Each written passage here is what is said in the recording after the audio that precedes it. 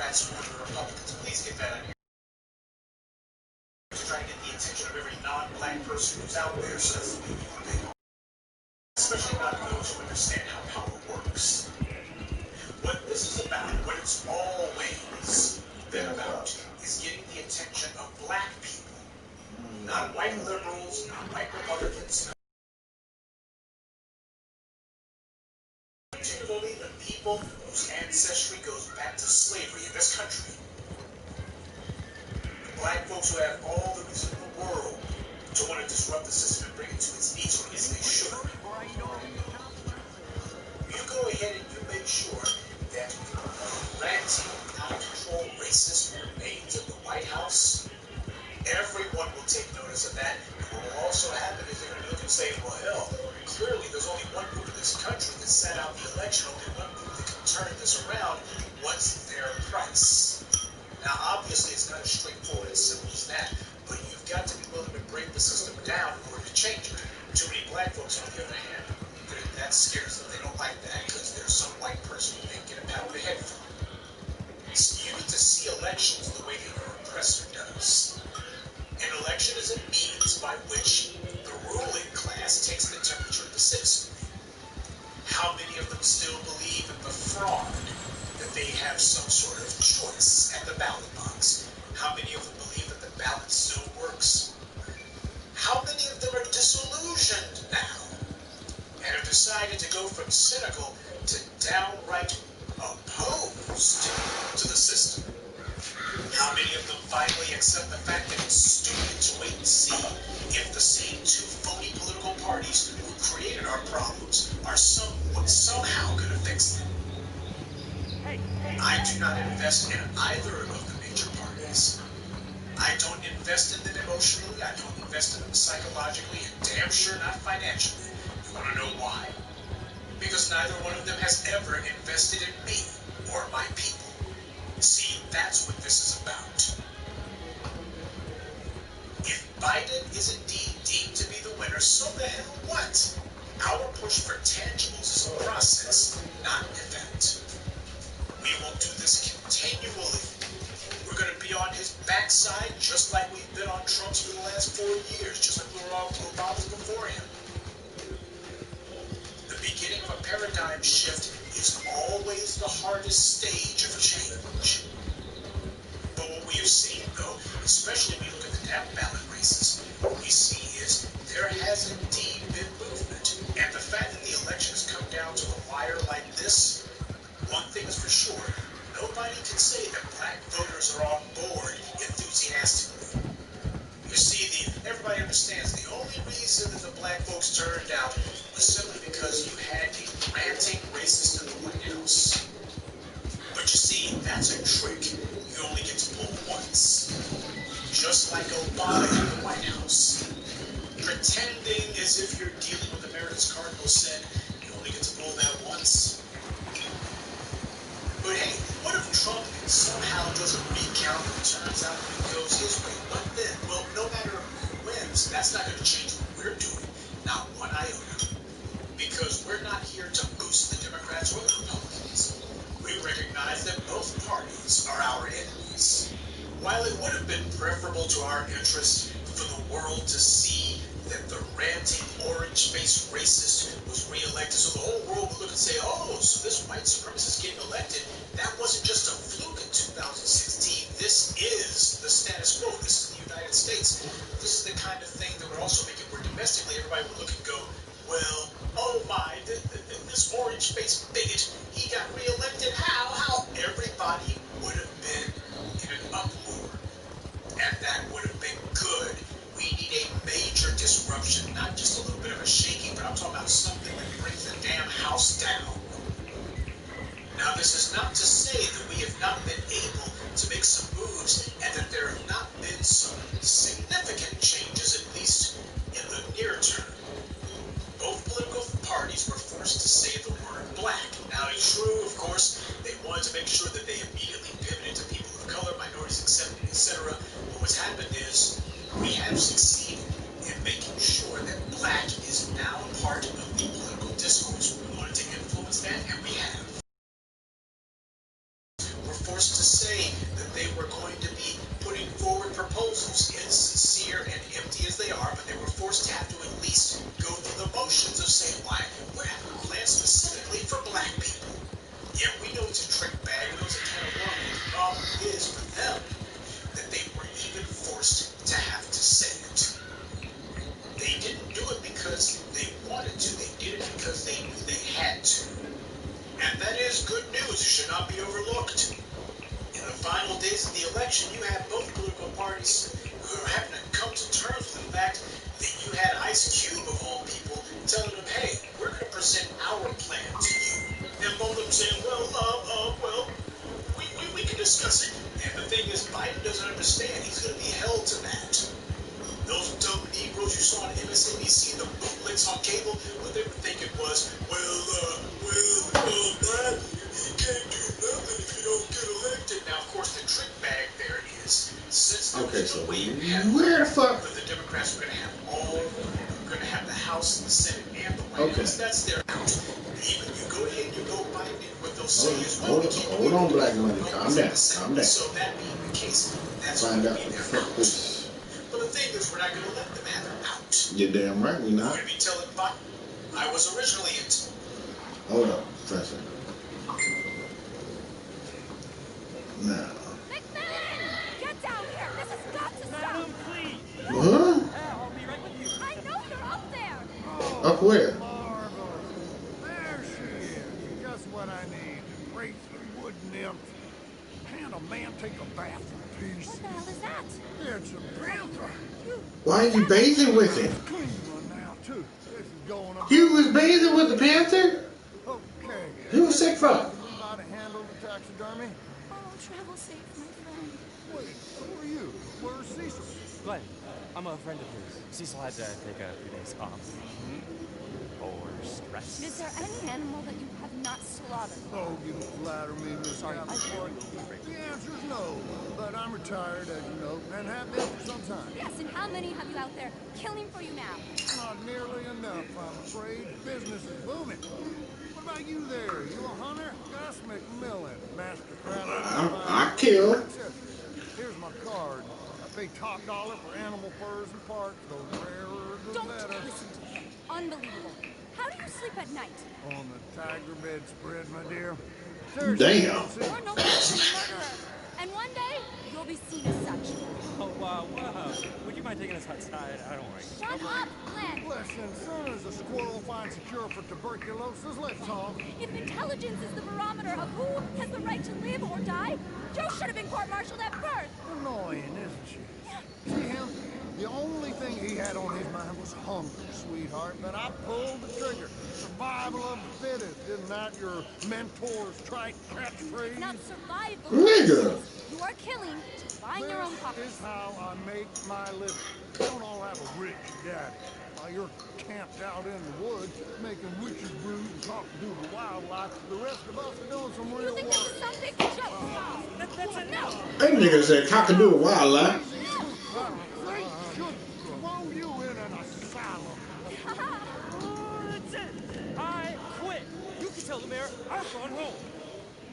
This nigga said cockadoo wildlife. Oh, sorry about that awful man.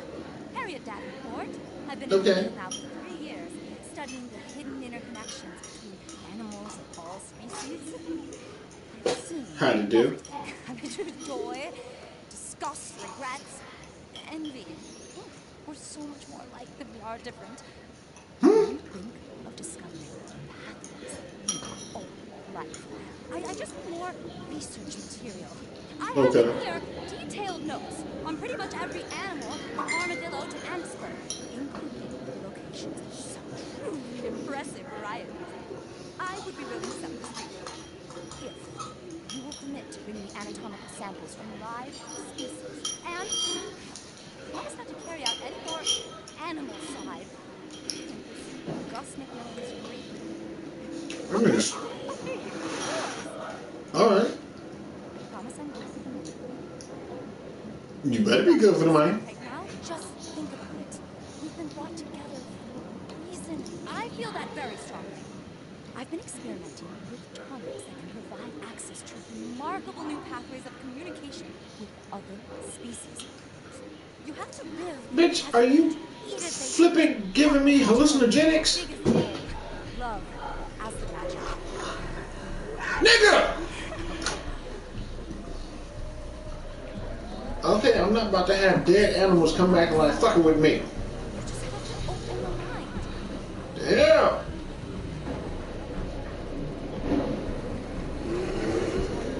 Voyage of discovery. This bitch done gave me some hallucinogenics.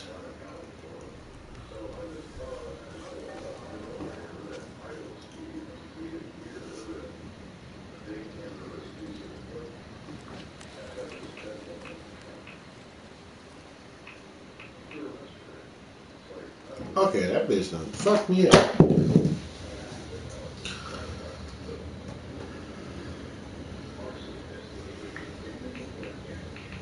What in the five living fucks?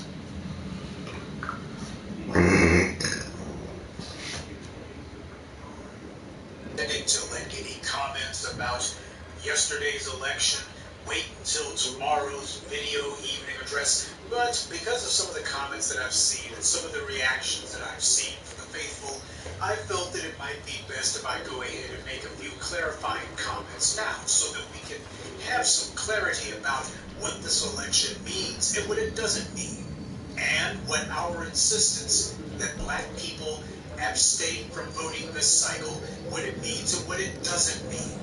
First of all, what it doesn't mean is that we have a dog in this fight. That's the entire point. We don't have a dog in the fight. There's some black people who clearly, and we understand exactly what your motivation is for those of you who are pretending as if, oh, I'm so concerned about this election, we got to get Trump out of there. No, it's obvious what you're doing. You want to pat on the head with some white people. And you know the white people on the right are not going to pat you on the head. They're being honest about their anti-black racism. So you got the leftist white supremacists. If you go ahead and turn out to fight for LGBT transgender bathroom goodies and make sure that the illegal aliens, particularly the Spanish-speaking ones, get what they want, and make sure that some corporate interests who claim to be concerned about the environment get what they want. Everybody's going to get what they want except for you, and you need to show up and so you can get our approval, and we'll give you a pat on the head.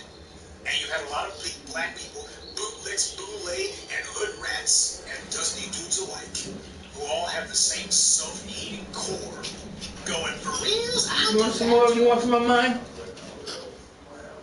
We're supposed to be thinking people. We're supposed to be serious people. We are serious about Good. you take your time very seriously. I do not engage in anything unless I know what I'm going to get out of it. But a lot of black folks, they picked up on the signals that the white media, white politicians, and so these other non-black entities and groups and factions were delivering.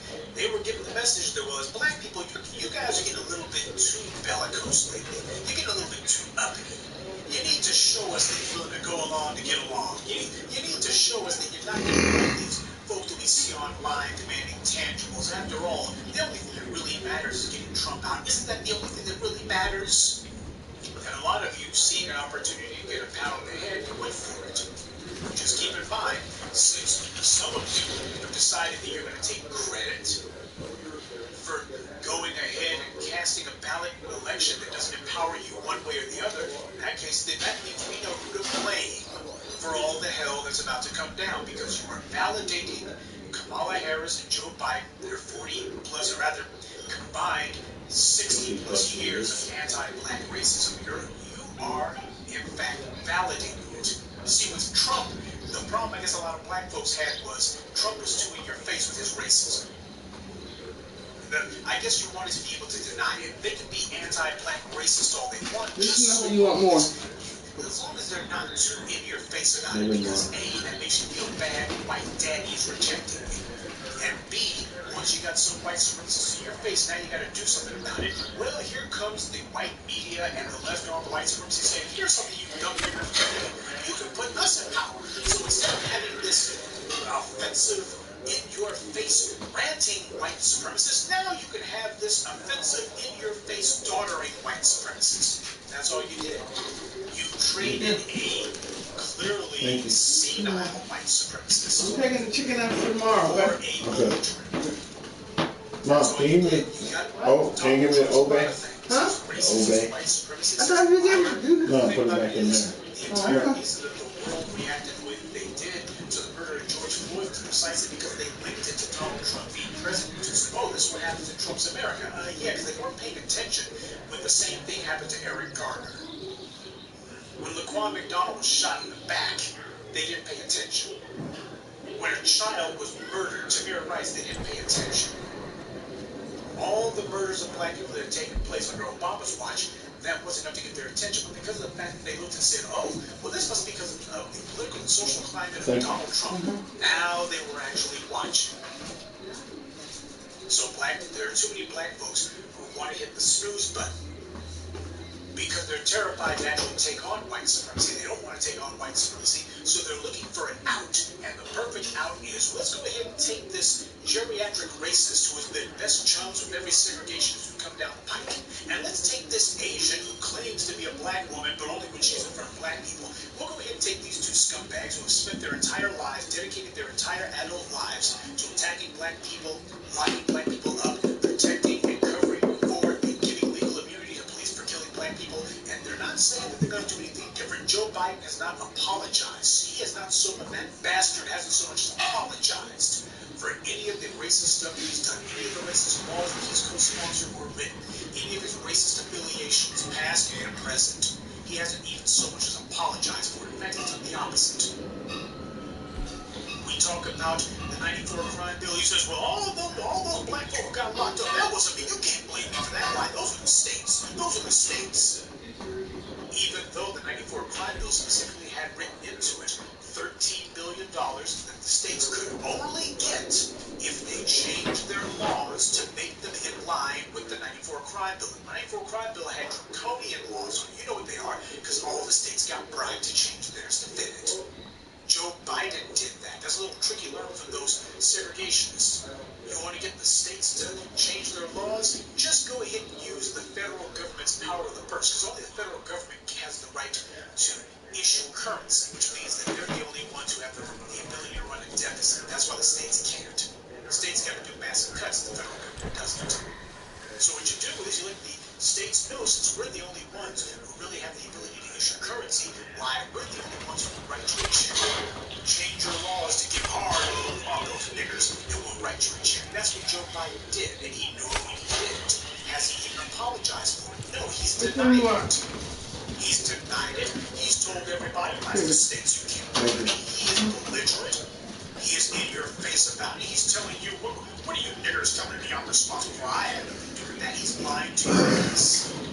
And some of you think, well, let's go ahead and get this guy in the White House. Why? Well, at least Joe Biden hasn't been saying something about some black congressperson that made me feel some kind of way.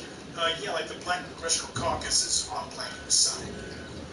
You see, the behavior of the black folks, those of you who chose to go against our best interests and engage with the system, when we had a perfect opportunity to disrupt everything.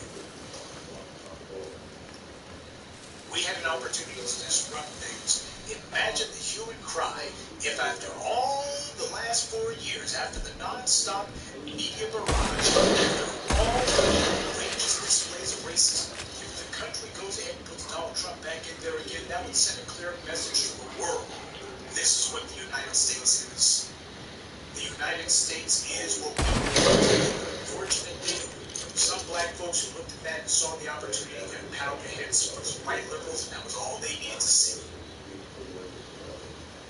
Those of you who went along with this idiocy, you know what you're like?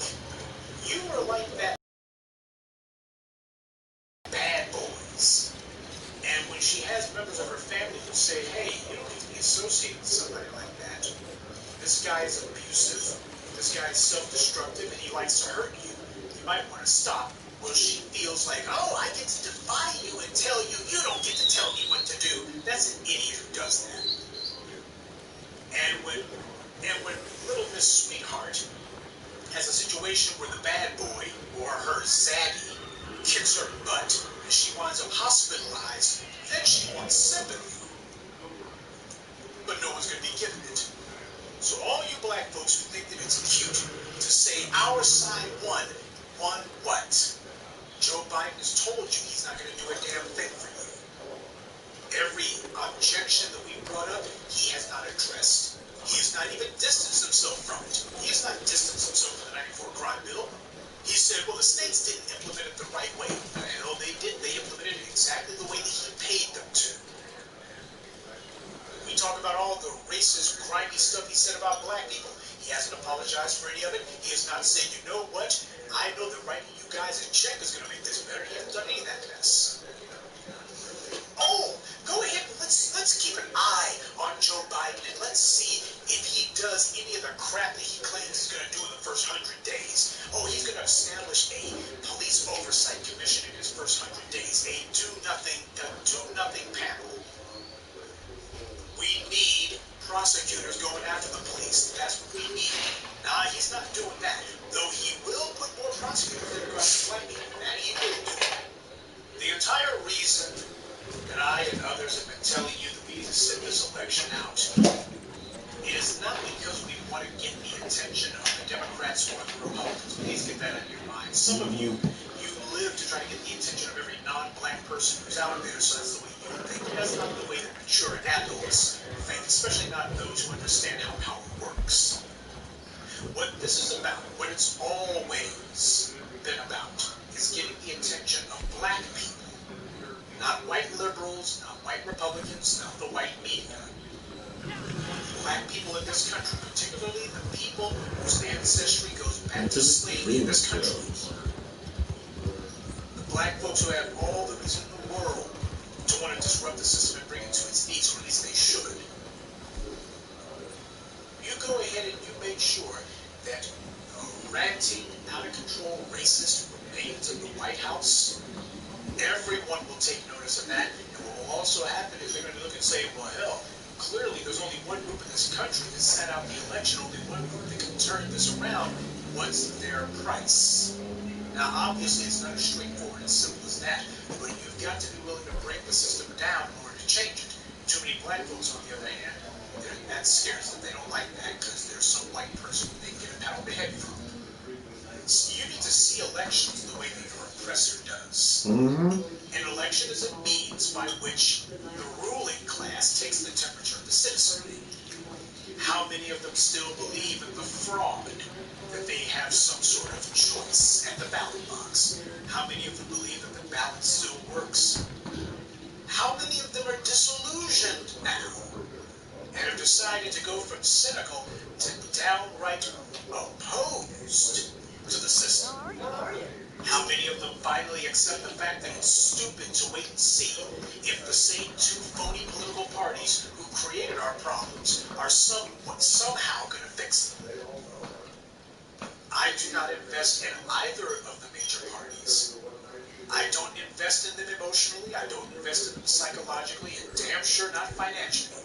You want to know why? Because neither one of them has ever invested in me or my people. See, that's what this is about. If Biden is indeed deemed to be the winner, so the hell what? Our push for tangibles is a process, not an event. We will do this continually. We're going to be on his backside just like we've been on Trump's for the last 4 years, just like we were on Obama's before him. The beginning of a paradigm shift is always the hardest stage of change. But what we have seen, though, especially when you look at the down ballot races, what we see is there has indeed been movement. And the fact that the election has come down to the wire like this, one thing is for sure, nobody can say that black voters are on board enthusiastically. You see, everybody understands the only reason that the black folks turned out was simply because you had a ranting racist in the White House. But you see, that's a trick you only get to pull once. Just like Obama in the White House. Pretending as if you're dealing with America's Cardinal sin, you only get to pull that once. But hey, what if Trump somehow does a recount and it turns out that it goes his way? What then? Well, no matter who wins, that's not going to change what we're doing. Not one iota. because we're not here to boost the Democrats or the Republicans. We recognize that both parties are our enemies. While it would have been preferable to our interest for the world to see that the ranting, orange-faced racist was re-elected, so the whole world would look and say, oh, so this white supremacist getting elected, that wasn't just a fluke in 2016. This is the status quo. This is the United States. This is the kind of thing that would also make it work domestically. Everybody this orange-faced bigot, he got re-elected. How? Everybody would have been in an uproar. And that would have been good. We need a major disruption, not just a little bit of a shaking, but I'm talking about something that brings the damn house down. Now, this is not to say that we have not been able to make some moves and that there have not been significant changes, at least in the near term. Both political parties were forced to say the word black. Now, in Trump, of course, they wanted to make sure that they get into people of color, minorities, etc. What's happened is we have succeeded in making sure that black is now part of the political discourse. We want to influence that, and we have. Both political parties were forced to say that they were going to be putting forward proposals, insincere and empty as they are, but they were forced to have to at least go through the motions of saying why we have a plan specifically for black people. Yet we know to trick baggers and can't. The problem is for them that they were even forced to have to say it. They didn't do it because they wanted to. They did it because they knew they had to. And that is good news. It should not be overlooked. In the final days of the election, you had both political parties having to come to terms with the fact that you had Ice Cube, of all people, telling them, hey, we're going to present our plan to you. Now both of them saying, well, we can discuss it. And the thing is, Biden doesn't understand. He's going to be held to that. Those dumb Negroes you saw on MSNBC, the bootlicks on cable, what they were thinking was, black, you can't do nothing if you don't get elected. Now, of course, the trick bag there is, since there was no way in hell that the Democrats were going to have the House, the Senate, and the White House, that's their out. Even you go to get Joe Biden, and what they'll say is, well, we can't do anything because the Republicans have the Senate. So that being the case, that's going to be their out. But the thing is, we're not going to let them have it out. We're going to be telling Biden, you're going to be signing every damn executive order there is. So there do happen to be some changes that have taken place. Are they as great as we would like? Of course not. You're not going to change 500 years of oppression and 500 years of black people going along with an anti-black system in only 10 years. You're not going to fix that in only 10 years. But it would be intellectually dishonest to say that we have not had an influence on things. And this is not some face-saving anything. You guys know me better than that. I tell you exactly like it is. We have heard black mentioned time and again. We have also seen that the black grassroots have demonstrated that we can have an impact on the elections. Now, if anyone else was on the ballot for the Republicans other than Trump, this would be a very different story. It's only because you have had a mouth-frothing, Babbitt-like idiot who might as well be wearing a doggone one of those sandwich boards that says, I hate niggers. That's the only reason that things have gone like this, because you had such an outrageous display of racism in the White House. This stuff stinks. But you better believe that the White House is doing things. And say, you know what? You got one more fight. These Pull out guys of here. forced us to do. Hold it right there. Do you think that we've gotten them to back off, or have we just bought ourselves some time? All we do is buy ourselves some time. Biden and his pals, they think that the issue of our tangibles, the black agenda, they think that it's just an intellectual fluke. It's just some sort of one-off. And that all of this agitating is all going to go away as soon as Biden is declared the winner, or as soon as if Trump manages to pull a win out, whatever the point is going to go away. It's going to go away because the intangibles, you're not going to get it under Trump. Biden's going to be thinking to himself, well, if I win, I'm going to tell you guys just go sit in the corner somewhere and I'll get to you later. I got to take care of the gays and the immigrants first.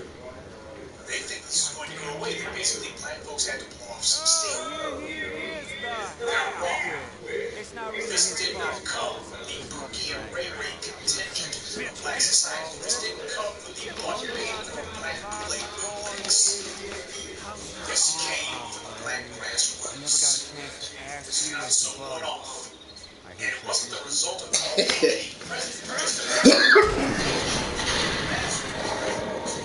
You dumbass son of a bitch.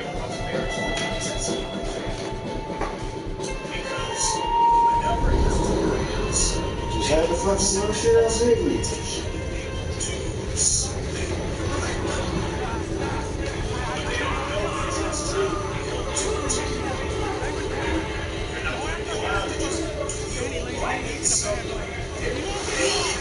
Very innocuous, very indistinct, and unspecific.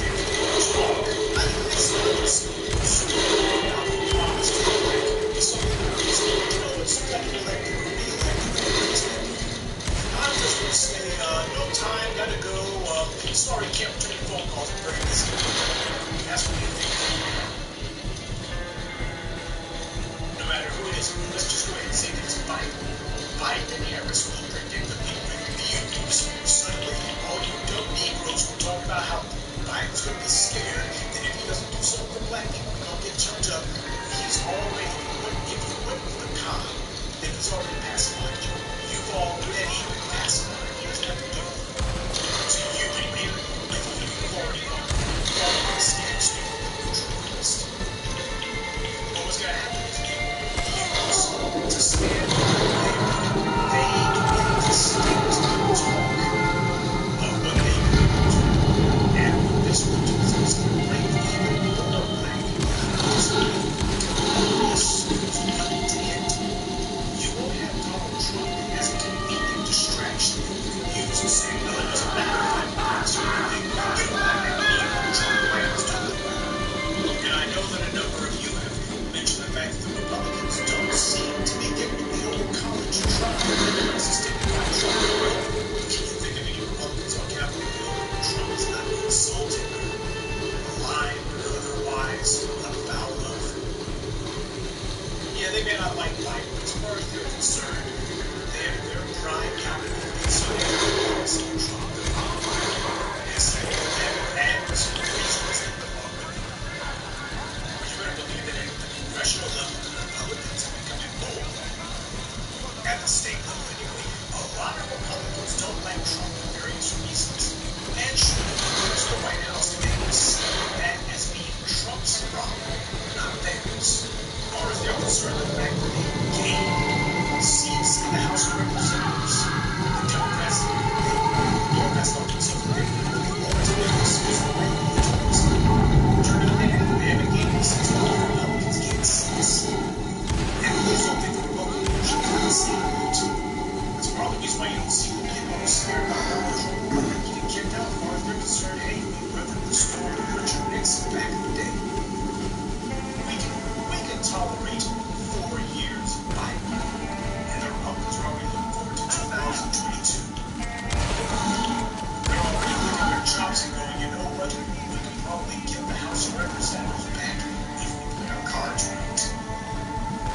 Oh yeah, they remember the contract with America. And that was after almost 50 years in the political wilderness. 50 years, almost a continuous 50 years being shut out of control of the unilateral control of Congress. So this is not at all new territory for the Republicans. They've been here for Some letters. as far as they're concerned, the fact that they made gains in the House and they retained their majority in the Senate, which the Democrats desperately want to seize. What that means to the Republicans is, hey, the country respects their peaceful talks. If you don't get out there being over white supremacists, the country will respect Trump's slick, covert racism and all of that vague, open-belief racism that the Republicans usually do in the country. They just didn't like the fact that Trump was just flourish about it. Right there, you lying son of a bitch. Attacked about his rights. See, after all, we must keep Americans straight. But I'll just tell you. Trump defeat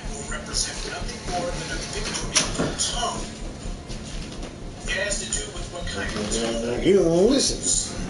It's not going to be a reason to get rid of Alright, To the Republicans, Trump has been he's been an electoral anchor around their necks, and yet they managed to gain seats in the House in spite of it. Oh yeah, he's all of his rights services advocacy and his obnoxious behavior. It annoys a lot of people, but the country looked to Republicans and say, you know what, we think that you guys should have more control over the House of Representatives. The Democrats have been diminished, and the Republicans are looking to go, man, if only we had had somebody with some sense in the White House, somebody who wasn't a ranting, baying jackass in the White House, man, we'd have had the White House, the House of Representatives, and the Senate. So the Republicans have not taken any lessons about any changes to the trying to pick your head up like you ain't fucking visible. And you want to know who else has Just see you around the cop seconds lane on my bed. who we've seen on cable TV? Why, you had no less than Jason Johnson. He was on Twitter giving out his brain parts. Earlier today, he was saying the Dems don't need to do any soul searching. We need political press to look like America, and we'll be less surprised by election outcomes. That was Jason Johnson's takeaway for the fact that the elections are going to come down to the wire. So Jason Johnson is basically getting a complete his job. He knows the left on the white supremacy look to say, man, numbers of black folks are trending in the wrong direction. Sure, you That was a dumb mistake. Midwest who turned Come on, peek your head around that goddamn corner. Come on. And if orange-faced white supremacist doesn't get the black vote to show up in 2008 calendar numbers, but no, obviously, Negroes on cable here, Jason Johnson is telling them, oh, don't worry, I'm going to carry one for the Democrats, I'm going to carry the party line, the Democrats don't need to change anything, they're perfect, it's black people who are in the wrong, and You want to touch it? they need to hire more diversity in the American political press. Of course, that's just his roundabout way of saying, please don't fire me. You need diversity. You need me on the payroll. Please don't fire me. That's what he's really saying. Well, if he's looking for diversity in the newsroom, that's exactly what they'll do. They're going to be hiring more Hispanics than they're hiring more Asians. Kicked out. A lot of fucking nerve. Already you have the white media saying that, well, who's really important in this election happens to be Latinos. Why Latinos? They're a bigger potential voting bloc. There's more eligible Hispanic voters than black voters now. That's the white media. You better not come around that corner. Come on, you lanky son of a bitch. Doesn't matter. Oh, What's up, cool to the touch? for anyone to care about. Come on, you lying lanky little son of bitches. Come on, you want some? Whether or not you I'm taking all your shit. Don't you shit me when I'm fucking around you, little damn bastards. Try me again. as far as the black movement, How dare you. Jason Johnson sees the black movement. He thinks he's making a plea for them to make I can see your head. As I said, I can see your head. Keep talking shit. Keep talking shit. Planky thing. Shut up. Ooh, we got him with the shotty. I got the shotty for the body, baby. You want the shotty? You want the shotty? Dedicated to Don's. Dedicated to Don's Super Bowl. Shotty for the body, baby. Shotty for the body. Shotty for the body. Shotty for the body. I told you. Oh, this motherfucker, I think he's slick. I said, shot for the body, baby. What's up, cool to the touch? You already know, doing crazy shit in motherfucking. Taking out some old races. Taking out the bloodline. God damn it. Where you at? I'm looting all these motherfuckers, so I should take this motherfucker out. Where you at? Oh, that motherfucker's up there. Hold on. God damn it. Shit, I didn't want it. Fuck. Okay, my ass.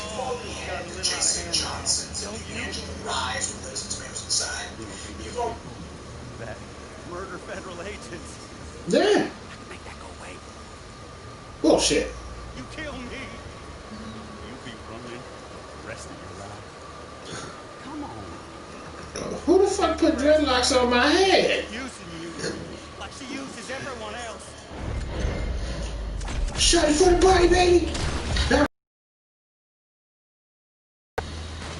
Thought you was getting away, nigga. Who you calling stupid son of a bitch? Come get me then, you fucking rat-faced bastards. Shot it for the body.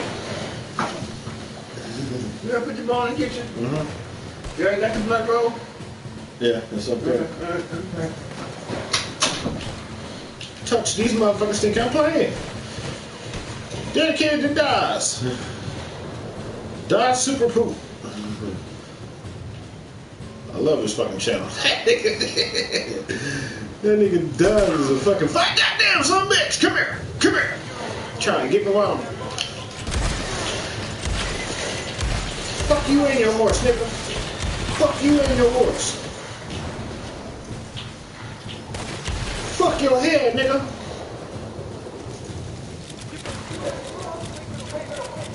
The hell I'm not. God damn it. Fucking with me while I'm looting, you bastards.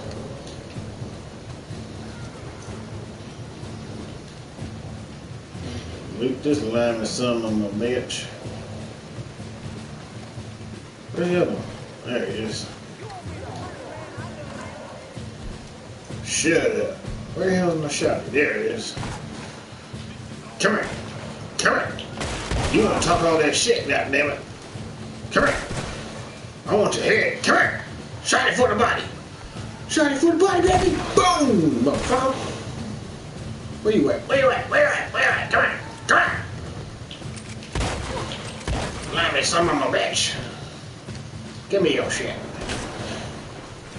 Give me your shit. Shut up. You gonna get your ass cooked. Come here, motherfucker. Come here. What you say? What you say? Nigga, shot it for the body. Shot it for the body, bitch. Come here, you motherfucker. Bobby, weave on your bitch ass, Bobby. Weave on your bitch ass. Shot it for the body, bitch. Fuck you and your horse. Who you talking to? Oh, who you calling boy? Fuck your horse? Fuck you. Fuck your horse. Peter, I hope you looking at this shit. God damn it.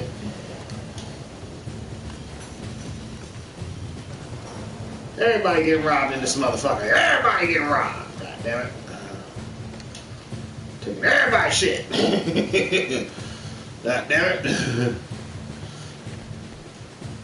Hey, man. I get my wildness when that nigga dies. Shot it for the body, baby. God damn. Oh, this motherfucker over here? Oh, you want to shoot at me, motherfucker? Come on, motherfucker. I got the shotty for your ass, motherfucker. I got the shotty for your ass, motherfucker. Come on. Oh, see, yeah. This be the reason why. This is called slave revolt, bitch. Slaves revolt. Shotty for the body. I want your head, nigga. I want your head, nigga. I want your head, motherfucker. Give me your head. You non-head having motherfucker. Fuck you.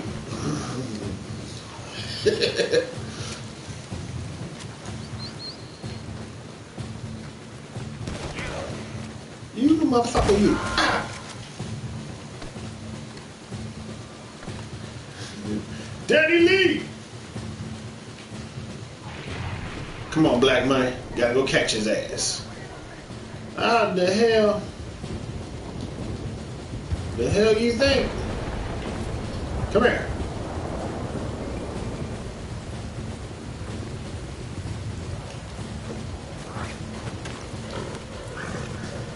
Now, the bullshit it ain't. God damn it, Donnie Lee. Take it easy. It ain't like I can run off. This motherfucker trying to run from me. That's what's not going down. Take your motherfucking ass back to this motherfucking lady. Shut up. Lucky I don't like beating up on my black people. Shut up, Nolly. Jesus, I already know how this is gonna go. Shotty for the body. Yeah, fucking shotty. God damn it, shotty for the body, baby. Nigga, you worked for the slave master like it was, nigga, you cooned it like it was cold. You was cooning, nigga.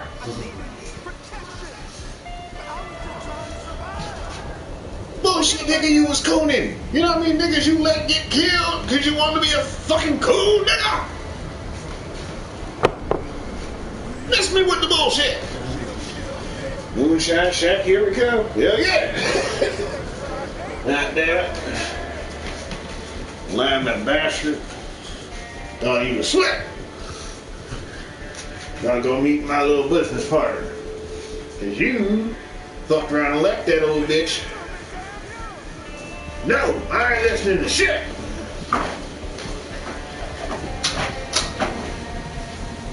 That old crazy motherfucking lady made me crazy, but she good people.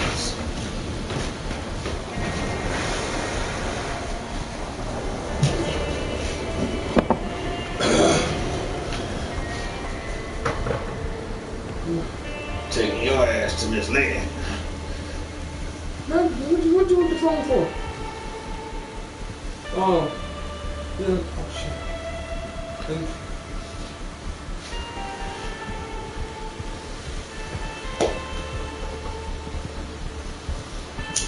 Who's in the back of the shit head? A coon ass nigga. A coon ass black person? Who decided to work for the slave master instead of the abolitionist. He thought it'd be better to work for a slave master than an abolitionist. I'm like, no, nigga. This nigga thought it'd be. Guess what I watched? Prince of Reed, that out beginning. Yeah. I got the problem with.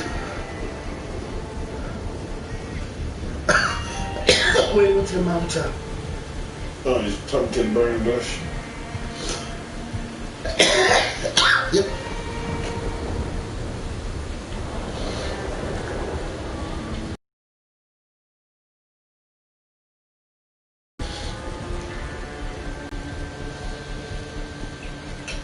This nigga ain't got nothing else to say.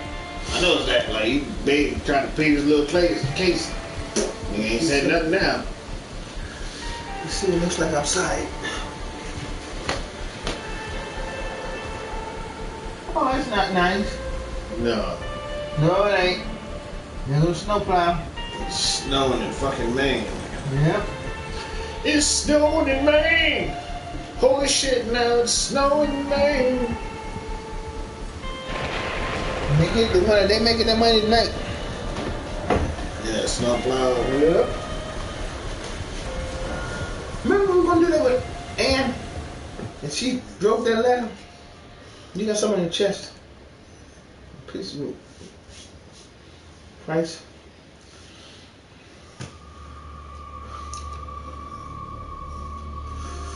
Took this nigga to the lady.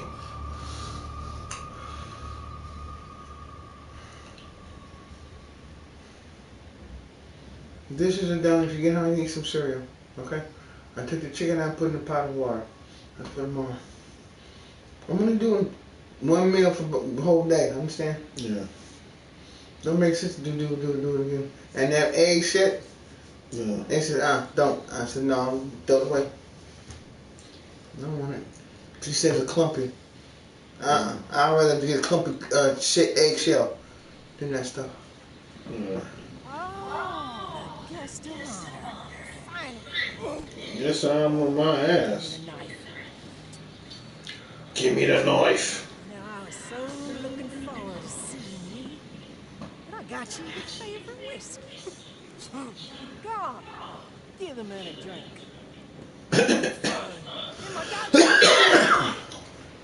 You better drink, motherfucker.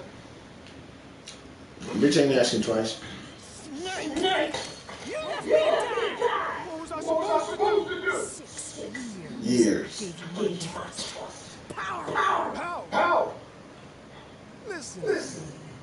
You can't see yourself, Maggie. You never could. I see myself. Can't help but see myself. I won't slink off like a coward. I'll look you dead in the eye. Maggie, please. Get out of here. And I mean so far away you'll never see me again.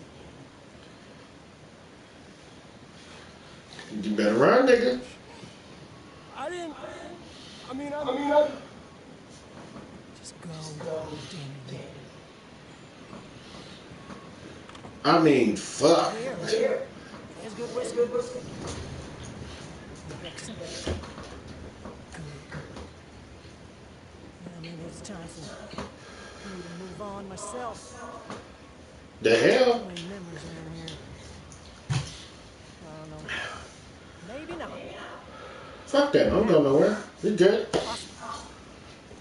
Fuck yeah. Fucking did that shit, goddamn.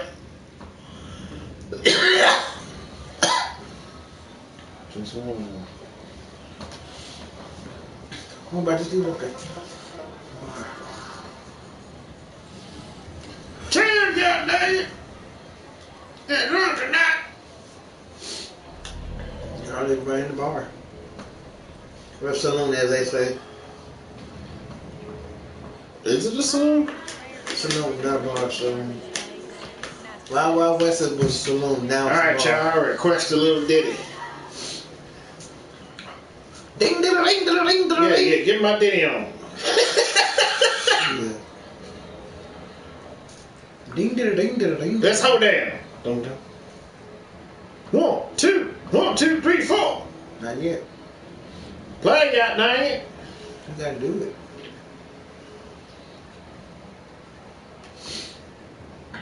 Stop playing. Play, motherfucker. All right, fellas, give them what they paid for. That's what I'm talking about. Shit. Y'all want to keep your job, don't you?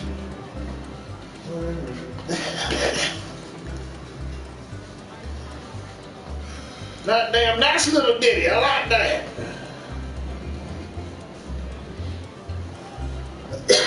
Is that old Susanna? Mm-hmm. Oh, Susanna. I'm gonna do the potatoes tomorrow, okay?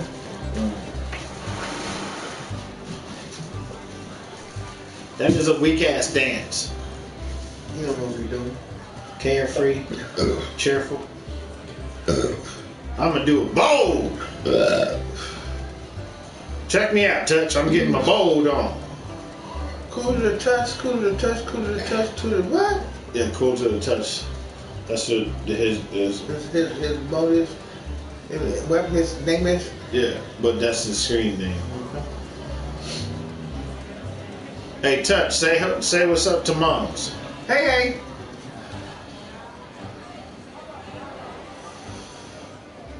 Is that order? Bring some people.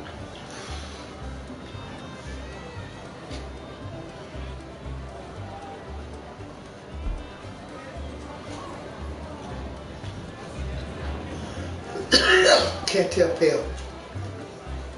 You said what? Cattail Pond. Oh yeah. I'm like, where? They're playing.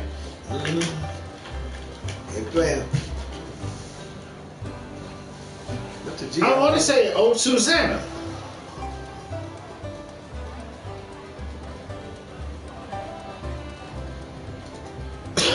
So I don't know what that is, man. I have no freaking idea. I don't know. I literally want to say old Susanna, but I'm like, no. No, ain't no Susanna. Nope.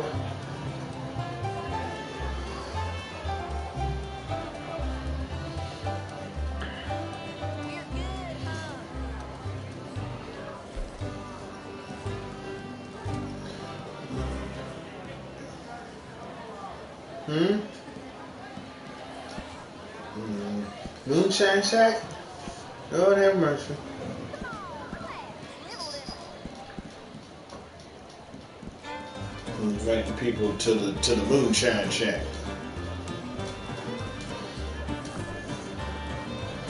Serve up some drinks. Damn, this nigga passed the fuck out. Nah, fuck it. All I do is drink. Drink my ass. They do more. They get fucked up in my place. Who's bartender? Me. Calling for. So you're on the bar. Okay. The whole moonshine. Cheers to the touch. So right here. Cheers anyway. What? To the bar. Happy Jack. Happy Jack coming, I guess. Now you got 21. That's good. 16 to 21.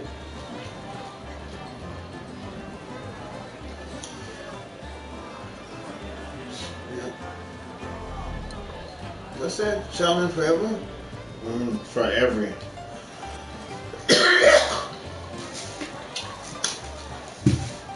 That the one you use it? Huh? Is that the one you use? Lean forward, lean back, lean back, lean back. That the one you use it? Shoulin4every's? That's my Yeah. Shoulin4every. I was trying to put forever. For every. Yeah. Yeah.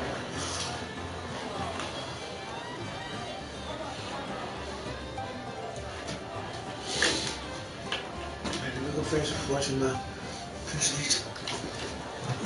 I love you. I love you too. You still see more. Say bye.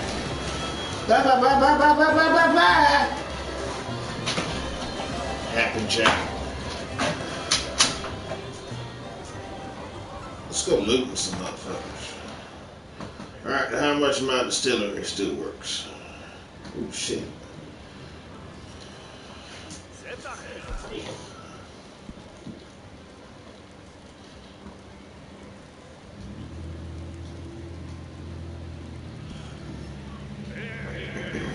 This will be a strong one.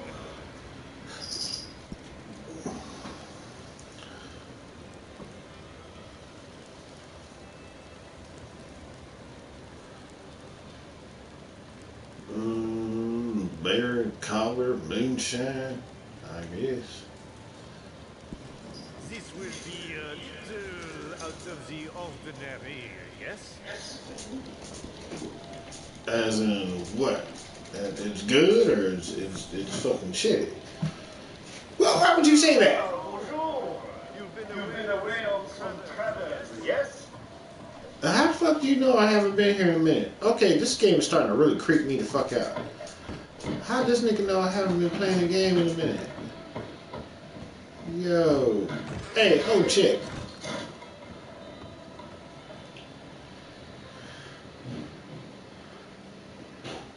I want to do some bootlegger missions. So, in here is where we create things. Out there, well, as you know, out there is often where we need to destroy things. Some of the competitors still seem confused about who's running the show around these parts. All right. Track down our operation and make sure the message is crystal clear. And to close these people down. Okay. B1 Brigade in motherfucking full effect. Shut down the companions.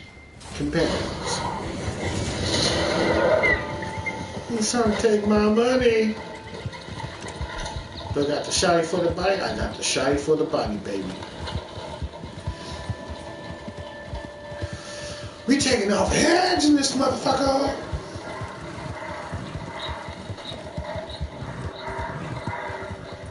Fuck, I look like voting for the less of two evils. Like, that makes no fucking sense.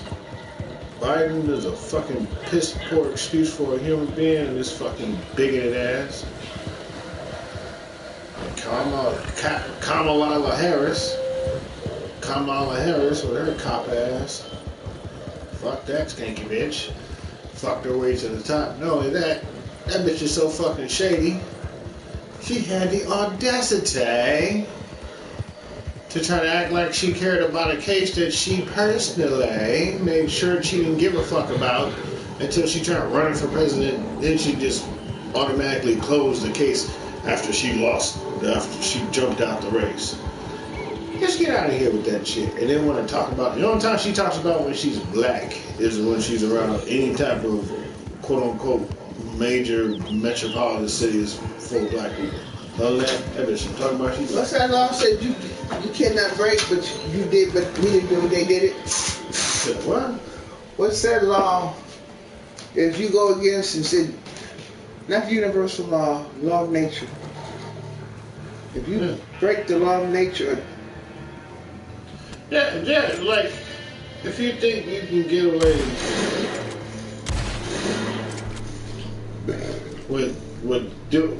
well, that's the whole thing. The motherfucking white supremacists that were instilling, when they were trying to break African Americans when they first came here. Yeah.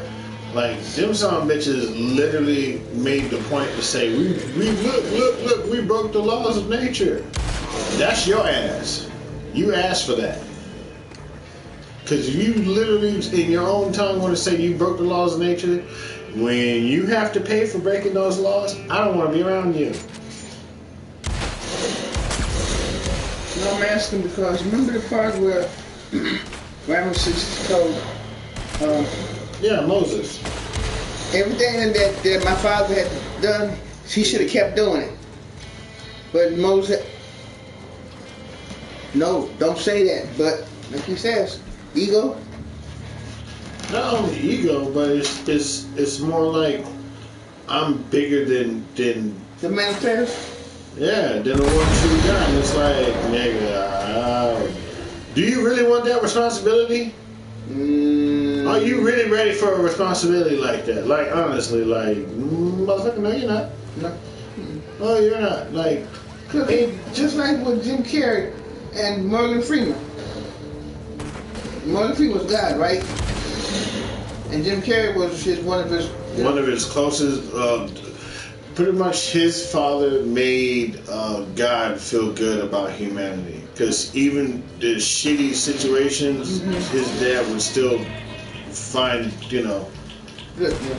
Yeah, like it's bad, but shit, I ain't fucking dead. I ain't either. Is it really that bad? That's where he'd come back to realization, and God loved his father for that. But it was like, his dad died. Yeah. But still, God didn't. Abandon him. Yeah. That shit's nuts. What you want? I want heads. I fucked up and forgot. I want heads. Come here. I want heads, goddammit. Oh shit, I can't fuck around. I want fucking time. Fucking son of a bitch. You made me forget what time I gotta do with this shit. Come here. Come here! Motherfucker, where you at? I want your head, goddammit. Come here.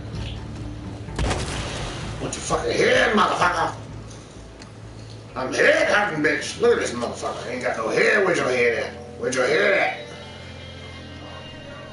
Where your head at? You ain't got no damn head. Oh, I need to hurry up. I'm fucking around.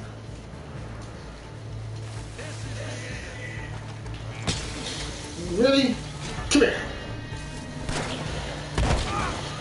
Fuck you. Fuck you, fuck you, fuck you, fuck you.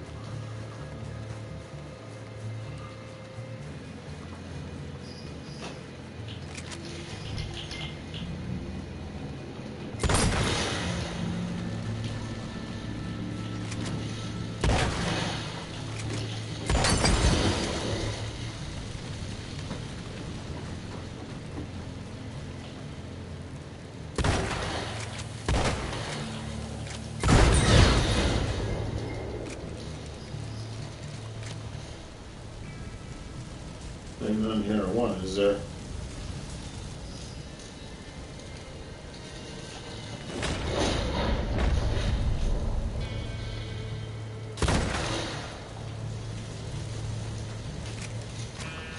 Okay, here you go that way. That's doing too much. Yeah, how big is this motherfucking red? Oh, I can go over there and get out of there.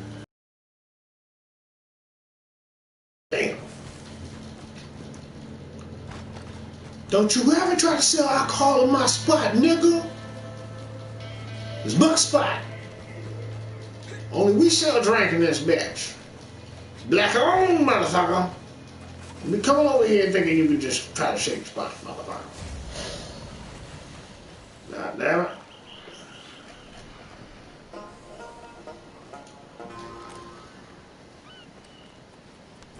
Your dead ass empty.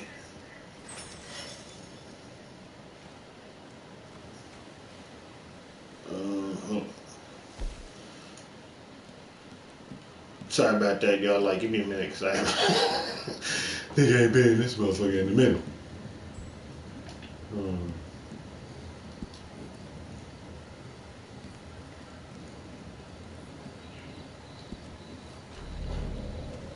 There we go. What's over here?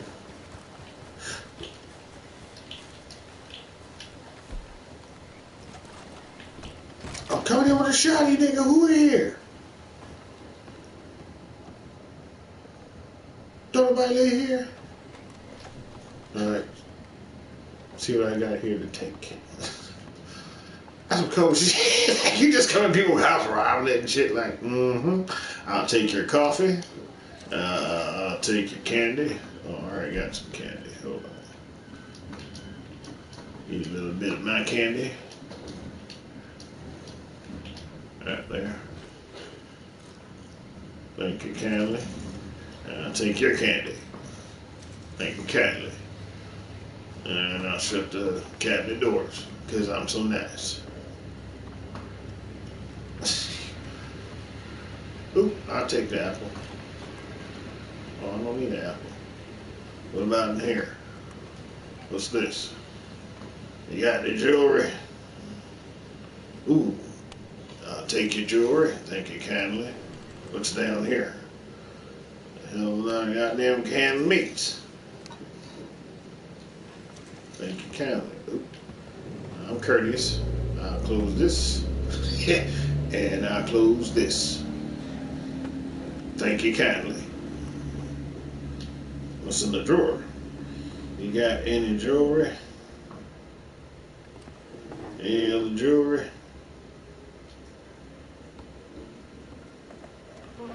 Isn't there jewelry right there? I'm looking at jewelry right there. It's not like letting me snag it. There we go. I'm like, what the hell? Get that dang it. Give me the motherfucking jewelry. Don't be fucking around.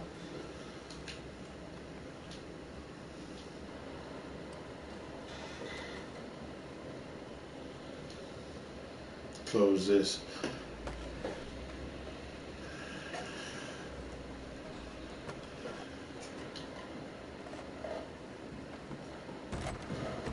What's in here? What do you have in here? What is in this? What is in your dresser? What is in here? I take this. Yes. What is it? Hair pomade? Yes, I need to slick my hair. And how the fuck I got dreadlocks? I didn't put this nigga with dreadlocks.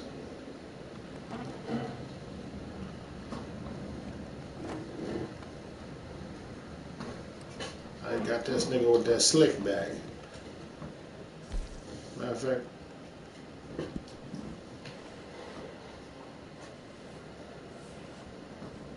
What the fuck put dreadlocks in my head, nigga?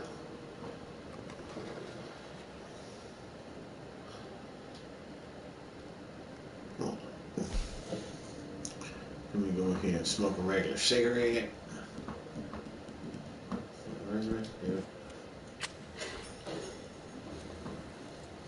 How do you smoke one cigarette but you can grab a whole nother pack?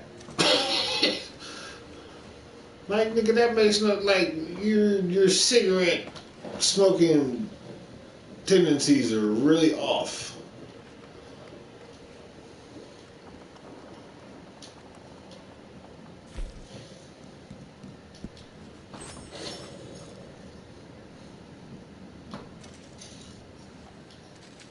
I'm like, what the hell? God the damn thing. This motherfucker here. What is it over here? What is that? I saw something. What's in the other one? in this bitch. What is in your drawers? What is in here? What is in here? What is this I'm saying? What is this? What drawers do you have? What is in your drawers? Yes, this. What is this? Crackers? Crackers.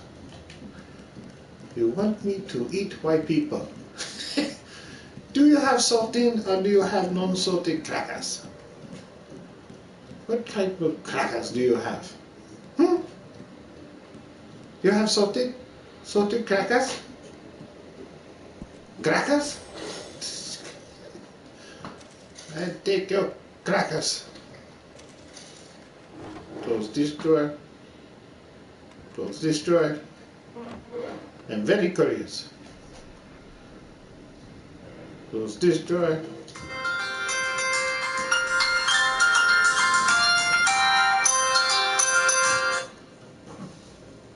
Hello? Here. No. Watching TV. You want it? Okay, I'll send her down. You're welcome. Rose wants you. Huh? Rose wants you.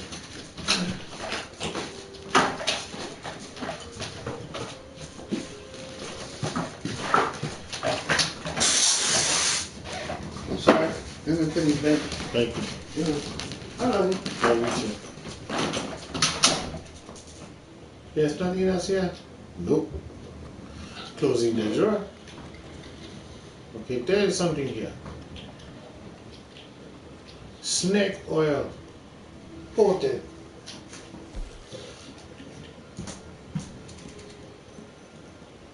Potent. Potent. Take potent. Take you kindly. No. Now, I have done that. Only that one thing. Oh yeah.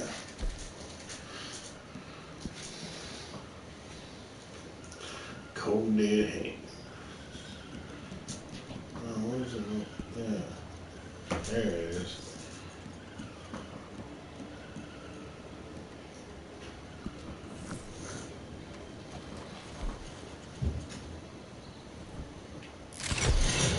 Shit, that was quick.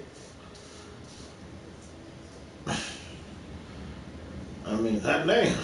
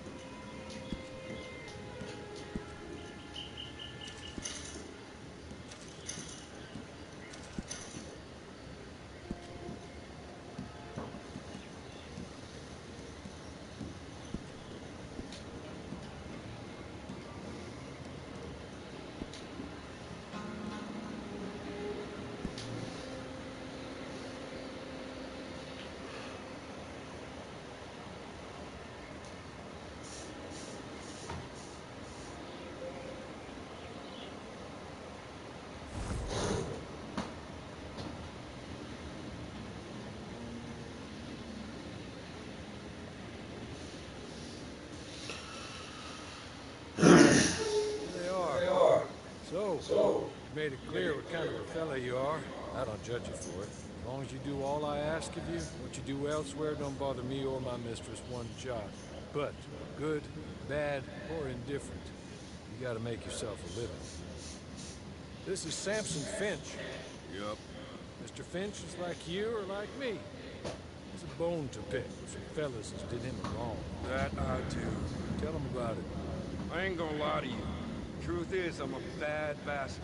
I lived my way, but I stuck to my word and did what I said I would. Especially to them that stuck by me. Mr. Finch has a little predicament. I was planning a job. Good job. Thing took a goddamn year. It's gonna make me pretty rich. And my partner, young, betrayed me. If you and your bunch will help me do this robbery, I'll get back at it. Like I said, I ain't never betrayed no one. I ain't about to start. Plus, well, this is a fine job. If I had a group I can trust, I'll do well. So you in. Now, I ain't gonna pretend it's not a nasty business. We're robbing robbers that know they're gonna get robbed. Not outlaws, the real robbers. Industrialists with deep pockets. And good luck, everyone. But I've heard quite enough for me to join you at the gallows, should things go wrong. How about you ride with me and I explain more about it? It's a nasty plan, but a good one. Orly, I see you around, friend. Sure. Just try to stay out of too much trouble. I'll see you soon, I'm sure. And if you should choose to amend your ways and try a different path, well, I'm sure Mr. Jones could help guide you a little. Come with me, friend.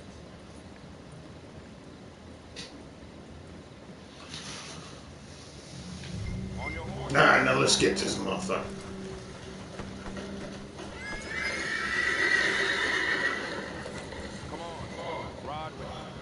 Oh, we're waiting on you, player. Come on. Get the hoofing. Some of the worst folk I know. Or at that kerosene and tar plant up the way. They got a train of strike breakers and killers from detective agency coming in by train. Fresh off of some other recent incident. You're gonna jump this train, deal with the black-hearted bastards on board, and ride it all the way to the refinery. Once you're there, the guards are going to know you're not detectives here to beat up strikers. So get ready for a fight. The men with the money will probably be in the upstairs office of the refinery. Their cash is yours to divide amongst yourselves after. If I hadn't been betrayed by my partners, my brothers in arms, I'd be with you myself. Now I gotta go and make a nuisance of myself and Valentine. So they don't round me up and fit me with a rope necktie for this. It's enough for me to know that it's done is all.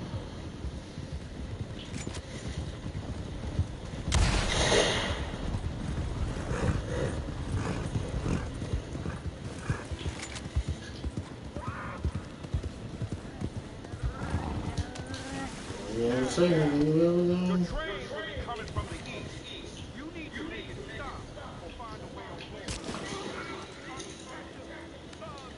Train fully.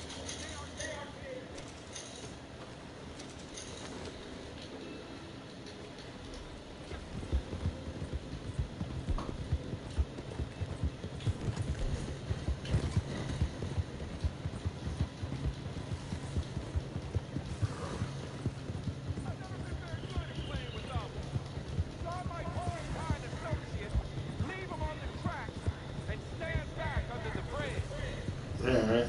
But that part of the plan is up to you. So we just fuck them up however the fuck we feel. Oh shit. Damn! Oh shit. It sounds like a motherfucking explosion the way this motherfucker fell.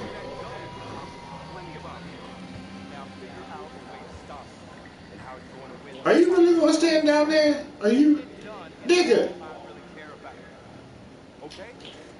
Yeah, but you like hella close to the tracks.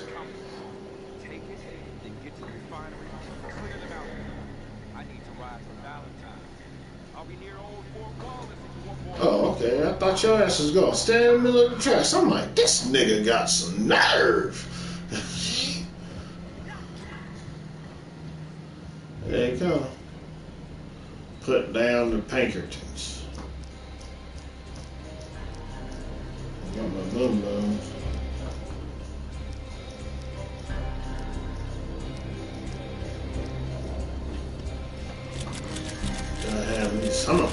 moves. I ain't got none of my moves though.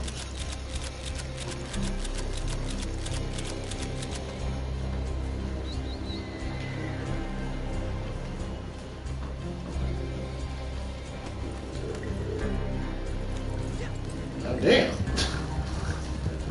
These motherfuckers took him out like way over there.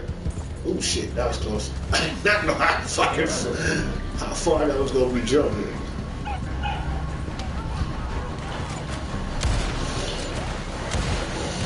Go to sleep. Go to sleep. Go to sleep. Go to sleep. Go to sleep. You got her?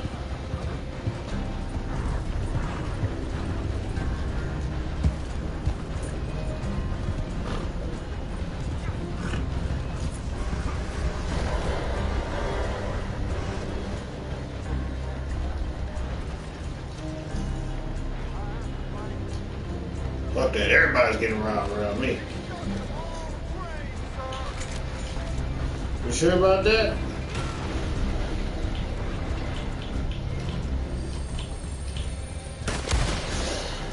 You sure, as I said, you sure about that? I think you fuck with the wrong player, son. I ain't your son. Dirty, rusty motherfucker. This motherfucker just wobbling in the seat.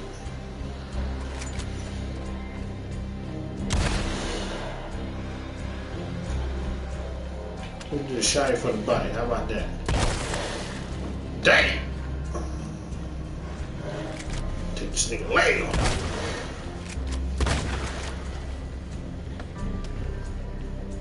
Nope.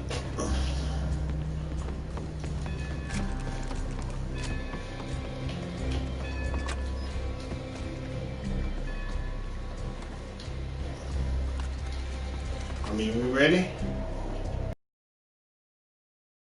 What's going on? Queens, you going? You driving? Queens riding? We driving? What's going on?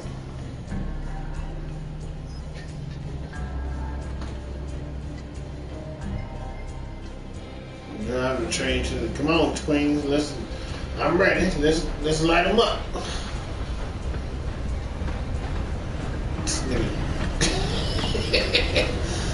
Yeah, hog tie motherfucker. Is he alive? Can I shoot him?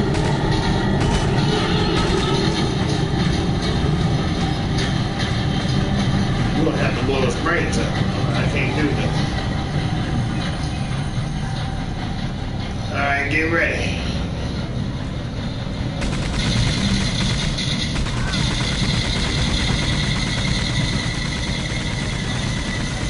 Fuck that, everybody get lit up. I don't give a damn. I don't trust none of these motherfuckers.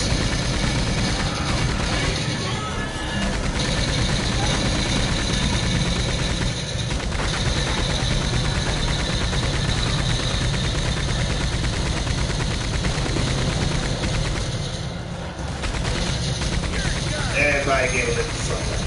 Okay? Everybody get lit the fuck up. Fuck that, fuck that, fuck that, fuck that, fuck that, fuck that. All these motherfuckers get lit, fuck that. Light them up. Light them up, up. Light them up, up.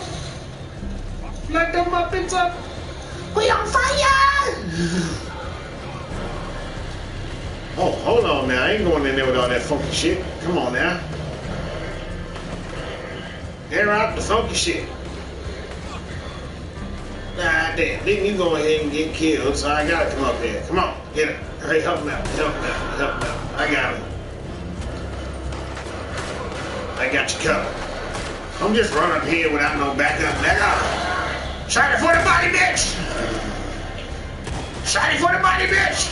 Give me your head. Give me your head. I want your head. I want your head. The hell you are. We don't trust none of y'all. Come here. Put your ass on the ground, motherfucker. Let me go, damn it. The hell my ass. Shot it for the body. Let me see your head, nigga. I want to see his head. I want his head. I want his head.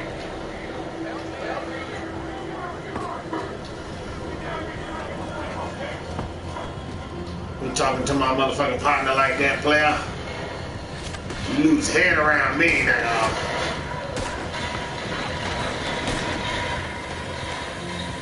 Now damn, who's lighting who up down there?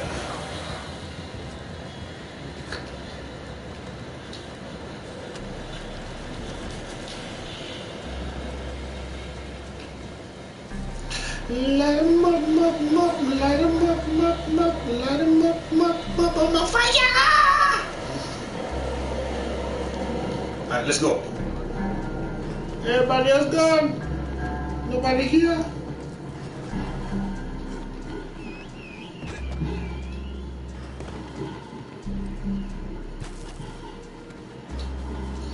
Who is this? I see some red. Who is this? Are you coming? Are you coming here? You got a lot of nerve, motherfucker. Get on the ground. Get on the ground. Give me your head. I want your head. I want to see your head disappear. There it is. I see some red around here. This motherfucker, see? See? That's what you get. You step to the wrong motherfuckers. All the rest of these assholes done.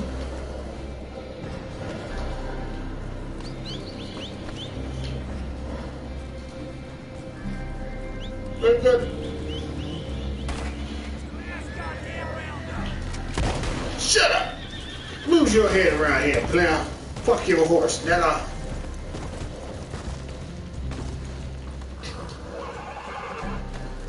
Black money. Come on, let's get the fuck out of here.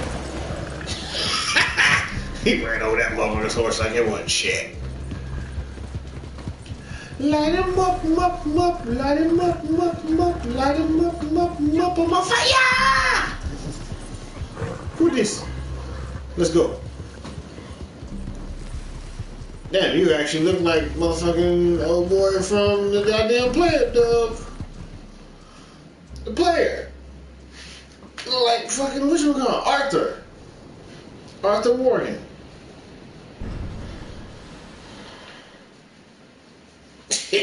Yeah, we ain't there no more.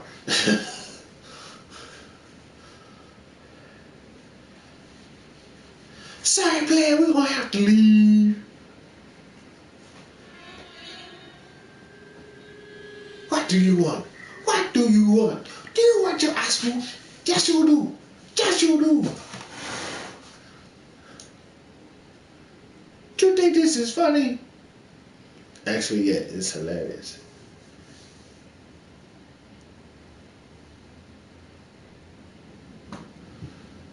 Hell yeah, we did that shit. We did that shit. Light 'em up. Light 'em up. Light 'em up. We on fire!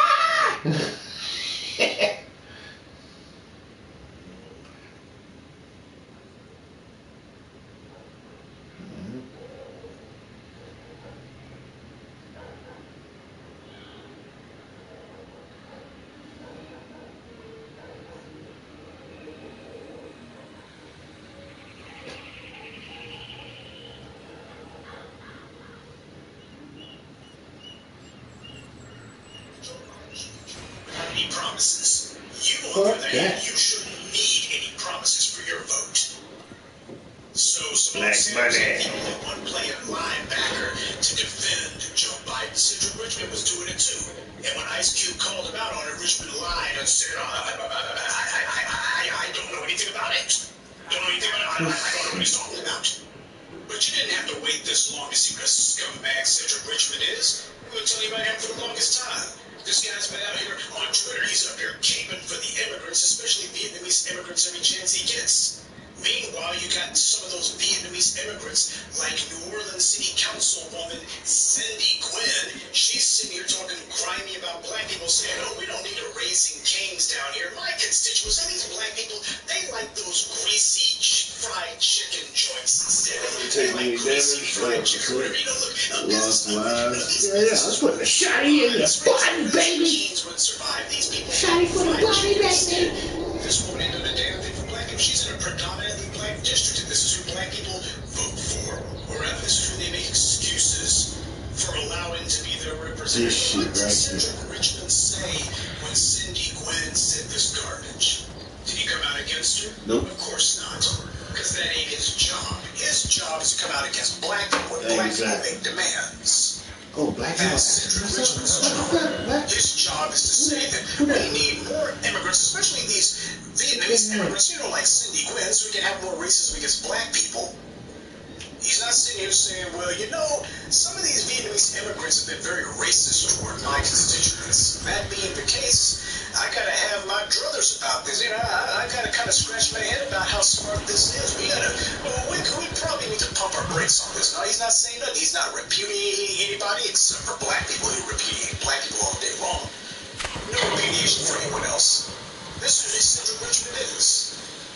Small wonder the white media was singing his praises and calling him a rising star in the Democratic Party. Yeah, you get out there and make it very clear. I'll go to the mat in order to attack black people, and I'll go to the mat to protect anyone who attacks black people. And the white media goes, you've got star potential, buddy. So what's happened is this is the first guy who Joe Biden announces is going to be having a permanent office, well, however long this token gig lasts, at the White House. That's no accident. Choosing Cedric Richmond and making him the first person who gets named publicly, this is Joe Biden sending a clear message to the black grassroots.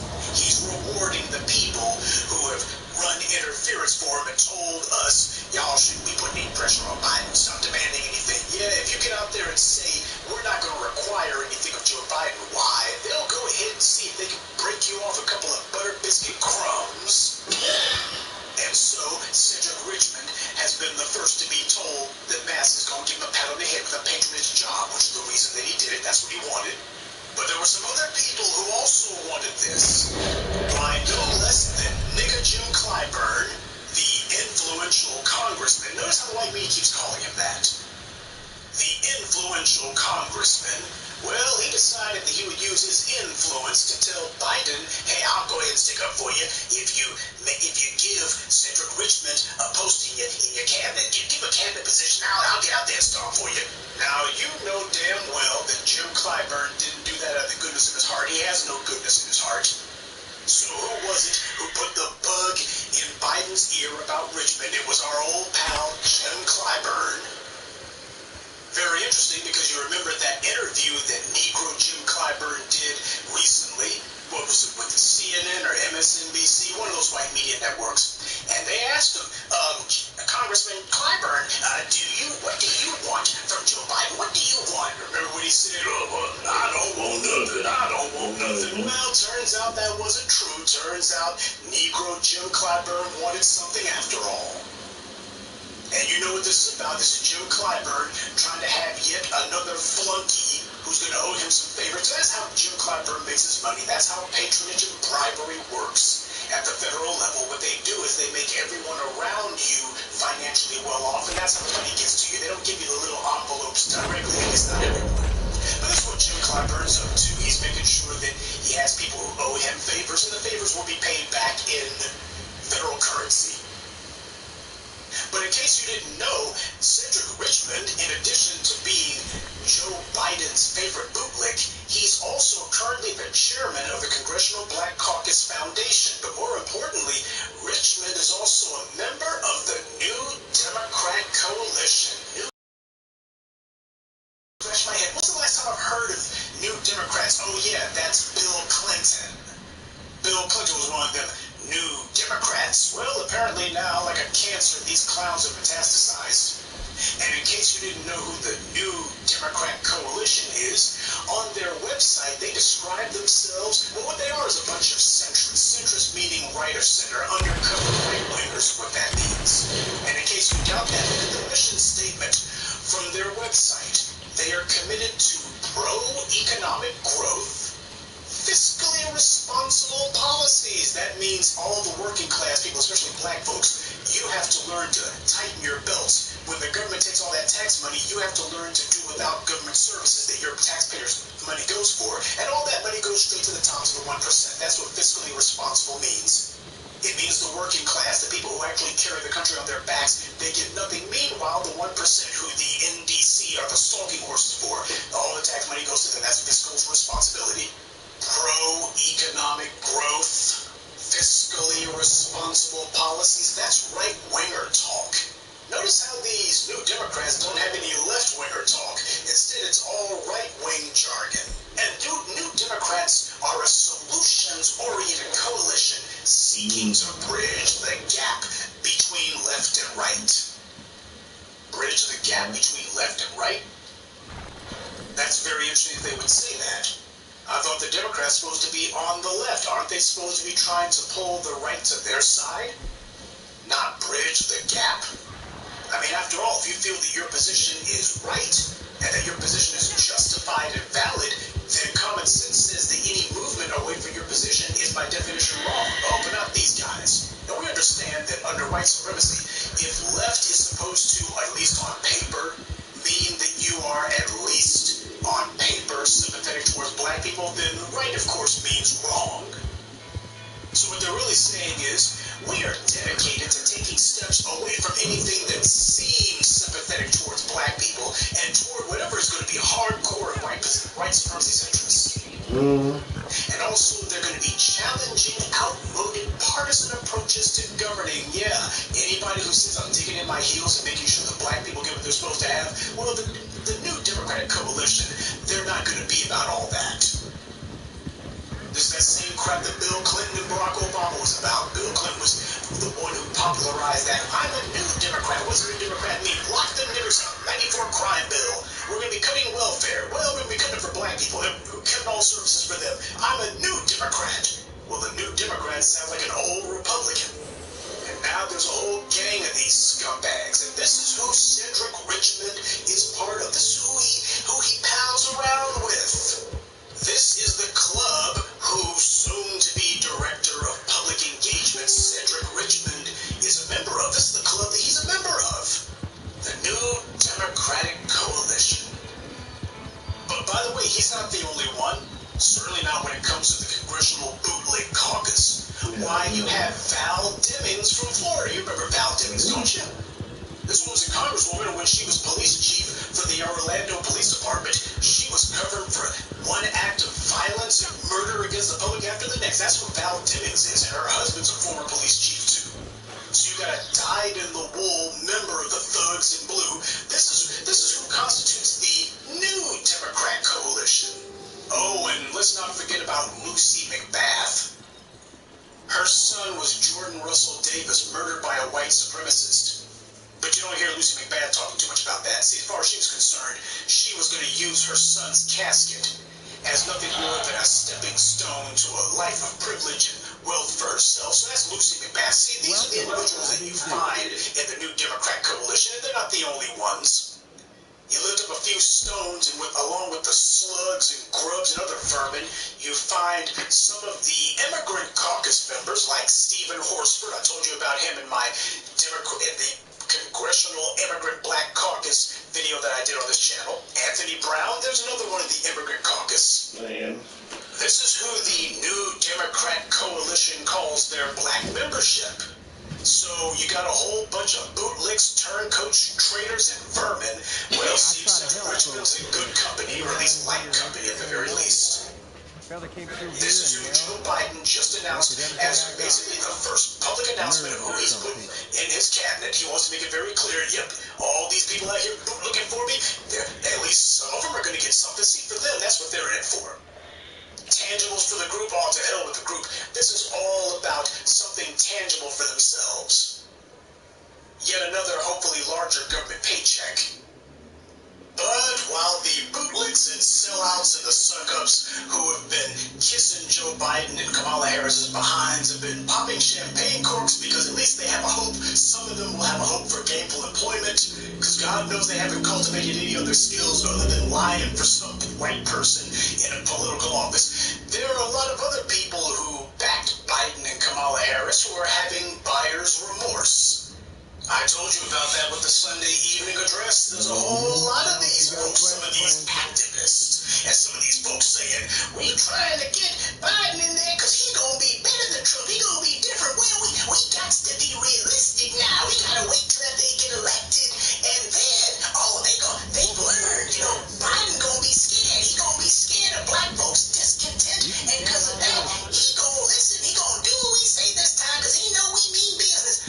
Some of those fools who are doing that mess, well, they're having buyer's remorse today. They're learning that as we try to tell them, you've already gone for the con game. Once he's got your vote, once he's already gotten you sitting on your hands and going, I'm going to wait to see what this white man does. I'm not going to put any pressure on him. I'm just going to wait and see if he does something out of the goodness of his heart. Once he's done that, you're already in the trick bag. These fools who had spent so much time lecturing you and I about Saint Joe of Biden and Saint Kamala of Harris, and how, don't worry, we're going to vote for him, and they going to know we serious. They better listen to us this time. And we were telling these idiots, you're a bunch of fools. Well, now some of them are slowly, very slowly, fitting with their intellect and IQ, very slowly starting to come to the realization that maybe they've been had. Or rather, maybe they con themselves. These idiots can't even get their phone calls returned. I mean that literally, by the way. New York Times are reporting on how black people delivered Biden the White House. Now what? Well, apparently now it's radio silence. According to the New York Times, you have activists with the Movement for Black Lives Coalition who said on Tuesday that they sent a letter to Mr. Biden asking to have a role in the transition, but that they have not heard back. Oh yeah, Biden's changed his address. All them letters you get, man, them things go to the freaking dead letter office. Oh, imagine that. You voted for the guy, you didn't demand anything. You didn't let him know, no, you have to make some concrete pledges, and we're not pushing your agenda, you gotta push ours, and you gotta say it publicly, you gotta be our sock puppet before we move even one toe for you. No, we're just gonna vote first and hope that he'll do right by us later. And now here they are, the guy's already got the White House, and they cannot get the guy to return their emails. They can't get any sort of response from him. We are reaching out to him, and he hasn't been responding. I don't know why. A little bit later in the piece, they talk about a man named Mr. Woolfolk, and he described himself as a centrist who was not voting necessarily in favor of Biden, but instead was voting against Trump. Apparently, he doesn't understand how that concept works. He wrote an open letter to Mr. Biden. Well, we all know how Joe Biden feels about letters from black people now, don't we? According to Mr. Wolford, he said the Democratic Party had not earned his vote or his loyalty. Well, if the Democratic Party hadn't earned your loyalty or your vote, then why the hell did you vote for him? It's a little late to figure that out now, ain't it? Oh, here's what he's saying. Politicians, my vote is open for bid. Yeah, but how much did Biden bid to get your vote? Did he put any bid at all? What will you do for me and my kind now that the election is over? See, they're figuring that now they're making demands. Now that we've given this guy what he wants, I'm going to vote for this guy, and then I'm going to tell them afterwards, my vote has to be bid on. You've got to bid for my vote. There's an auction for my vote. Okay, what did Biden put up as the bid for your vote? Nothing, but he better do something. Is that how auctions work?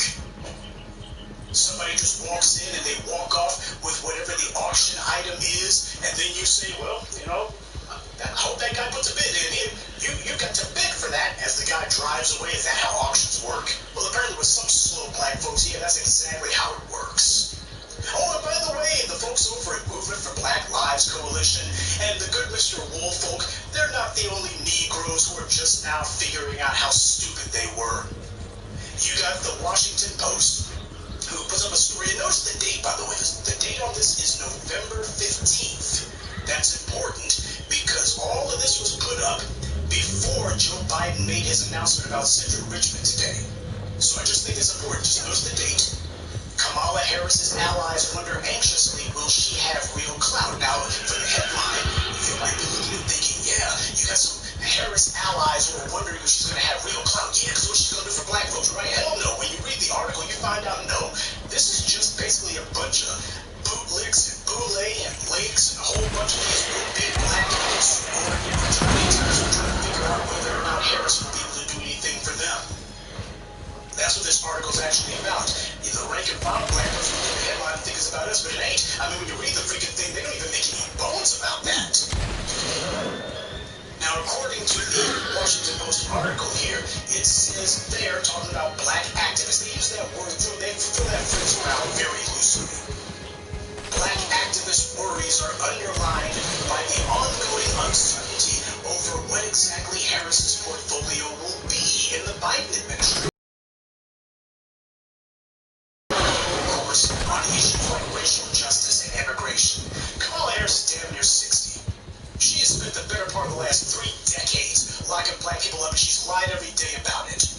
When she was running and failed to get the presidential nomination, when she was Joe Biden's campaign plaything for the last 6 months or so, I'd like to know, did Kamala Harris at any point say what she was going to do in regards to racial justice and immigration? Or did she do the Obama shtick and say, we're very concerned in systemic inequities and other innocuous terms that mean absolutely nothing, because I'm not going to tell you I'm going to do anything. That's the Democratic Party line. Remember what they said in that memo about Black Lives Matter? If they come up to you, tell them you sympathize, but do not make any concrete promises. Is she going to have freedom to chart her own course? Well, hell, I've seen what the hell her course has been that she's been charting for the last 2.5 decades. Seems to me she needs somebody to get her off course, because her course is going to be more black people in prison, whether they did it or not. But after that, now you have the so-called black activists the Washington Post is talking about. It's just a who's who of the usual suspects, the same old fakers, frauds, phonies, fools, sellouts, suckers, and sucks. One of them is a woman named Latasha Brown, co-founder of Black Voters Matter. You've heard of these clowns. One of these doomed organizations, a white front group. Some white donors put together some money and sent together some front black person to be the face of our organization. She'll be our sock puppet and do what we say. Just like Black Pack.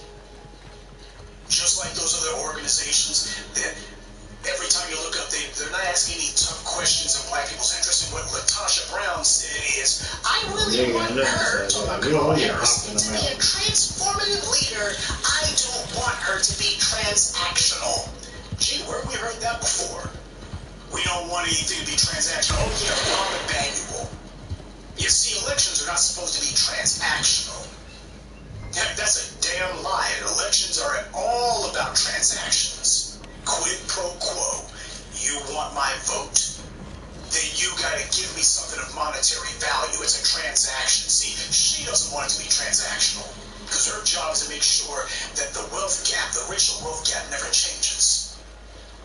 Tangibles is what we're about, and what she's about is, no, Kamala Harris is going to be vice president, and black girls rock and black girl magic, and that's enough for me. See, the fools were hoping that Joe Biden is going to give them a paycheck. As far as they're concerned, oh, there's more to life than money, don't you know?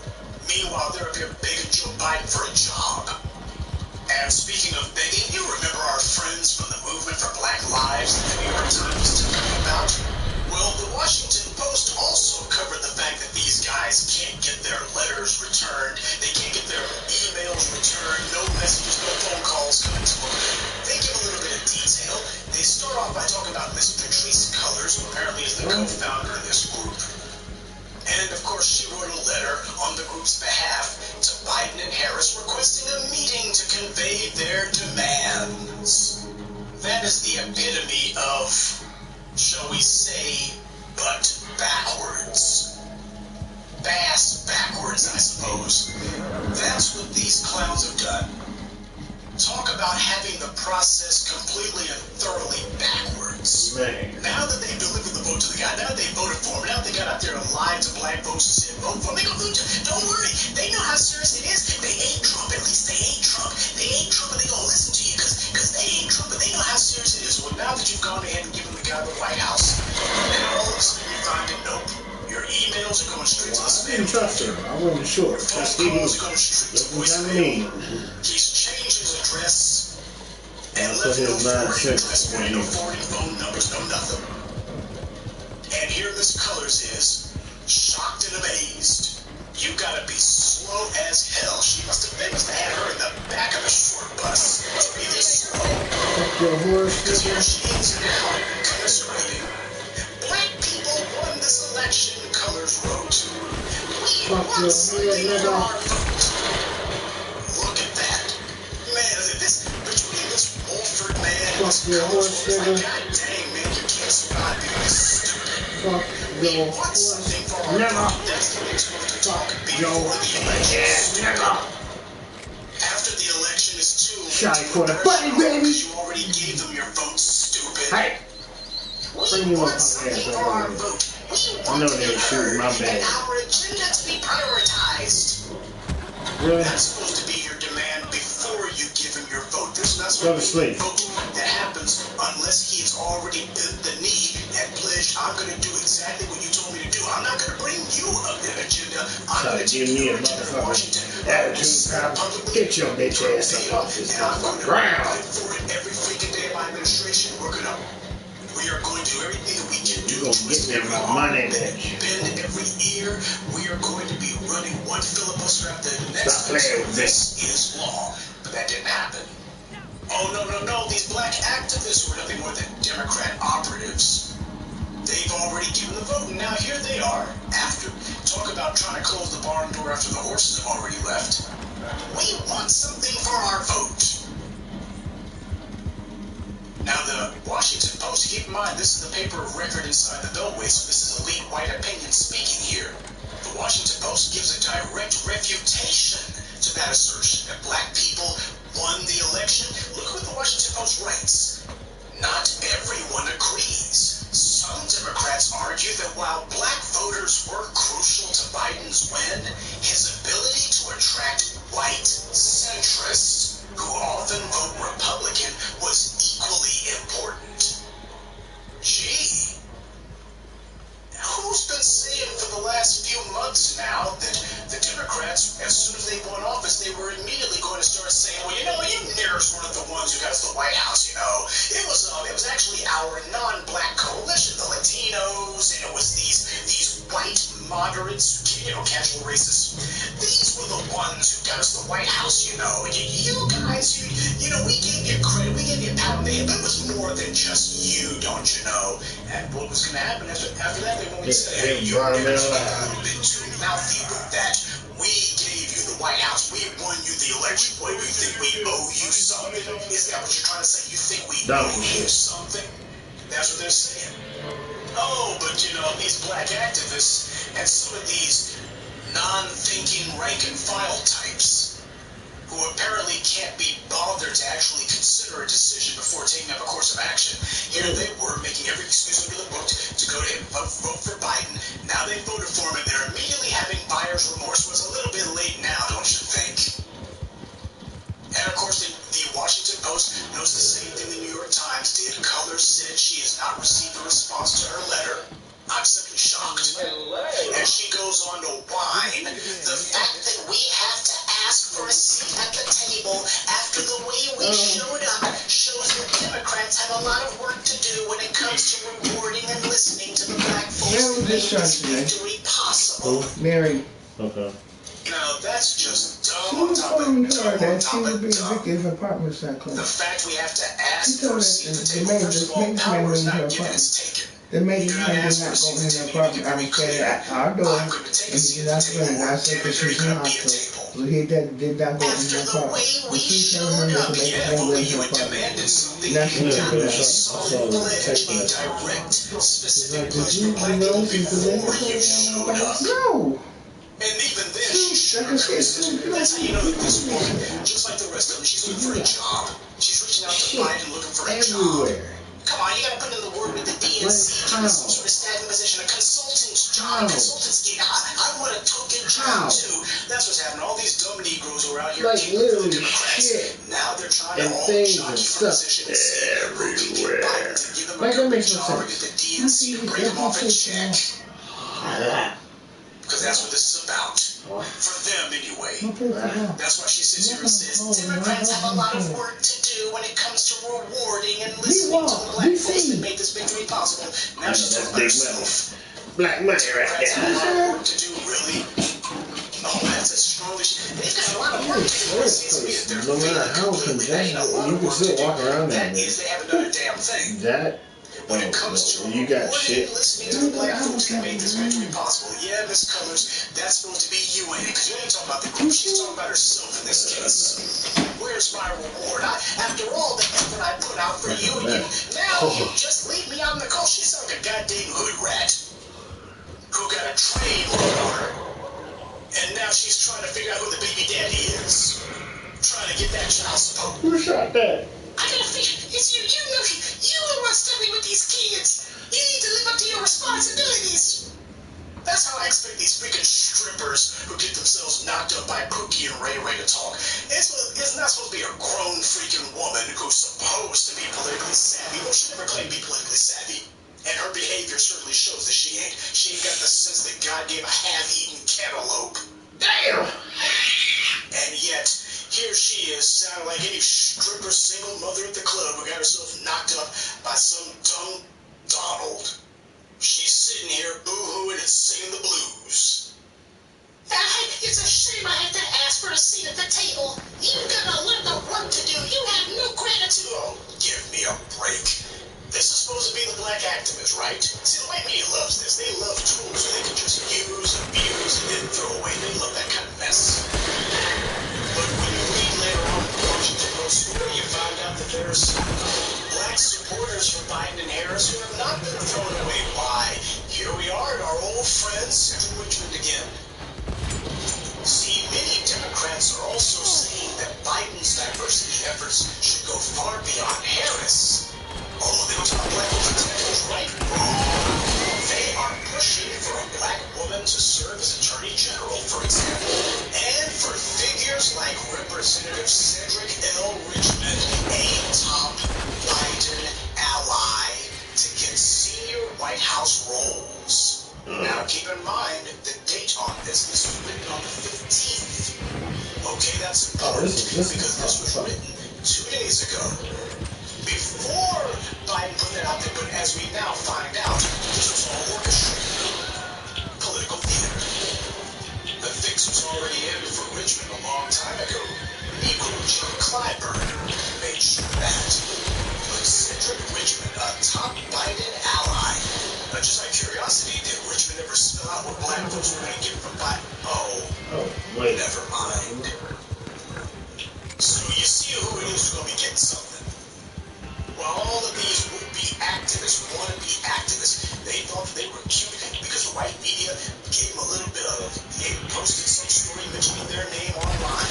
Oh, I'm on the inside now. I'm influential now. Wonder how influential they feel today. They're supposed to be what passes for black leaders. The white media loves these clowns. Because you just push them around, they're nobody's nothing. Shooting the shit out of my motherfuckers like you. Civil rights leaders. Fuck you. Amy Allison. The people said Harris has reached out to black women on social media. I've been telling y'all about Amy Allison for a minute now. I've been telling you about people. And you notice of all the things that Amy Allison says, what she doesn't say is what she expects for Biden or Harris to get for black killing them. I mean, that went like, what, 6 motherfuckers? Not much effort at all. She's also of an immigrant background. Fuck you. I've never experienced that. Fuck you. See, that ain't pissed. Who the hell's a shoulin4every? One of these words that means absolutely nothing. Fuck you. First 14. I know. They were skilling. from that don't make dollars. Don't make sense. Damn it. Fuck you! Fuck you! I want the power. Alice also made you. Fuck you! Fuck you! Fuck you! Transitions. Just keep that in mind. That's what she's about. She's not being a white feminist. So as far as she's concerned, that's the team that she's repping. Whatever white feminists want, Lady Alice will be their Fuck you! Fuck you! she'll be their crash dummy. Fuck you! But she ain't the only one. Why?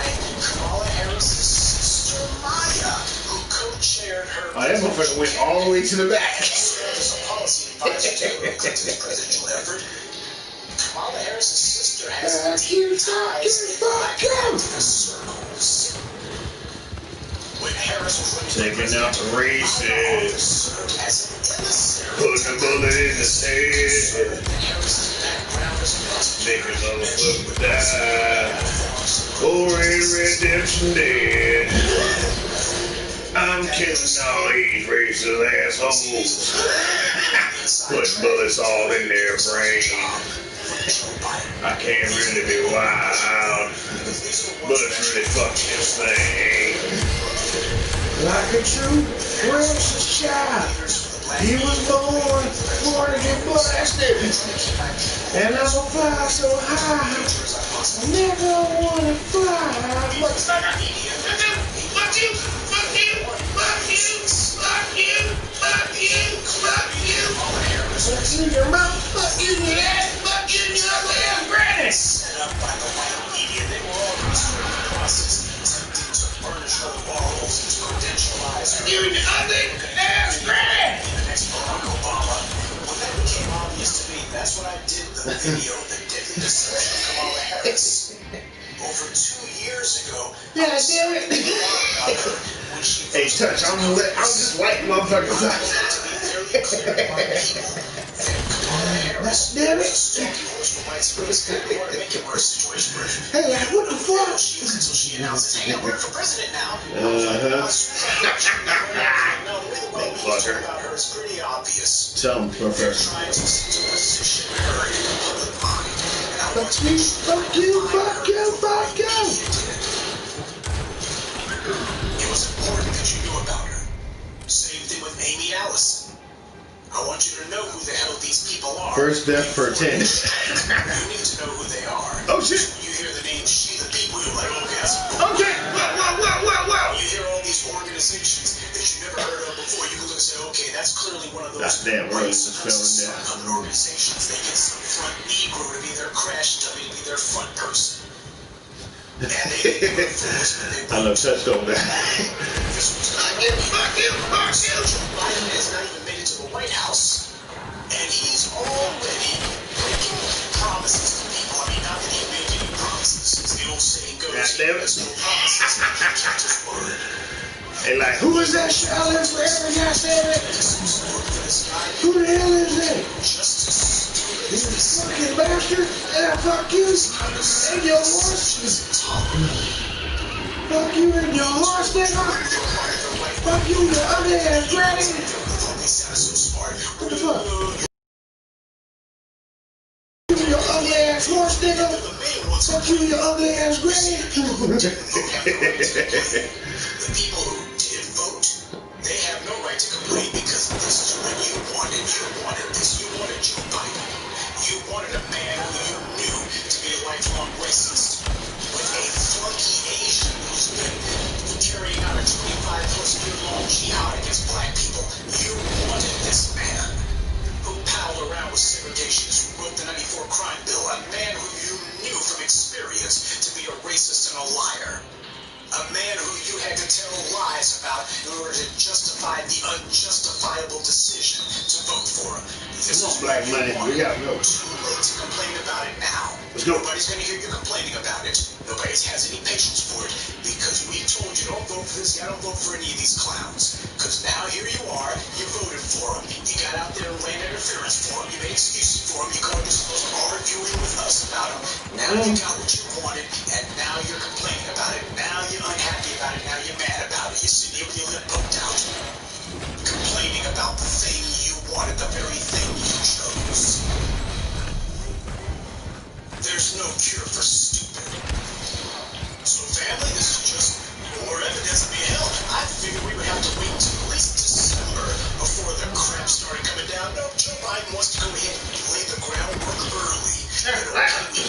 those niggas a pat on the head right after election day, and because black people happen to be so What is it? Careful. Shit, you already know this is Red Dead Redemption. You start seeing some real motherfucking Klansmen kind. That's goddamn. I know I was mad at Biden and Congress, but they did say they had our backs. And no motherfucking the Klan will come out so hardcore in the game though. Second term, you see, it's more complicated than y'all black media types think about it. Who was that? They need to get the Senate. They need a second term. No common creature. Hell no! Goddamn killing racist. By then. Well, she needs to get a second term. I'm shooting a racist in your head, yeehaw, yeehaw. I'm shooting a racist in his head. I'm letting them know that he's dead. Yeehaw, yeehaw, yeehaw. Shooting a racist up in his head, yeehaw, yeehaw. Shooting a racist up in his head. Everybody knows he's gonna be dead. Shooting a racist up in his head, yeehaw, yeehaw. Shooting a race up in his head, yeehaw, yeehaw. Shooting a race up in his head, motherfucking knew that. Yeehaw, yeehaw, yeehaw. Yeehaw. Shooting a race up in his head, yeehaw, yeehaw. Shooting a race up in his head. One more shot, he will be dead. Yeehaw, yeehaw,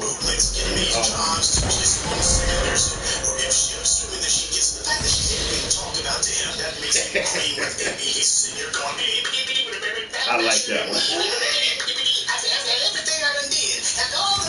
She look like which was hard?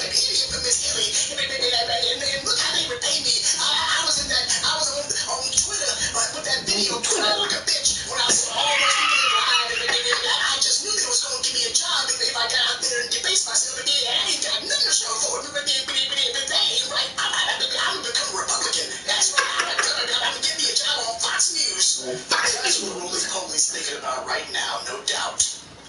But the thing is, this is where the Angela Rise with lettuce and tomatoes aside, this is where the Jamil Hills, the Jamila LePukes, the Susan Rices, and by the way, as Brother Tariq pointed out, basically, when you get past the Karen stage, you wind up at the Susan stage. So I think that Susan Rice is very aptly named. Her parents knew exactly what kind of reprobate she was going to turn into.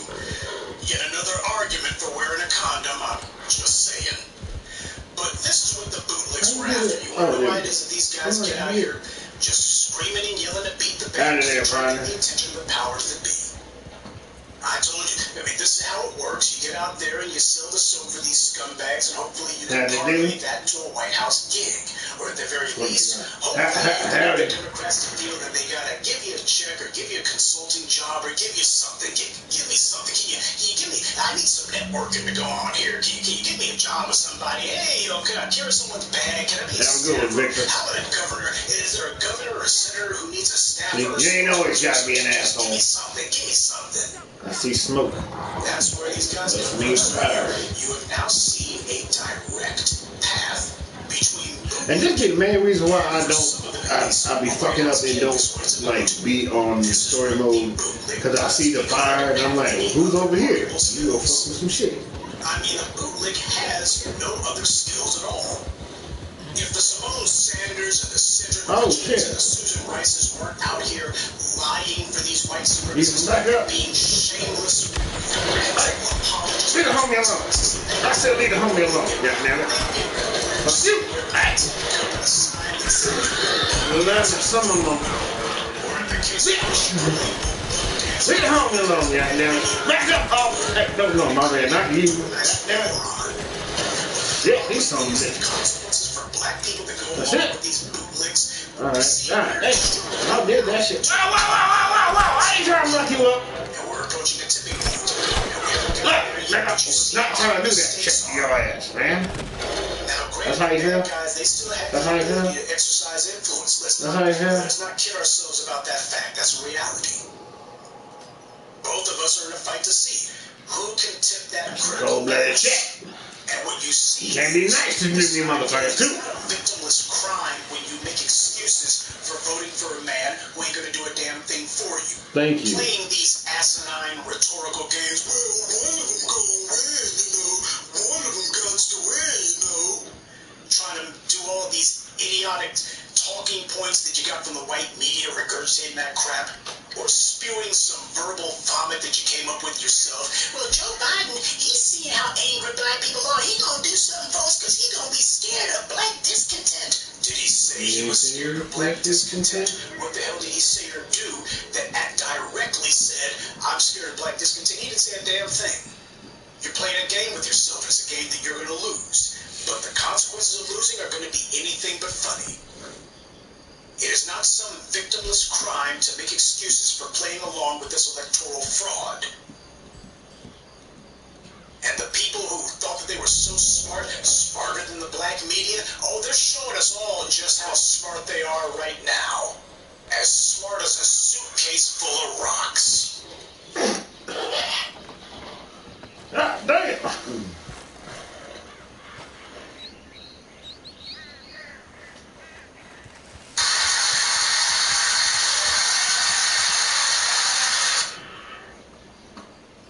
So you've had black women given a pro forma credit.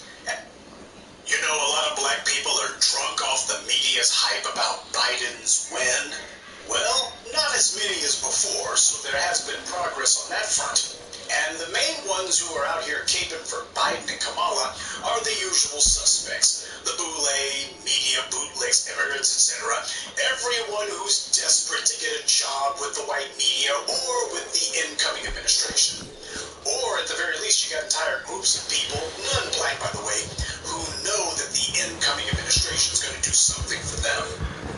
The Democrats through Joe Biden and Kamala Harris's attempt to try to put together a new black voter coalition failed, just fell flat.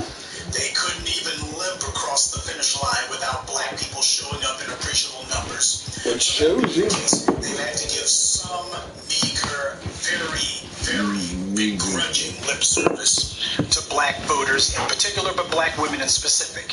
And the reason why is they feel that if there's any segment of the black population that might be able to hold on to, hopefully for a little bit longer, it might be black women, if they just put enough phony praise out there. So you've had black women given a pro forma credit as leading the charge to put Kamala in the White House. Well, as I told you, there would be a very brief moment of white media giving phony praise to black women, but then this would give way almost immediately to all the praise being given to other groups, specifically Hispanics, and that's exactly what's happened. This week, we've seen the beginning of the white media pivot. They're not about to make a habit out of, oh, we're just going to go on and on and on and on about how important black women are. They're going to have a short little burst of it where they all say it at once, and then after that, they're going to drop it. This week, we've seen the beginning of this media pivot. Hispanics handed the state of Florida to Donald Trump. But it seems that a lot of people in the white media forgotten about that, particularly Eva Longoria. Seems she didn't get the memo. But I want to talk about what you just said about the women. The women of color showed up in big ways. Of course, you saw in Georgia what black women have done, but Latina women were the real heroines here, beating men in turnout in every state and voting for Biden-Harris at an average rate close to 3-1. And we've been saying all along that the path to the White House ran through the Latino community, and Latinos turned out in record numbers across this country in states where it really mattered. And I feel like because Florida was the first state to come in that night, the narrative took over that Latinos showed support for Trump, and that just isn't true. And it's not the narrative that needs to be out there. Latinos delivered big for Biden. Latinos flipped Arizona, no question. Latinos delivered Nevada. And then we had historic victories in Wisconsin, Pennsylvania, and Michigan because of Latinos. And so Latinos were a cornerstone to winning this election for Biden. You get that? There were victories in Pennsylvania and Michigan because of Hispanics. Now, there ain't no doggone Hispanics in any numbers in Pennsylvania. You do have plenty of black people in both Philadelphia and Pittsburgh. And Michigan, this woman, whatever she's smoking, clearly is not legal yet. Michigan was flipped because of black people in Detroit. And while she's sitting here slamming her gums about Latino voters in Arizona, notice how she ain't said a doggone word about Florida. You know, apparently the Latinos in Florida, they don't fit her definition. Ava Longoria takes every chance she gets to big up Hispanics, and that's fine. But she decided that she was going to just go ahead. She feels like now the Hispanics she feels have enough numbers, and she hopes political clout, where she can go ahead and say some of the stuff that she's been wanting to say. What are you doing wasting your time with these black people? They don't matter. Listen to how contemptuous and dismissive and disrespectful she is. Well, of course you saw black women in Georgia. Yeah, because there's no black women in Detroit. 85% black. There's no black women in Philadelphia, damn near 50% black, if not better. There's no black folks in Pittsburgh, apparently. You see, these were the swing states that were delivered to Joe Biden. He could win without Arizona. He wasn't doing a damn thing without Pennsylvania. But Ava Longoria, she is trying to rewrite the history books here. And it's being done precisely because, as Dr. John Henry Clark said, and apparently a lot of black folks, particularly black women, it seems, have forgotten, you have no freaking friends. So for those of you who have been pining away for that black-brown alliance, well, as you can see, you have no partner. Oh, it was Latinas who were the real heroines. Yeah. Black women showed up in Georgia, but as I just got through lying about Pennsylvania and lying about Michigan and lying about Nevada, I just got through lying about those places. I figure I can get away with this too. You know, black women only showed up in Georgia. Hispanic women were everywhere else, right? Well, apparently they weren't in Florida. Oh, wait. Latinas were the real heroes here. Listen to that. The real heroes? What the hell is that supposed to mean?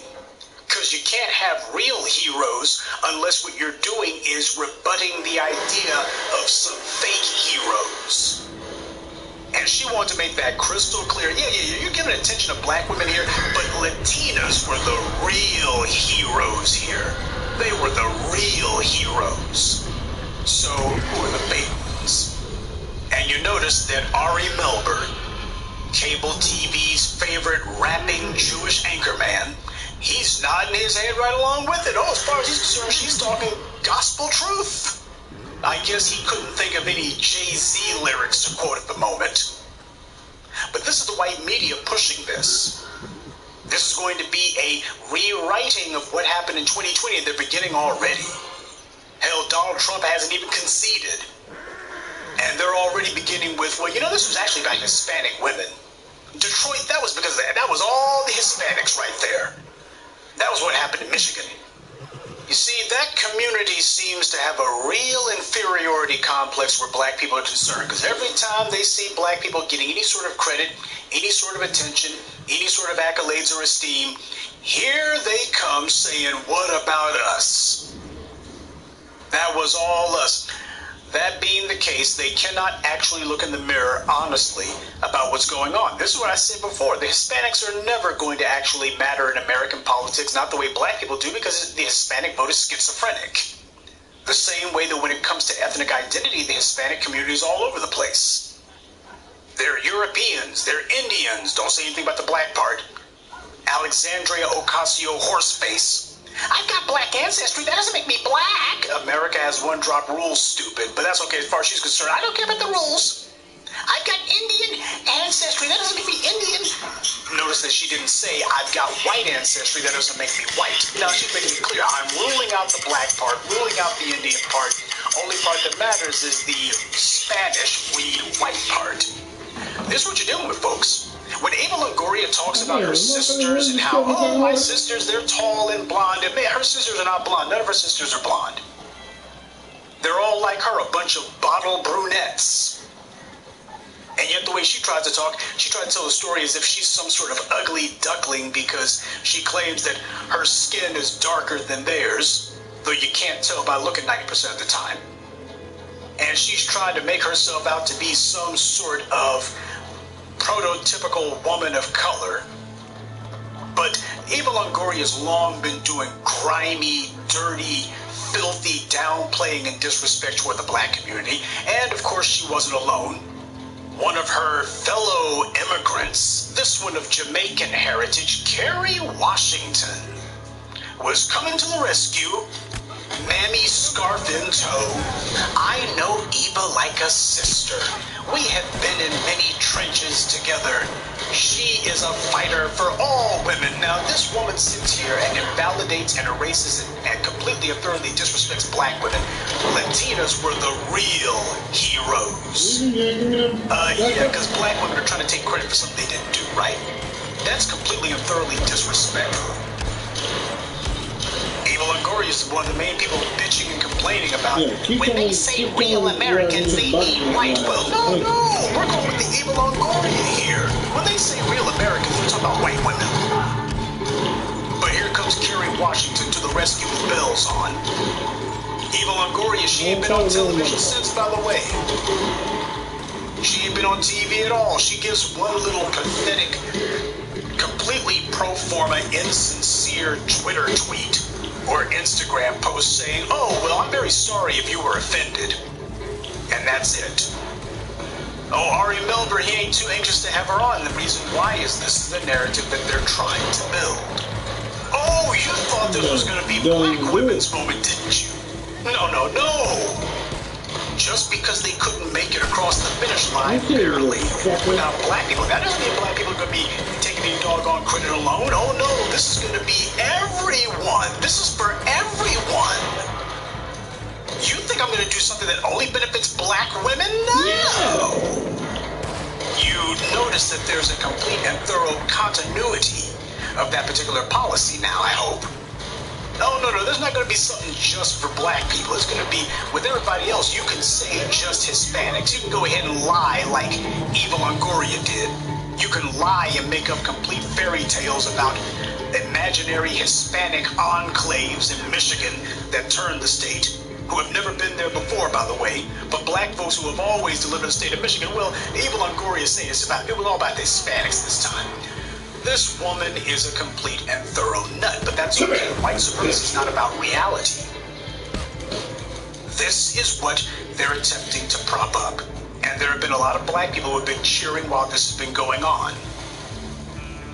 And if you look on what happened on Twitter, you see there were a whole lot of Hispanics taking a page out of the white people who they wish they could be's playbook and saying, oh, Eva Longoria, you have nothing to apologize about.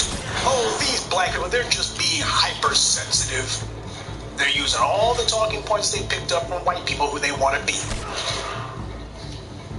So much for that black-brown alliance. This is exactly what we told you would happen. White media would mention black women for a hot minute, then immediately do the pivot. And here the pivot is. They can see the sea change that's taken place. No, they cannot afford any sort of long-term focus on black women. There's going to be a secondary bout of phony praise for black women from the white media when it comes time for the inauguration. They're going to be looking and going, well, now that black women are focused on Kamala Harris again, we better have her say something. But after that, that's going to be it. Chapter closed. A critical mass of black women have heard the message of demanding tangibles. And they're making it clear they want something for their vote, and it better not be lip service. The powers that be have seen this. This is a real problem. It's one thing if you can just get black women to show up in numbers, and they're just doing the empty-headed, you go girl thing, but it's a matter of more and more of them are saying, well, we're doing this, but we're expecting something. And that particular demand is growing, it's not shrinking. See, there's not enough bootlicks, there's not enough of these sorority skanks to drown out all of the black women who are standing up for their tangibles. Not enough of these bootlicks to get black people off message and try to get us distracted on something else. So when Biden and Harris inevitably begin doing things for these other groups, when Eva Longoria gets invited to the White House, and Kamala Harris says, oh, girl, I love your show, love your movie. We are women of color. And they'll be swapping stories about their immigrant roots. I'm an Asian, by the way, and where are you from? Mexico. And by the way, you notice how Eva Longoria, whenever she starts doing her Hispanic pride thing, she immediately goes from talking like Britney Spears to talking like Rosie Perez. She picks up a freaking accent, next thing you know, she's talking like freaking Carmen Miranda. I mean, just saying. But don't be too surprised at all when you see Eva Longoria getting the red carpet treatment at the White House with Kerry Washington carrying her bag. And all of them talking with Kamala Harris about their immigrant roots. Where are you from? My mother's from Jamaica. My people are from Mexico. Mine are from India. And it's going to be all about that. Women of color, women of color, women of color. Oh yeah, it's okay to be doing things just for Hispanics. You'll be hearing about that. But just for black people, no. So, for the shea butter bootlicks and all the rest of the clowns out there who still want to think that they've got friends in the Democratic Party, and by the way, I'm not so naive as to think that as the black media with the God knows how many people that we reach, that we don't have a few of these people lurking here, many of them who claim to be black first, who talk the right way in a comment section or even a phone call, but then they turn around and do the wrong thing the rest of the time. I'm not so naive as to think we don't have them here. But I think it's safe to say that the honeymoon is over. Some of the buffoons who decided that they were going to go along with the okie doke, I think it's safe to say they're already having an early case of buyer's remorse. They're understanding now that there really is no substitute for not playing along with your own oppression. You see, the Democrats know exactly what they're doing. They're playing these fools like a fiddle. And we will let them. Because the Democrats already got problems all their own. You got Biden's Republicans who didn't materialize. All those Biden Republicans that Rahm Emanuel was prophesying about, well, apparently they didn't make it to the polls. Well, that is unless you count the Hispanics, who Eva Longoria doesn't. Biden and his team understood they had no choice but to mention black women for now. But they also understand that we're at a point now where pats on the head are not going to be sufficient to be pacifying black women. Because there's a black media out there who's reminding them, hey, aren't they supposed to be doing more than just giving you empty words? Biden and Harris were forced to make promises, insincere though they may be. We all know they have no intention of keeping any sort of promises that they make, but the point is, the problem is that they were forced to do it at all. This will be the final straw when they break their word on this one, because what's happened here is, although it was not the optimum route, what's happened is the last bastion in the black community that these political shysters had, it's now going to suffer a fatal blow. Because you're now going to have a lot of black women, particularly young black women, who are going to be looking at this and going, hey, we put all of our chips on Kamala Harris. We let the white media tell us that she was one of us. Man, we fell for the same scam as Obama. And what's going to happen is, though you're not going to have a ton breakaway, the thing is, this is going to result in a definitive fracturing of what little black female support that the white left thought that they were going to have. This is going to be the last straw for a lot of them. It's going to be a painful lesson, but it's going to be one that for many of them will stick. And do not think that the Democrats, do not think that the left arm of white supremacy, do not think that they cannot see this. They know where this can go. They know exactly where it can go. So as far as they're concerned, we better hurry up and put the finishing touches on that Latino as the only minority that matters. Let's make sure that we play that up. Latinos are now the largest group of eligible non-white voters in the country, blah, blah, blah, blah, blah. They're not even a cohesive whole, so their votes are too fractured. But that's okay, that won't get brought up. Same way Ari Melber decided to let Eva Longoria get away with her lies, the white media is going to be given a pass. You can go ahead and tell whatever lies you want about the Latino electorate. As long as it serves white supremacy's interests, they'll go ahead and say, yeah, there's more Hispanic people than black people in Detroit. That's what delivered Michigan. Nobody's going to look at her and say, wait a minute here.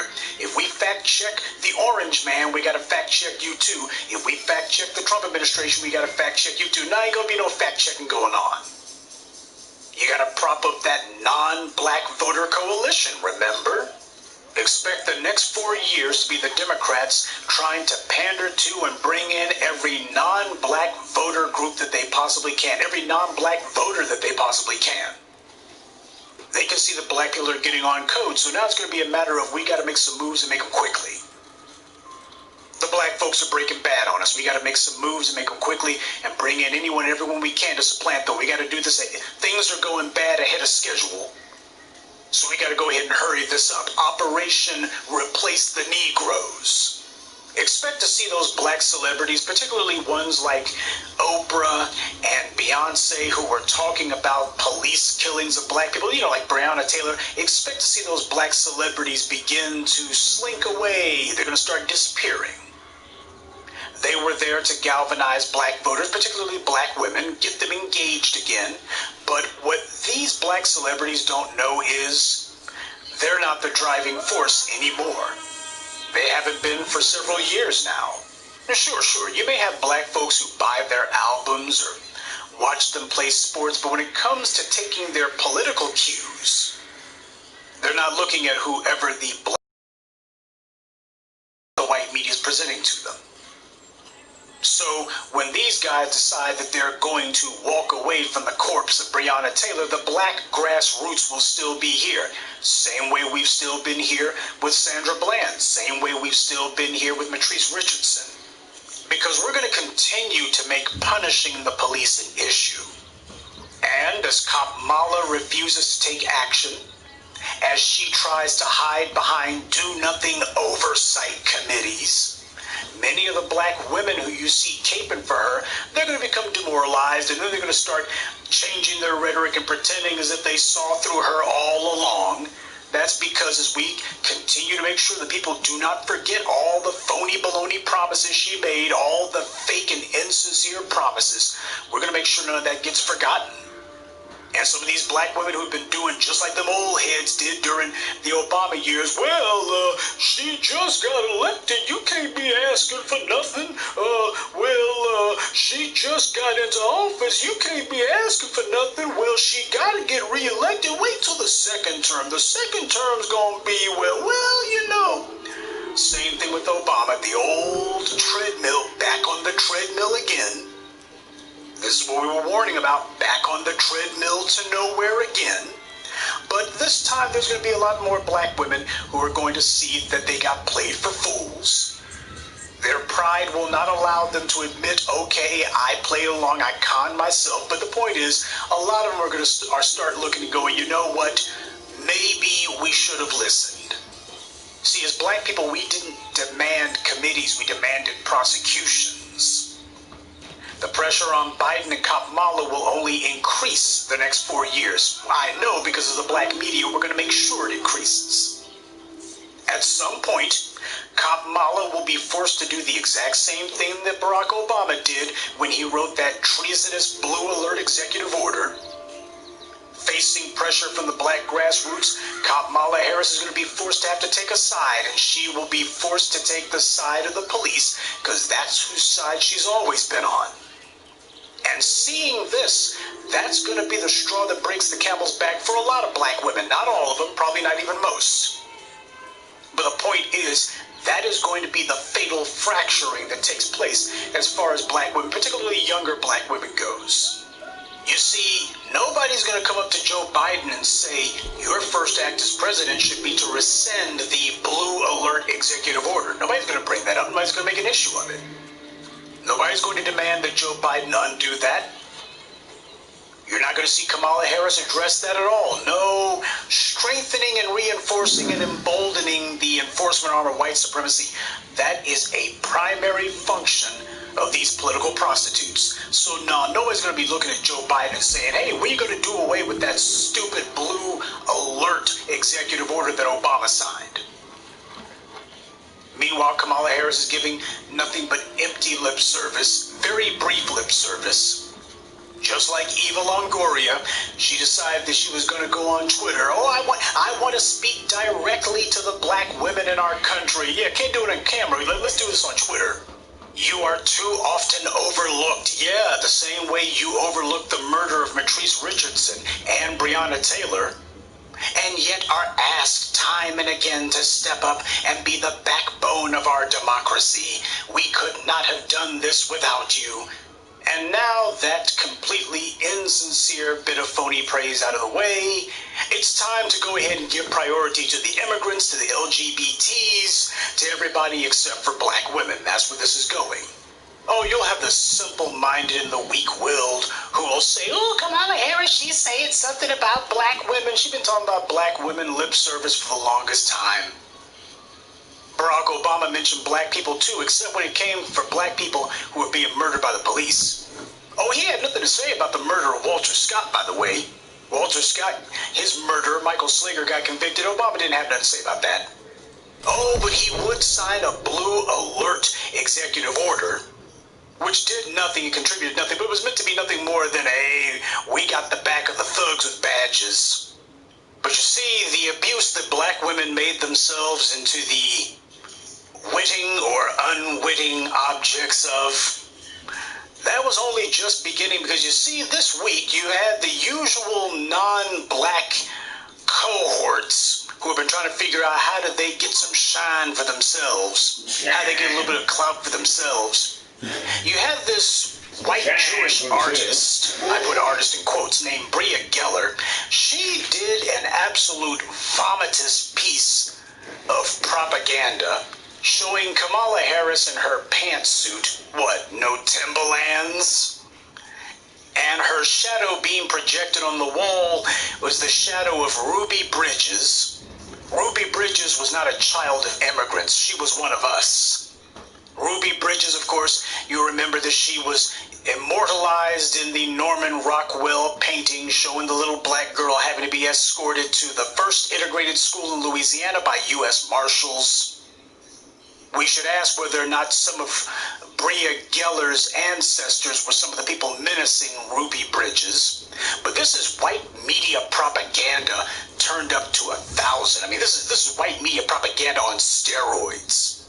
Kamala Harris, who laughed and cackled like the witch she is while she talked about locking up the parents of black children for if their kids skip school. Here you have a white so-called artist who is trying to directly link Kamala Harris to one of the black children who she would have the family broken up of if she could find a way to do it. Kamala Harris hates black children. She hates black people. Now, according to the white media, this Bria Geller woman, she came up with this vomitous piece of propaganda, along with a so-called black-owned Bay Area business owner, who wouldn't even give his name, by the way, but he is the owner of what he calls Good Trouble. Good Trouble. Obviously a lopsided homage to John Lewis. There you are. But the thing is, when you actually... These bastards know how to fight. I believe so. Now, my mistress wanted me to thank you for your attention to her business. I'm sure there'll be more. For now, goodbye. And good luck. If luck is what you need. My friend, we're nearly ready. Just one more thing. We're going to need an express company stagecoach. An express company stagecoach and some uniforms. There's a stage outside the jail in Strawberry, and there'll be some uniforms and a supply wagon out on the road nearby. You all go do that, and I'll go get some supplies, and we'll meet back here. It don't take too long. Black money. You waiting for shit.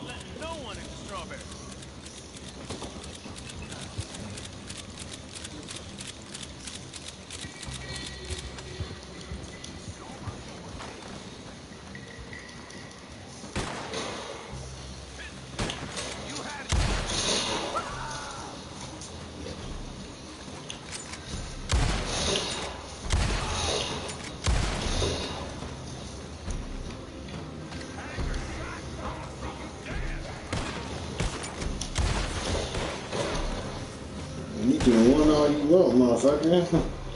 Doesn't mean it's gonna happen. Come here. Come here. Come here. I want your head. Come here. Give me your dog. Nigga.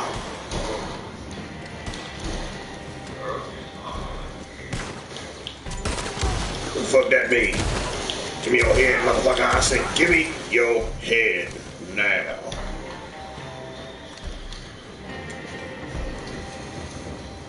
You ain't heard shit, goddammit. Come here, you limey bastard.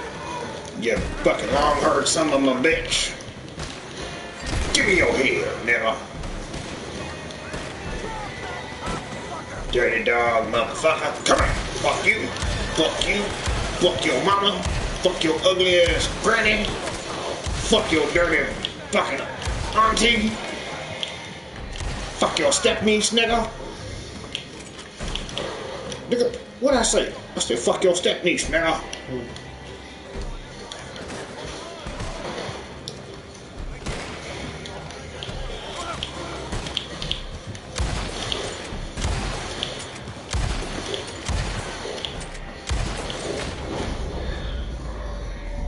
God damn, how that motherfucker get away?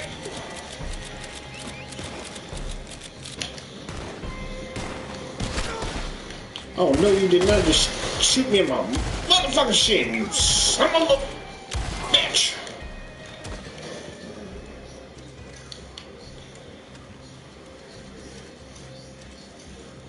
For the living motherfucker.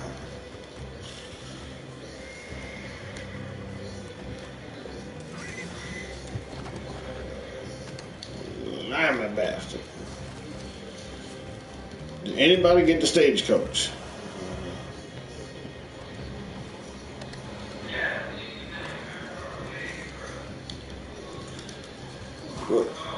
Where that wagon at?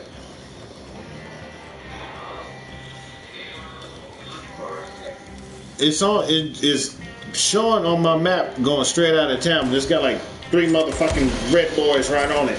Get out of my face! God damn it.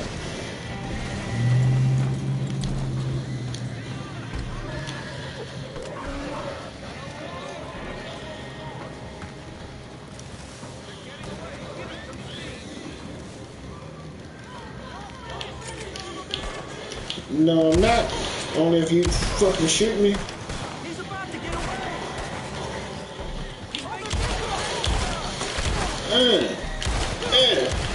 Go to sleep.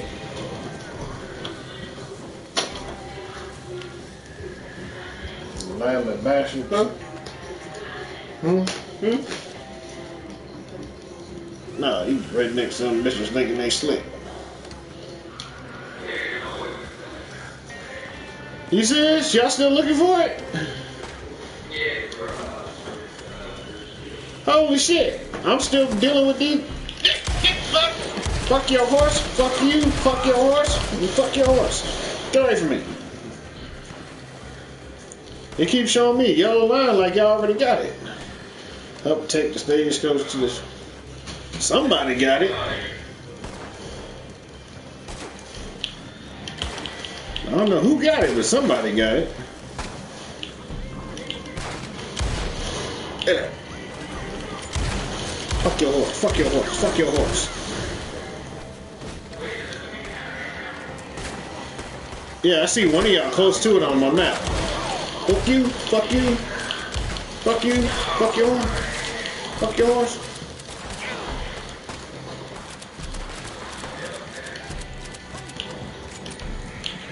Fuck you.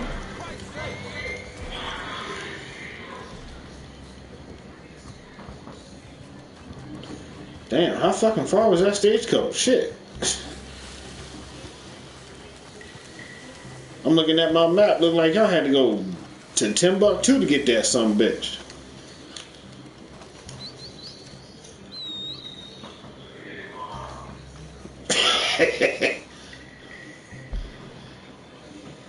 Where the fuck are y'all at?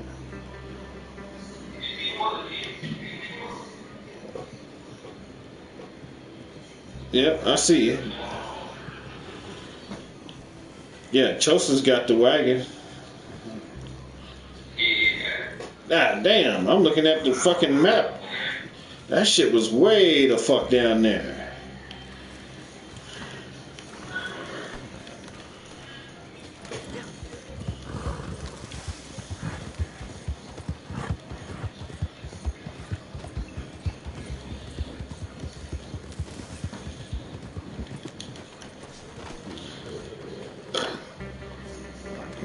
I'll take that.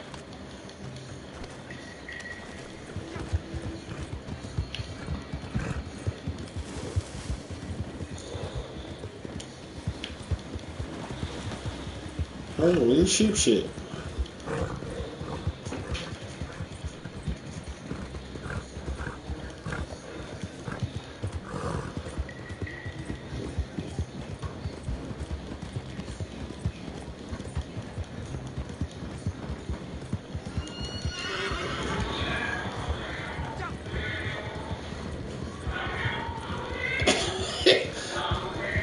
No, just jump to the wagon. You push square.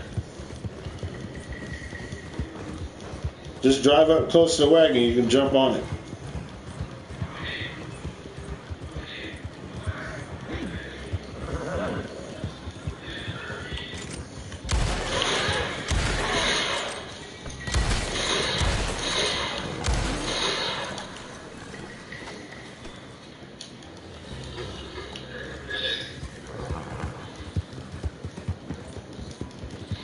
That's cold blooded.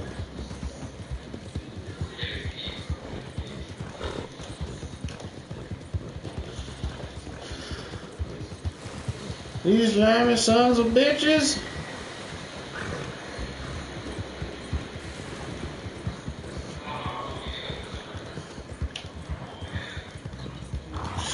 Shit, I'm trying to work up to fucking bounty hunters.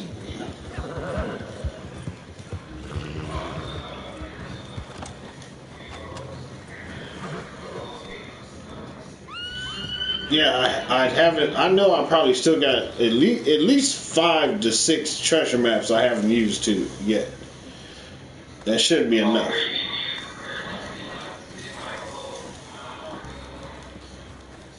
Oh shit.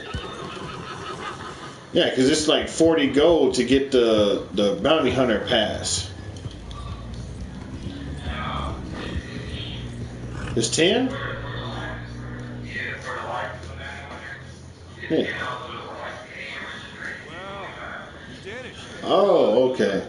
That's why it came out to 40. I'm like, what the fuck?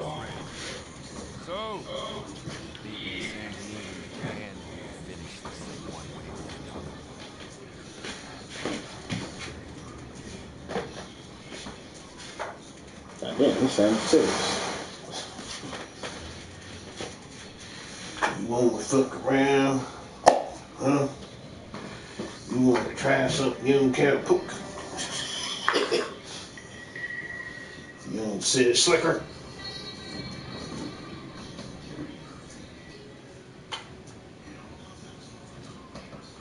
Hooting any kid?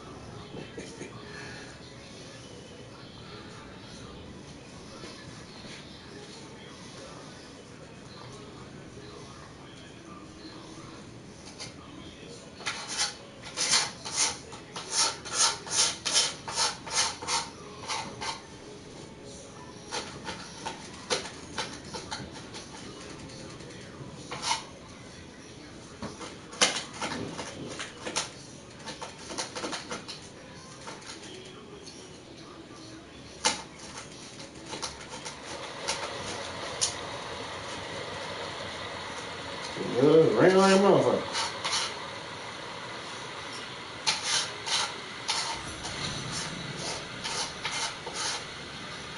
It's snowing this bitch. It's raining like cats and dogs on the end.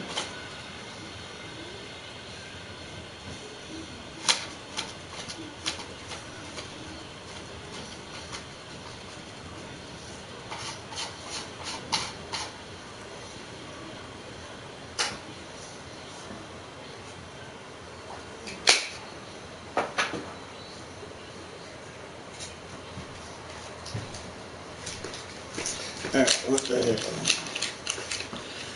Man, I'm some bitch.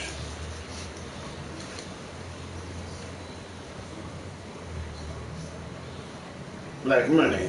Come here.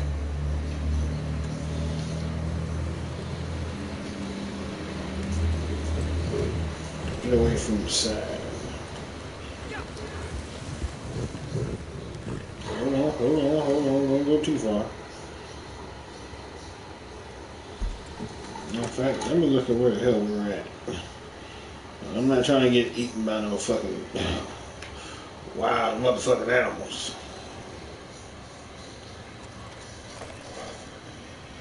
Isn't that mountain country or some shit? I think it's mountain country. But let's try it.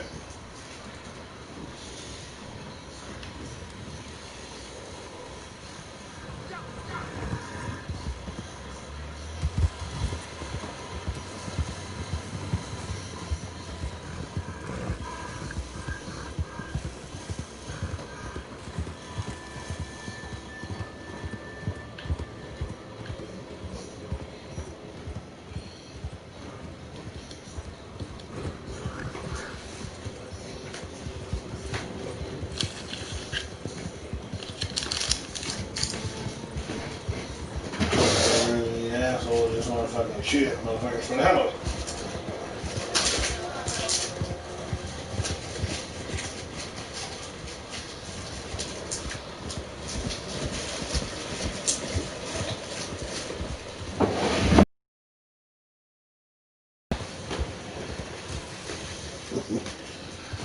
Because like, nigga, you just shot 10 motherfuckers before you even got killed. Like, you know it. Dang it.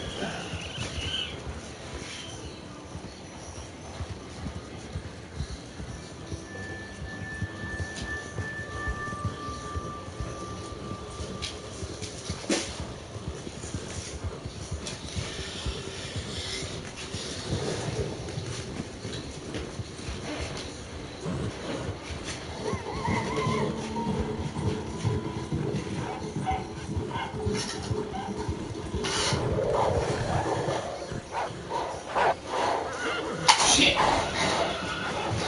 Fuck me and fucking do it. God damn it.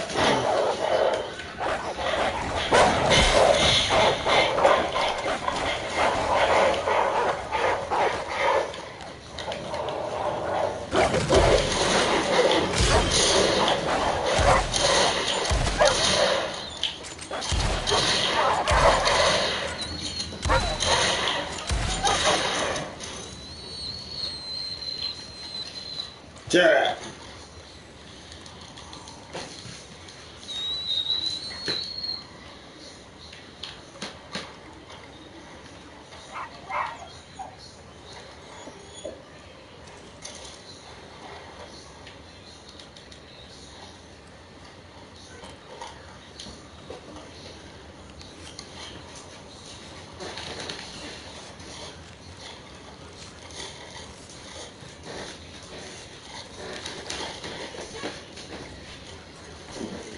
Some of my bitches.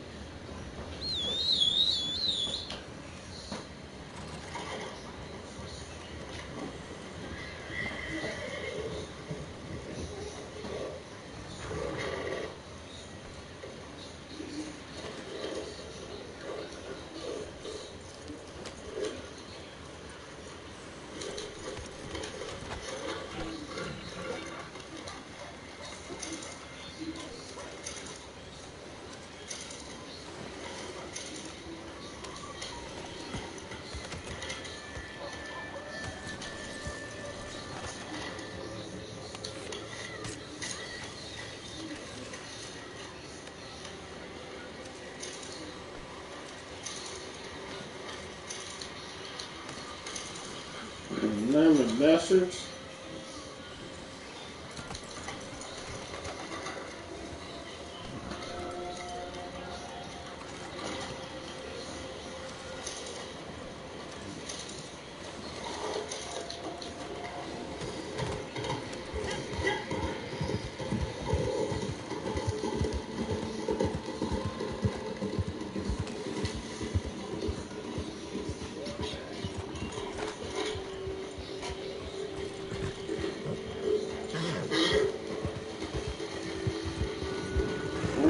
Okay, you didn't come very much.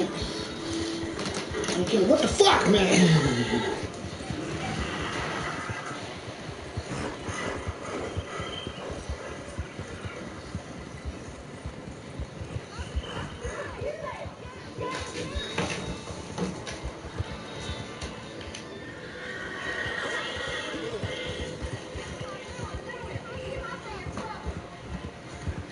Say what?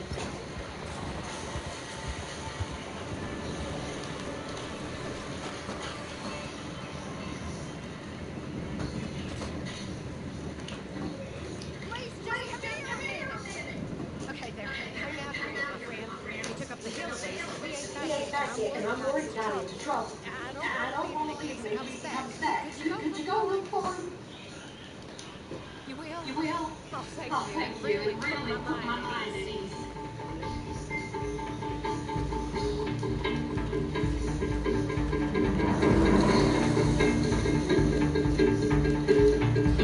Where the hell am I supposed to be going?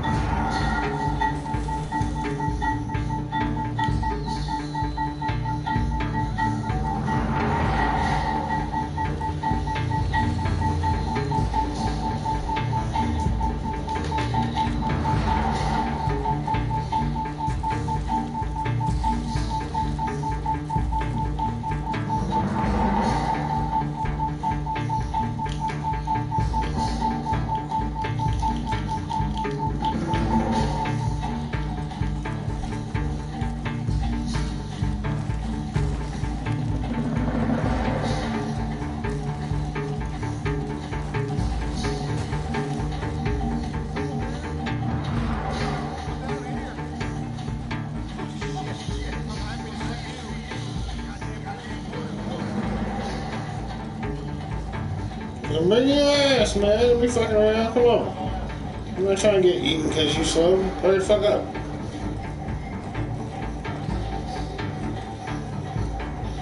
If you don't hurry the fuck up, I'm gonna shoot your ass. Hurry! Like you trying to get us killed.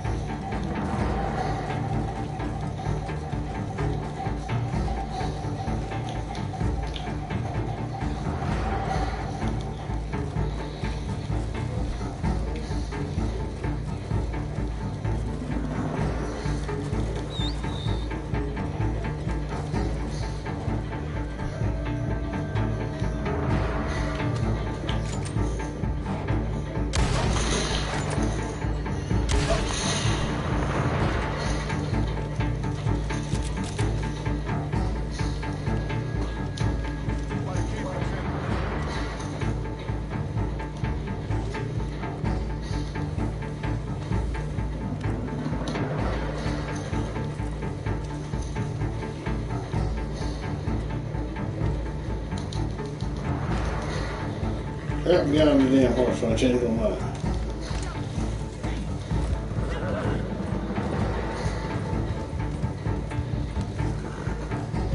Boy, am I glad to be out of that mess.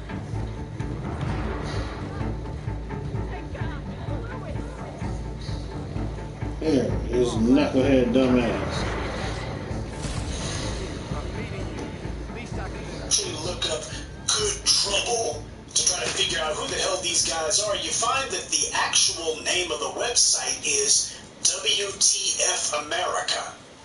And what does WTF America do? Well, they're a political satirical design company. Well, this was certainly a satire, though not the funny kind.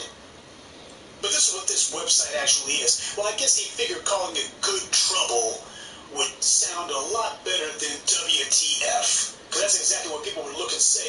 Black folks who got their heads on straight would look and say when they see this garbage. But this is who this Bria Geller woman got to be her black crash dummy. If anybody asks, hey, what are you doing trying to make money off of this? What the hell are you? Because that's all she sees this is. Because she sees this as being just a money-making opportunity for herself. Because hey, there's a lot of stupid money out there. Just like there's a bunch of dumb voters out there. There's a bunch of stupid money out there, too. But this is the woman who came up with this piece of agitprop, or agitcrap, as it were. Oh, they think absolutely nothing about taking black people's history and twisting it and perverting it to serve their political aims. They completely and thoroughly threw out 99% of Dr. King's history so they could come up with a weak, spineless, suffering white brutality with a smile caricature. They didn't want to show the real Dr. King, so they came up with one that would be safe to show to Negroes. They take a few lines from I Have a Dream, and that's pretty much all they tell you. The rest of it they completely throw out. And Kamala Harris, they're attempting to link her to a history that she has nothing to do with. And can you believe the name that they give to this stupid shirt is That Little Girl Was Me? No, the little girl that was Kamala Harris would be wearing a sari. And she would be having a dot on her forehead. Not being satirical here, there's pictures of her, you've seen them. That's who Kamala Harris was as a child. Kamala Harris would not be the little girl going to school. She would be out there with the crowd of anti-black racists saying, what's that nigger doing in our neighborhood? That's who Kamala Harris would be, and we know because she laughed and cackled at the prospect of putting black people in jail, and she didn't just have the prospect of it, she went ahead and went through. She followed through on it. Has Kamala Harris ever so much as admitted that she didn't know? Every time you ask her about it, every time you confront her on it, she says, I'm proud of my record. I held the system accountable. Just dodge, deflect, and all of you black folks out there, particularly black and strutting right now, this is who you made excuses for supporting. Mm-hmm. You rewarded her for her anti-black racism. Whatever happens after this, she will have been rewarded because of you. And she wants to make it very clear, hey, we're partners in crime now. You stuck up for me, and now you kind of got to continue with the lie, don't you? Don't you? So first we have Eva Longoria, who is saying that Latinas were the real heroines of this election. Black women, they're fake heroines. They're getting a lot of praise and a lot of attention and recognition they don't deserve. Black women aren't the real heroines. After all, how many black women are there in Detroit anyway? Yeah, just because Detroit delivered Michigan, because there are no, truth be told, when you think about it, with the possible exception of California, there really aren't any blue states in America. They're all red states. It's just that you got some blue enclaves in those red states. That's what James Carville meant when he said that Pennsylvania is Philadelphia in the east, Pittsburgh in the west, and Alabama in between. So we got Ava Longoria creating tall tales about fictional enclaves of Hispanics carrying Michigan and Pennsylvania, making it very clear that black women should not be mentioned. This is her telling the white media, hey, come on, you have permission to go ahead and just ignore all these black women now. And you have Kamala Harris also erasing black American women, by the way. Particularly those whose ancestry goes back to the killing fields of the American South. Oh, you got this immigrant woman coming in. As far as she's concerned, well, you can go ahead and forget about all those black people with their grievances and all of these black people with their demands, because I'm going to be the safe for white supremacy woman of color, and you can go ahead, you can have a guilt-free genocide, because that's what this is meant to represent. Oh, you don't have to worry. You got Kamala Harris, the willing bootlick for white supremacy. So you can go ahead and get rid of and replace all of these former slaves who are making all of this trouble. And you don't have to feel bad about it. Why? I am taking their place. When you talk to me, why you can feel as if you didn't even commit a genocide, because I'll be there to tell you that you didn't. That's what this picture really represents. Kamala Harris is replacing the history of anti-black racism. Because what she's not going to be doing is she's not going to be demanding reparations. Oh, that little girl was me. Yeah, but that little girl, her roots go back to the killing fields of the American South. They go back to the plantations. They go back to lynchings in this country and church burnings. Things that Kamala Harris and her Jamaican father and her Indian mother don't know a damn thing about. Kamala Harris does not have anything in common with Ruby Bridges, but unfortunately, you couldn't tell Ruby Bridges that. Ruby Bridges apparently has an Instagram account, and proving that Jason Black was speaking the God's honest truth when he said, you got to watch these old Negroes. Ruby Bridges showing exactly who and what she is. She decided that she just had to get in on the fun. Quote, grateful to stand alongside you, together with our fellow Americans, as we step into this next chapter of American history. And then she tags Kamala Harris and Joe Biden. This is disgusting. Ruby Bridges has the nerve to mention the word history. She clearly hasn't read history, and she clearly has no idea what real part of this she played in it. But it just goes to show that we have to be honest about the civil rights movement. We have to be honest about the push by a number of Negroes to want to integrate. What was their real motivation? Their real motivation was when they grew up in the 1950s, they saw the Mickey Mouse Club. They saw Annette Funicello and Frankie Avalon or whomever. And man, you had a bunch of black people, especially black girls, who desperately wished that could be them on TV. I know. They wanted to be part of the Elks Lodge that wouldn't admit black people. They wanted to be part of this or that school because what they wanted was the status of being honorary Europeans. That's what they really wanted. They were trying to escape blackness. And as far as they're concerned, for a lot of these fools who the white media gave any significant measure of attention to, that was enough for them to say, oh, I'm going to sing the Stars and Stripes forever, and I'm going to wave the flag, and we're all Americans, and I'm going to speak in the colorblind patois of the white left, and well, racism is just an ugly artifact of American society. It certainly isn't the character of the country, mind you. And all things are better than they've been in the past, and they start talking all that bull crap. So Ruby Bridges, she wants to make sure that she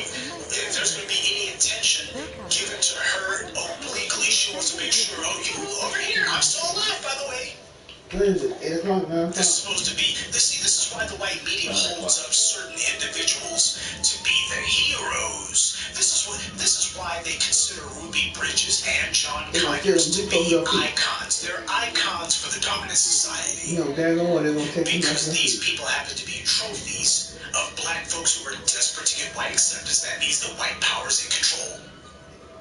These are black people who will take any measure of abuse from white people, and they're not going to stand up for themselves, not going to fight back, and they're definitely not going to talk back at any point in their lives. Now, I do not expect a 6-year-old black girl whose parents said, we need you to go to that school because we want to feel as if we're accepted by white people, whether they want us or not.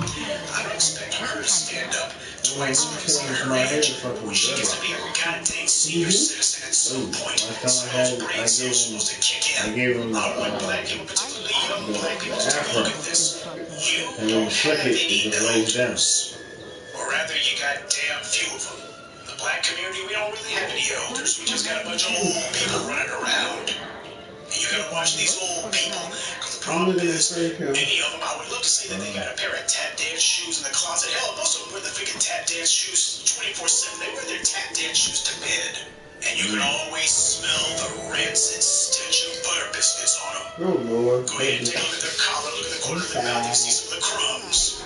So between Ava Longoria and Kamala Harris, why the erasure of black women, they got it covered top to bottom. They're erasing black women, whatever black women did just last week, literally just last week, Ava Longoria is erasing that. And what black women did last century, Kamala Harris, with some help from some white liberals, she's erasing that too. It is an absolute perversion. It is blasphemous. For anybody to call themselves comparing Kamala Harris to the black children who integrated the schools in the mid-20th century. Kamala Harris prides herself on locking up black parents and using the school system as her pretense for it. Kamala Harris has been using her law degree to fight an anti-black war against black people in the courts.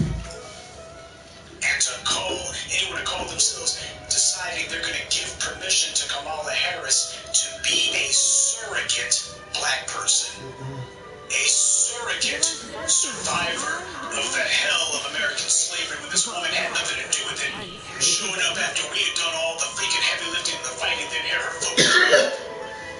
And she's claiming, oh, that little black girl, that was me. No, we cannot allow any rewriting of our history. Because the reason they're trying to rewrite our history is so that they can write us out of it, and that always is a precursor to eliminating people physically. You start off by making sure we're not going to be mentioning these guys very much, because we don't want too many questions to get asked when these guys start disappearing en masse. This even shows exactly what the goal is. The goal is you can forget about that former shadow, that old ghost of racism in America. Why, you don't have to worry about that. Why, we've got the giant Kamala Harris here. And this is going to be, you can go ahead and think of her as being the new, whenever you say black, you can go ahead and think of her as being the new black woman, a black woman, quote unquote black, who will have no grievance with slavery because her family was not caught up in it. Don't have to worry about her mentioning Jim Crow. Her family had nothing to do with that. Black codes, segregation, hell, her family should have after all that was over. But she's also better than that. She's only going to talk about how great America is. There is no racism. If it is, well, it is a vestige of the past, just a nagging habit that some people have, but certainly not an impediment to progress. Why it wasn't another case? She got her law degree, then immediately went to the top of California political circles. Well, after she was in the bottom of the circles, happened to do with low-down Willie Brown's plaything. But all after that, she had a short sojourn from the California Attorney General's office to the U.S. Senate. Now she's going to be vice president. Now she's bringing him out of the woodwork. Why? Hers is an uninterrupted success story. And that's going to be the entire point. Kamala Harris does not have any stories about her or any of her ancestors having to be escorted to school by U.S. Marshals because of crowds of racist white people threatening to lynch a child. She doesn't have any stories like that. No one that she knows does. Her mother doesn't. Her Indian mother doesn't. Her Jamaican father doesn't. So it is blasphemous for her, for any white person or for Kamala to try to compare themselves to the black children who integrated the schools. But that's what they're trying to do. And the idea is this is going to be the replacement. Somebody who is going to be compliant with and submissive to the whims of white supremacy. I told them this is a scandal. Say anything to remind the people who threatened Ruby Bridges' child, hey, you got a debt that you owe us and ain't been paid. But that Bush, remember? And Bridges doesn't get that. But some black people, they are so desirous for attention from the white powers that be, even smacks of attention from the dominant society. This administration is being rated like a slave plantation. The rest of us as human sacrifices for it. No, they don't care. I mean, it's a massive fucking black care. Because it's your safety and your life that's on the line. These folks who are trying to pretend as if they don't see this garbage going on. There's a whole lot of black folks, they don't want to have to see this because a lot of them are thinking to themselves, well, I'm just going to try to get mine, except you're not going to be getting anything. Nope.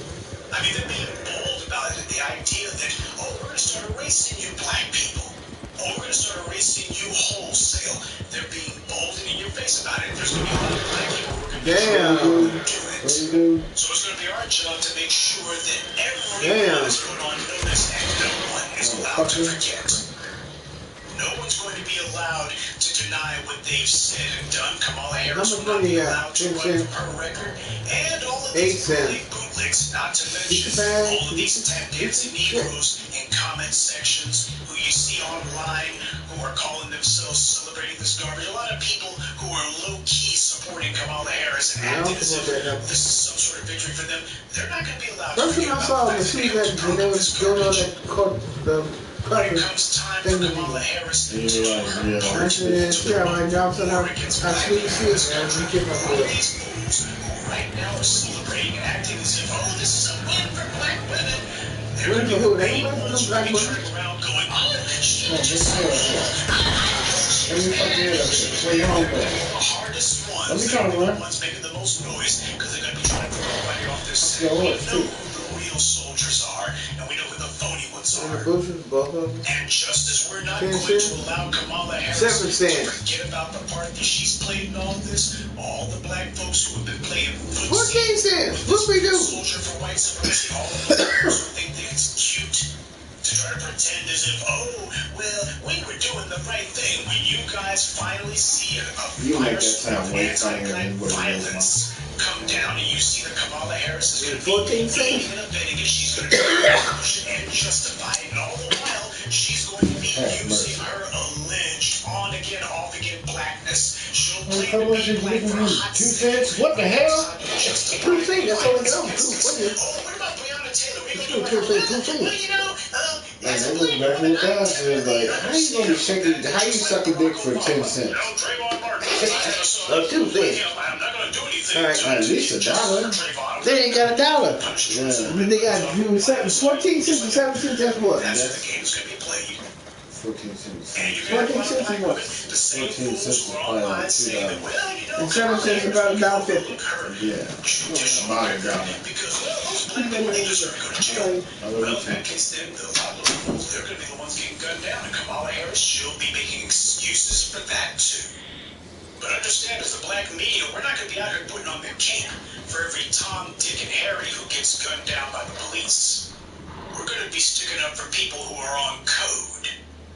Because at this point, everybody's choosing their sides, and there's too many black folks who are trying to play the game of, well, I'm going to make it nice with white supremacy as long as I think that they're still in charge. Well, as long as I think that black empowerment might lose, as long as it looks like the tide's not exactly overwhelmingly in their favor. Yeah, I see they're building steam, but, you know, I think that I can play both sides against the middle. I think I can have a toe over here of white supremacy and a toe in black empowerment, so I think I can get goodies from both. Black empowerment is not about giving goodies to the bootlicks, the suck-ups, the sycophants, the fakers, phonies, frauds, and fools. We're not about that. I can tell you right now, while I do give credit to Ruby Bridges for what she did as a child, because it does take courage to do what she did. Regardless of whether or not her parents put her up to it, that doesn't change the fact that she was the one who had to do that walk. So that being the case, I give credit to her for that. But I give absolutely no credit to her for what she's become. At some point, you're supposed to put aside whatever feelings of codependency you might have picked up. But then again, when you have a child who's rude, I mean, we don't know what kind of upbringing she had. But you know what? Black people are supposed to know better. After everything we've been through, we're supposed to know better. So I'm sorry, I ain't making too many excuses, not at this point. So the fools who thought that Kamala Harris was going to be singing their praises, well, what you see is she's cutting the song real short. And you're seeing that the song is probably going to be sung partially in Spanish if Eva Longoria has her way, and the white media's going to be backing up every step of the way, because this is the plan. And don't expect Kamala Harris to say anything, just like Ruby Bridges doesn't seem to have much to say. Oh yeah, there's going to be a whole lot of Negroes who are going to be thinking that it's cute to play along with white supremacy until white supremacy goes ahead and makes it clear, okay, playtime is over. But you know what? We're not crying any tears for them. Because coming to the shocking realization that your pal Kamala played you for a fool, or rather you played along because you are a fool, that's one way to learn how wrong you are. But the other way to learn how wrong you are is when Kamala goes ahead and gives the order, okay, now it's time to get rid of these dumb Negroes. That's another way to learn. And a lot of black folks who think to themselves that somehow her election, her becoming vice president is somehow going to translate to bragging rights for them, they're going to learn exactly how foolish they were. If they're lucky, hopefully it won't have to be a final lesson.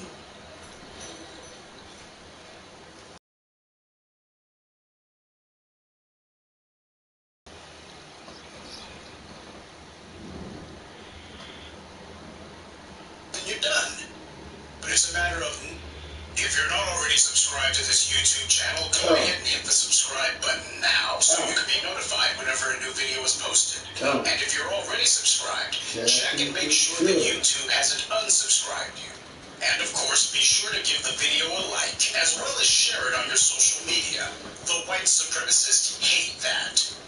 Now, that said, the political fallout from the 2020 election continues to reverberate and spread. It's becoming obvious to a lot of the white media and their black flunkies that black people, even the ones who turned out to vote, are not looking at the 2020 election with fond memories. In fact, a lot of black people who just got through casting their votes are already having buyer's remorse. In intelligence circles, spy organizations like the CIA have a technical term, blowback. What it means is the unintended consequences of an intelligence operation.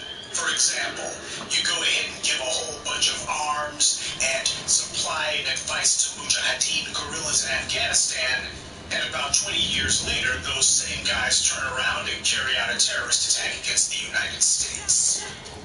Well, where black voters are concerned, the Democratic Party, in hand with the white media, may have been able to turn Donald Trump into a gigantic bogeyman who most black people would look at and say he's too obnoxious for us to allow him in the White House because he says too much stuff that we can't ignore. Yes, they correctly were able to calculate that black people, too many black people, were not yet ready to think and act for themselves and decide we only move when it's in our interest. But what they didn't count on is that although a number of black people did put aside their best interest in order to prop up a system that hadn't promised us anything, nonetheless, there's still a lot of those black people who turned out to vote who are saying, yeah, we know that Joe Biden instituted the 94 crime bill and has been fighting his war against black people, but you know what? We were serious about what was being said in the streets in the summer of 2020. We're still serious about that. This is something that they didn't count on. What was supposed to happen was black people were supposed to see Donald Trump get voted against, and then they were supposed to say, well, that's okay, the Democrats ain't got to do a doggone thing for me. And yeah, sure, they've had the usual usual suspects. They've had the Jason Johnsons and the Kareem Stud Pierres and the Roly-Poly Martins and the Joy Reeds and the rest of the trash who have been saying, well, Democrats ain't got to be there for black people. The equations are not thinking that it's just black people, don't you know? They've already had those fools out there trying to sell that line, trying to prepare black people for nothing. To get black people used to the idea that, well, even after all this, as bad as Trump was, as bad as he was made out to be, black people may have saved America, but black people should not expect a reward for that. Why? Seeing white people and immigrants and illegal aliens and LGBTs and feminist white women seeing all of them get something, why, that should be enough for black people to feel good about it. Well, we just have to sacrifice for the greater we, everyone but us, could. Well, there seems to be a number of black people who are looking to go, nah, it's our time for this. This is our turn. Everybody else needs to turn out their pockets. Everybody else needs to sacrifice for our benefit. And so the white media's been continuing their media offensive to tell black people that, well, you see, it's so much more complex than you, and there's a lot going on. Big machine with a lot of moving parts, don't you know? And you just need to get used to the idea. We're going to let you down slow. Get used to the idea that you can continue making demands, but you're just not going to get anything because it's you making the demand. No less than Jeff Bezos' Washington Compost had an op-ed piece. Black voters delivered Democrats the presidency. Now they are caught in the middle of its internal battle. Now, it's not, of course, until you actually read this piece that you understand when they see the phrase caught in the middle of its internal battle, that gives the idea that black people are caught between two opposing forces in the party, one trying to do something for us and the other one fighting against us, and we're kind of caught in the middle. No. You have every element of the Democratic Party saying, well, black people shouldn't get anything, and these demands you niggers are making, you're being far too controversial, and what you're coming up with, well, like Bernie Sanders, it's unfeasible, it's all unfeasible. Well, what's unfeasible? Anything that you ask for is unfeasible, anything that you want is unfeasible. That's what's actually being said. Now, they would never have any sort of headline saying that Jewish voters delivered Democrats so-and-so, now they're caught in the middle. They would never say that about other groups. They would never say to other groups preparing the idea that, well, you guys produced for this or that element or this or that constituency or this or that group, and, well, now you guys are caught in the middle of a power struggle, and no. When other groups are credited with delivering an election at the city or county level, the only thing the sin is about how the politicians now have to honor those promises, or they have to do what these constituents have been demanding. With black people, on the other hand, the conversation is not about, now, what are the Democrats going to be doing to punish the police? Hey, it's time for money to start coming directly into black people's hands. Instead, it's a matter of, well, so controversial, black people caught in the middle of an internal power struggle. In other words, black people are going to be political casualties of some sort of internal political red tape within the Democratic Party. That's what it's meant to say. It's meant to tell black people, oh, well, it's not that they meant to ignore you, they're just going to ignore you. When you read the piece, one of the things that they bring up is Jim Clyburn. Oh, yeah, what bit of idiotic political stupidity would be complete without nigga Jim Clyburn? They call him the most powerful black lawmaker in Congress. Well, I don't know about powerful. If by powerful they mean influential, he is not. But if by powerful they mean that he's the person who white corporations and white interest groups give money to, then they would be right. He's among the most, if not the most, well-financed who the white donor class gives money to. On this very YouTube channel, I've already broken down to you how it's been documented. Jim Clyburn gets a ton of money from various white interests. And they're not giving it to this clown because apparently he's some sort of winner. They're giving it to him precisely because that's how politics and influence works on Capitol Hill. It's the same thing with Nancy Pelosi. How come they keep making Nancy Pelosi Speaker of the House over and over again? It's not because she wins elections. It's because Nancy Pelosi, you look at San Francisco and you see the big tech companies out there and such. They give a lot of money to Nancy Pelosi, basically making her practically a bank unto herself. And she, in turn, doles out some of this money to certain Democrats or to challengers to certain Democrats. Democrats. That's how it works with Nancy Pelosi, and that's where she gets her influence from.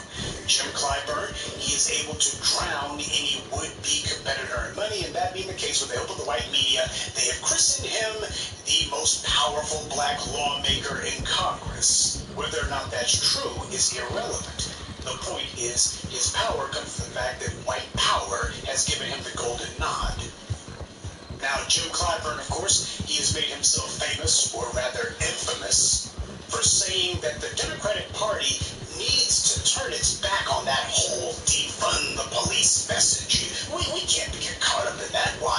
We're going to lose elections if we do. Never mind the fact that the Democrats turned their backs on it in 2020 and Republicans gained seats in the House of Representatives. Only 55 cents. Oh, but according to Negro Jim Clyburn, he is the sock puppet for white power. He says whatever it is that his white masters want him to say. And what they're saying is every white interest, from the most left-leaning liberal on the Upper West Side of Manhattan hook my horse up. to the most dyed-in-the-wool right-wing racists down in Texas, they're all saying the same thing. We require the police as being the organized violence to keep black people in line and to make sure that should the unwashed masses start listening to these black rabble-rousers too much, well, we're going to need the police to make sure that everybody understands that the interests of the 1%, the white elite, are never to be challenged.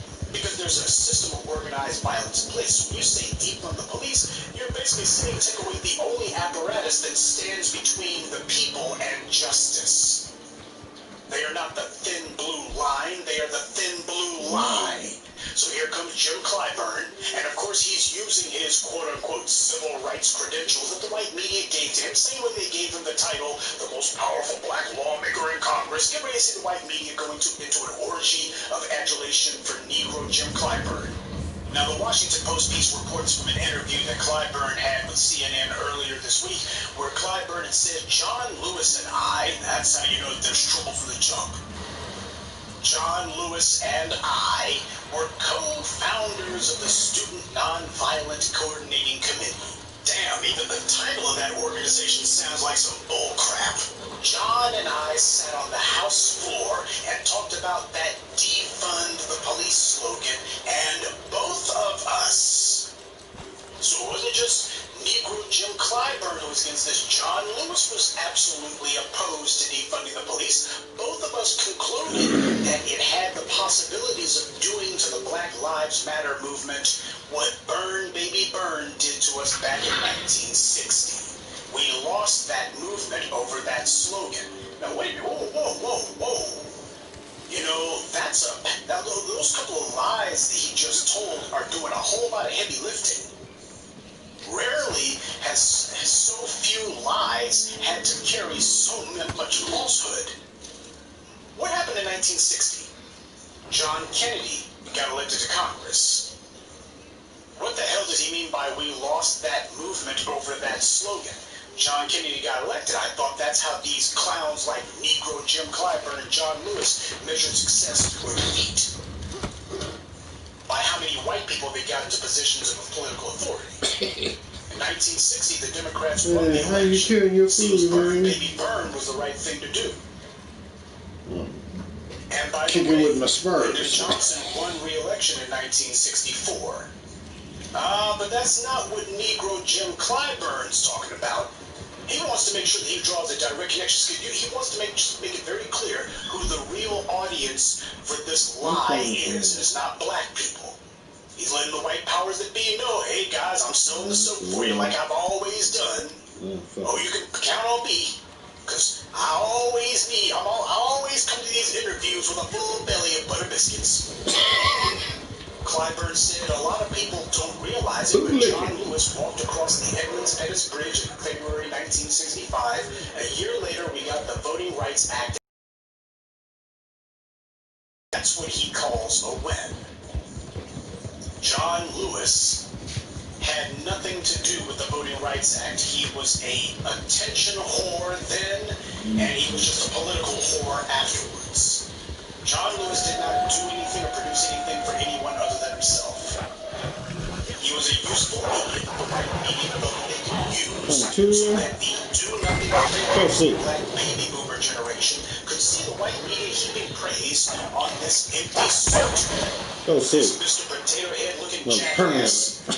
And those do-nothing, failed black baby boomers could feel like, oh, that's me up there. They're saying something good about a black person. Oh, I don't feel so bad about being black because this white media is saying something about him. And vicariously basking in the glow of John Lewis's phony, fake praise from the white media. That's the only purpose John Lewis has ever served. Name for me one piece of legislation of any consequence that bears his name. Name for me any law of any consequence that the man's pushed. Can you tell me anything about John Lewis other than I spill blood in Selma? Can you tell me anything other than that? Oh, John Lewis produced a lot for himself and his little family. Didn't produce a damn thing for anyone else. And as for the Voting Rights Act, last time I checked, didn't the Supreme Court basically gut that? So what is Negro Jim Clyburn griping on about? Oh, he wasn't through with the complaining yet. He also added, and it wasn't a year after that John Lewis was ousted as chair of the Student Nonviolent Coordinating Committee. Now you would have thought that Negro Jim Clyburn would have learned his lesson. No, as far as he's concerned, you call yourself challenging the enforcement of white supremacy. Why? The lesson to take away from that is you better listen to us bootlicks. You better listen to us us black folks who the white media is giving a nod to. You better listen to us. We know stuff. We know stuff. What the hell has Jim Clyburn ever produced for anyone? You got a couple of I'll touch my black money. Don't even worry about that. Who have not produced that damn thing. That's the reason why no one listens to them. So we saw the same thing happening here. So I spoke about against the sloganeering, and I feel very strongly we can't pick up these things just because it makes a good headline. It sometimes destroys headway. We need to work on what makes headway rather than what makes headlines. Now, coming from Jim Clyburn, who has done nothing, and John Lewis, who every time you look up, there's never been a white media camera that he couldn't wait to jump in front of.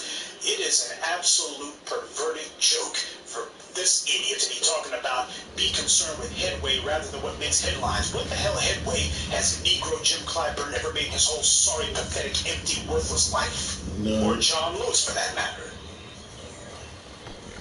What headway have they made? I'll wait. Jim Clyburn and John Lewis were the poster children for jumping in front of cameras and trying to get some face time for the white media. Headway, that's the very thing that they stood against. Yeah, but both of them sock puppets for their white masters, so you can tell what it is that elite white opinion wants by what it is that these slobbering, good-for-nothing scumbags say to us. What they're saying is, you're threatening white power. You are threatening our white masters. And we're trying to wave the civil rights movement in front of you. Oh, we're warning you. Oh, you think you're going to be threatening white supremacy, but you're only going to be harming yourselves. Now, when he says we lost that movement over that slogan, what the hell is he talking about? Lost what? What movement? This is not about winning a movement. Tangibles are not a movement. A movement can be any damn thing you want. Get a pat on the head from white power. Oh, our movement was successful. We ain't talking about all that. What Jim Clyburn is concerned about is the same thing that the black bootlicks on cable TV are concerned about. Jim Clyburn is the most powerful black lawmaker in Congress because it's thought that the money that white power gives to him makes it where he can fund his influence. That basically means he can buy and sell favors from black sororities and fraternities, black bootlicks, the Boulay, the Lynx, the NAACP, the whatever, all these fools who are in the business of being professional political prostitutes. Jim Clyburn gets to give out some money and some patronage jobs and such, and because of that, that's what seemed to make him important. That's what his power comes from. Because white folks give him money that he in turn gives to whatever select few Negroes he thinks are going to best benefit white supremacy's interests. That's the movement that he's concerned with losing. He's concerned with them looking at him and going, what? What do we need you around for, Jim Clyburn? Isn't there some cotton you need to be picking or something? But you see this in more than a few places, by the way. The white media trying to push that line that, hey, if you guys are going to continue pushing this whole punish the police thing, and pushing for your tangibles, why, you're going to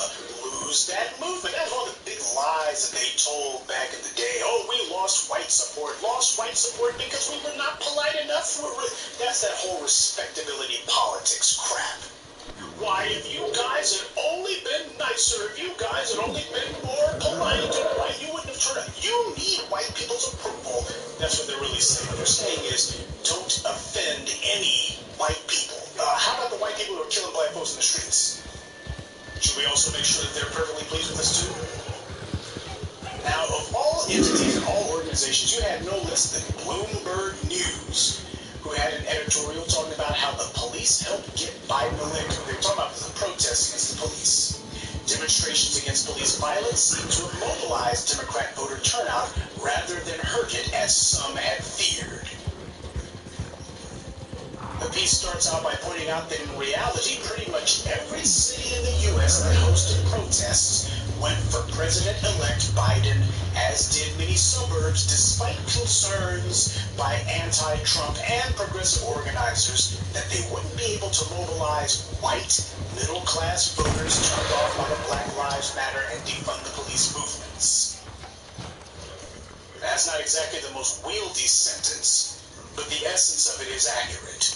The concern here was about making sure that Biden Republicans, damn, that shit looks detailed. Coalition of non-black voters that Democrats want to put together, you're going to endanger that. Sounds just like the black bootlicks, doesn't it? When these bootlicks sit around saying stuff like, you're going to ruin it, you're going to mess it up for all of us, you're going to mess it up for everybody.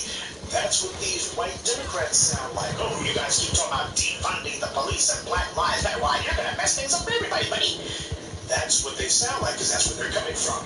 They're trying to appeal to the most regressive, backward, racist elements of the society. When I say that they're trying to appeal to the casual, racist, white moderates, that's exactly what I mean. That's who they're trying to appeal to. That's who this is meant to say. We're going to be completely and thoroughly acceptable. We are going to be non-controversial to the most racist elements in the society. The casual racists, we're not going to give them any reason to feel as if their ability to brutalize black people or their ability to have immunity from law will ever be punished. They're never going to be challenged. Everything will go on as it always has. But as black people's demands start to become sharper and more strident and less compromising, that becomes less feasible to be able to go up to all of those white moderates that they're hoping to woo and sway the opinion of. And they're going to be saying, well, you know, buddy, you got to see some of that whole defund the police thing. And then next thing you know, you got Joe Biden saying, I'm not in favor of defunding the police. Why? I think the police should get more money, $300 million, you know, just in case some of these cities defund the police. We're going to float some money from the federal government to help prop up the thugs in blue. You know how that works. But the point is, it has been made documented that defunding the police did not depress the vote. So what's this really about? If it's not about that, what's it really about? What it's really about is getting black people to stop doing that. Stop agitating for disarming the enforcement arm of white supremacy. Stop doing that. You can't make that a perennial political issue. You can't keep saying that, because the more you say it, sooner or later it's going to happen. Now, the Bloomberg piece goes on to point out, Representative James Clyburn of South Carolina has criticized this particular sloganeering, arguing that it is impractical. While Representative Connor Lamb, who represents parts of Pittsburgh and its outer suburbs, told the New York Times that the language likely cost the Democratic Party some House seats. By the way, Lamb won his race, and yet he's talking about losing House seats. This jackass doesn't know what the hell he's talking about. It's precisely with the fact that the Democrats did not distinguish themselves from the Republicans in any meaningful way that cost them seats. You had Republicans saying we're not in favor of defunding the police, and you had Democrats saying we're not in favor of defunding the police. Well, the Democrats, people who would have voted for the Democrats, got demoralized and stayed home, and that's how the Democrats lost seats in the House. This brought Trump as the face of the party. And Republicans were emboldened, saying, good, we know that we're vastly outnumbered by all those freedom fighters in the streets, but if we have some political idiot who's willing to die on his sword for the sake of upholding the enforcement of all the white supremacy, we're going with that. And the net result of that is people look and say, well, hell, clearly when it comes to stopping the thugs in blue, there is no difference between the Democrats and the Republicans. They both only support the thugs in blue, so that being the case, why even show up to vote? But the only people who show up to vote are the ones who know that the police are going to get funded.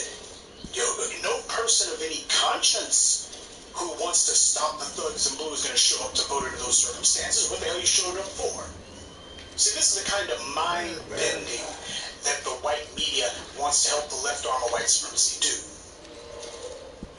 Now, the Bloomberg piece goes on to say, but the activist City Lab spoke with said that defund/abolish the police language had the opposite effect, especially by capturing many first-time and infrequent black voters.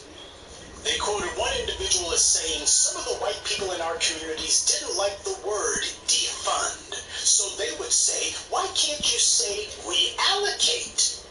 Our response was, if you really want to address white supremacy, then you have to get at the premise of it, which is keeping white people comfortable. We say defund because that's what we mean. Now, when he says that line about why can't you say reallocate, that was a big thing for white media. They were trying to say, well, just say reallocate, reallocate. No, we're talking about taking money out of the police's pockets. Not just playing a shell game of where the money goes. Because at least there are people who understand exactly what's going on. When you start saying, well, we're talking about reallocating money, not reducing the amount of money the police give. No, the police have too damn much money already. They've got military-grade equipment because they're buying it. They need money for that. Let's cut them off. They're out here running around with assault weapons. Cut them off. These bastards are able to sit here and float money to politicians, and they're also able to buy propaganda on public airwaves. Cut them off. Treat the police like any other terrorist organization. Go after the bastards' funding. We're not playing a game of reallocate. Because when you start talking about reallocate, then that opens you up to the financial and fiscal fraud of, we're not going to reduce how much money the police get, but we're going to lie and say that why we took money from the police budget and we shifted it toward mental health programs. So in other words, it's the old fiscal shell game where this year the police get $500 million in funding in Los Angeles. But they already passed the next funding bill, which maintains that $500 million, but then they add on an extra $250,000, and they claim, well, we took $250,000 from the police budget, and we put it toward officer sensitivity training. We'll go ahead twice a month. The police will go to the Black History Museum, and they'll learn about George Washington Carver. That's the game that they're playing. They're playing a word game. They're going to tell you that they reallocated resources from the police, but the truth of the matter is they're going to give the police extra money, and that which is meant to supplement whatever they claim to be reallocating. It's the same game they play on Capitol Hill, by the way. So that's the reason why they say we're not going to fall for that reallocate line. It's defund. Yeah, but understand, you can't defund the police. We need the police. Well, there's no police going on right now. It's just organized white thuggery under color of law. That's not police. That's not law and order. Screw law and order. What's called for is justice and accountability. But you have the white media trying to normalize that garbage, bringing on their talking heads during the summer. Well, they say defund the police. What they do is reallocate. That's not what they said. Nobody said reallocate. What they said was defund. The white media was trying to put that out there in the hopes of hijacking, steering the discussion. They were trying to hijack the verbiage, hijack the wording.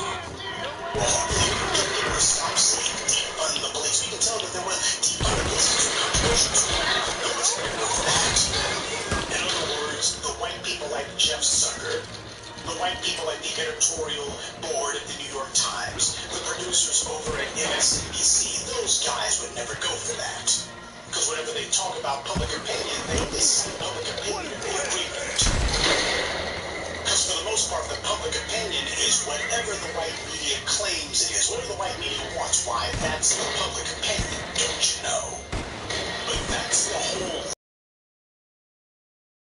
of the police. Why the public will never know the public's in favor of it. And that's the problem. The public actually favors it. Now going back to the Washington Post piece, they reinforced the lie that, oh, the Democrats, they were just hemmed in, you know. There is just a reality that the public would never go for defund the police. Quote, Biden, seemingly aware of how the defund the police slogan would sit with many of the voters he needed to win, never embraced the movement and instead would say he wanted to reform, not abolish law enforcement. That's two lies for the price of one. Biden was, when they say that it wouldn't sit well with the voters he needed to win, all he had to do is to appeal to black voters and he would win, but that's the whole point. See, what gets left out is the voters, it's not the voters that Biden needed to win. He wasn't concerned about the voters that he needed to win. He knew exactly how to get black people's support. Those are the voters that he needed to win. If he wanted to win and make it a cakewalk, just appeal to black voters and you're done. But it's a matter of, we're trying to move away from black voters. We're trying to move away toward white moderates, weak, casual, racist voters. That's who we're trying to get. It's not the voters that he needed to win, it's the voters that he wanted. He wants those white, casual racists in order to get office and hold office. That's what he's trying to show the Democratic Party. So this is a long-term program that's work.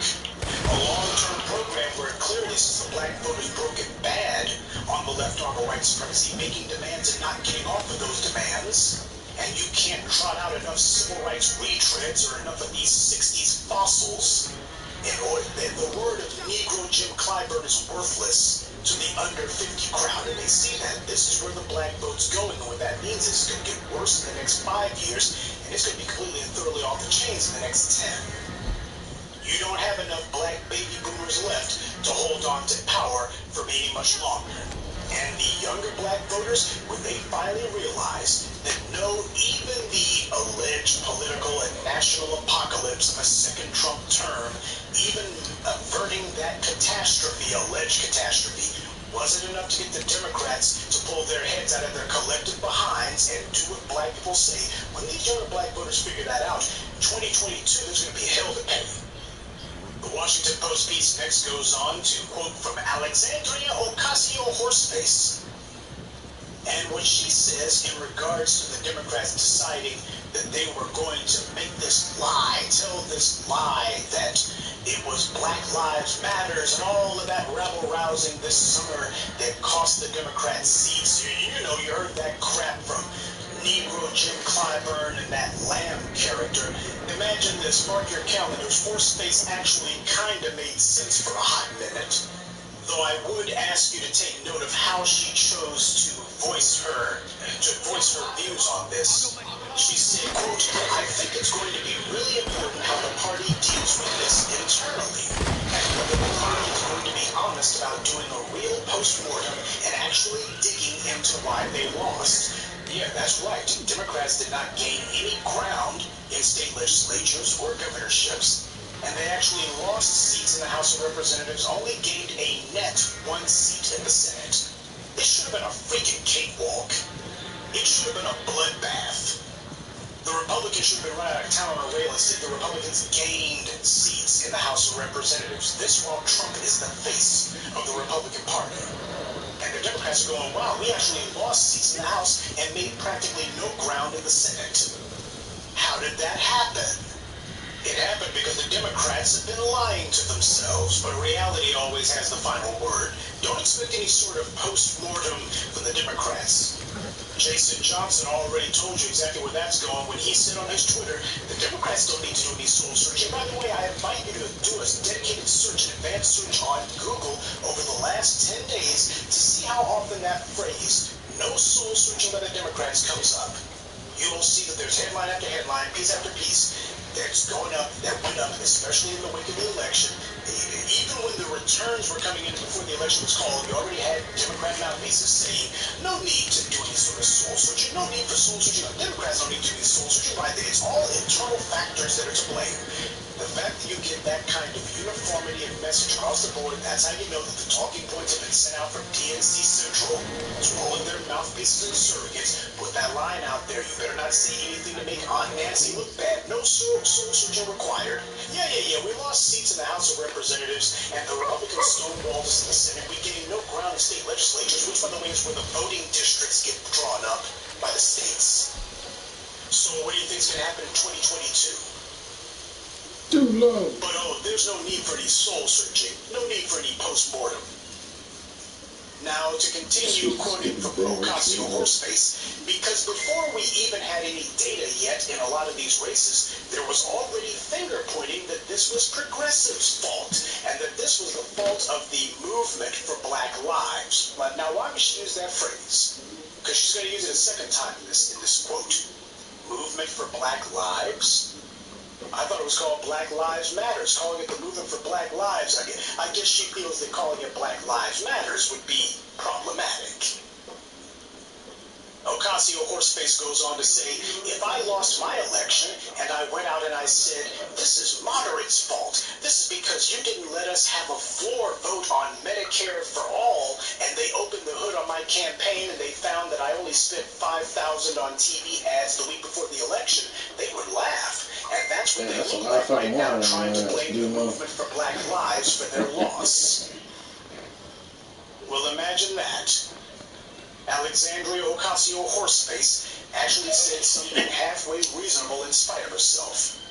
And I point that out because that's the reality that people like Jim Clyburn and that Connor Lamb are flying in the face of. They're saying, why, we lost House seats because you guys are being too radical.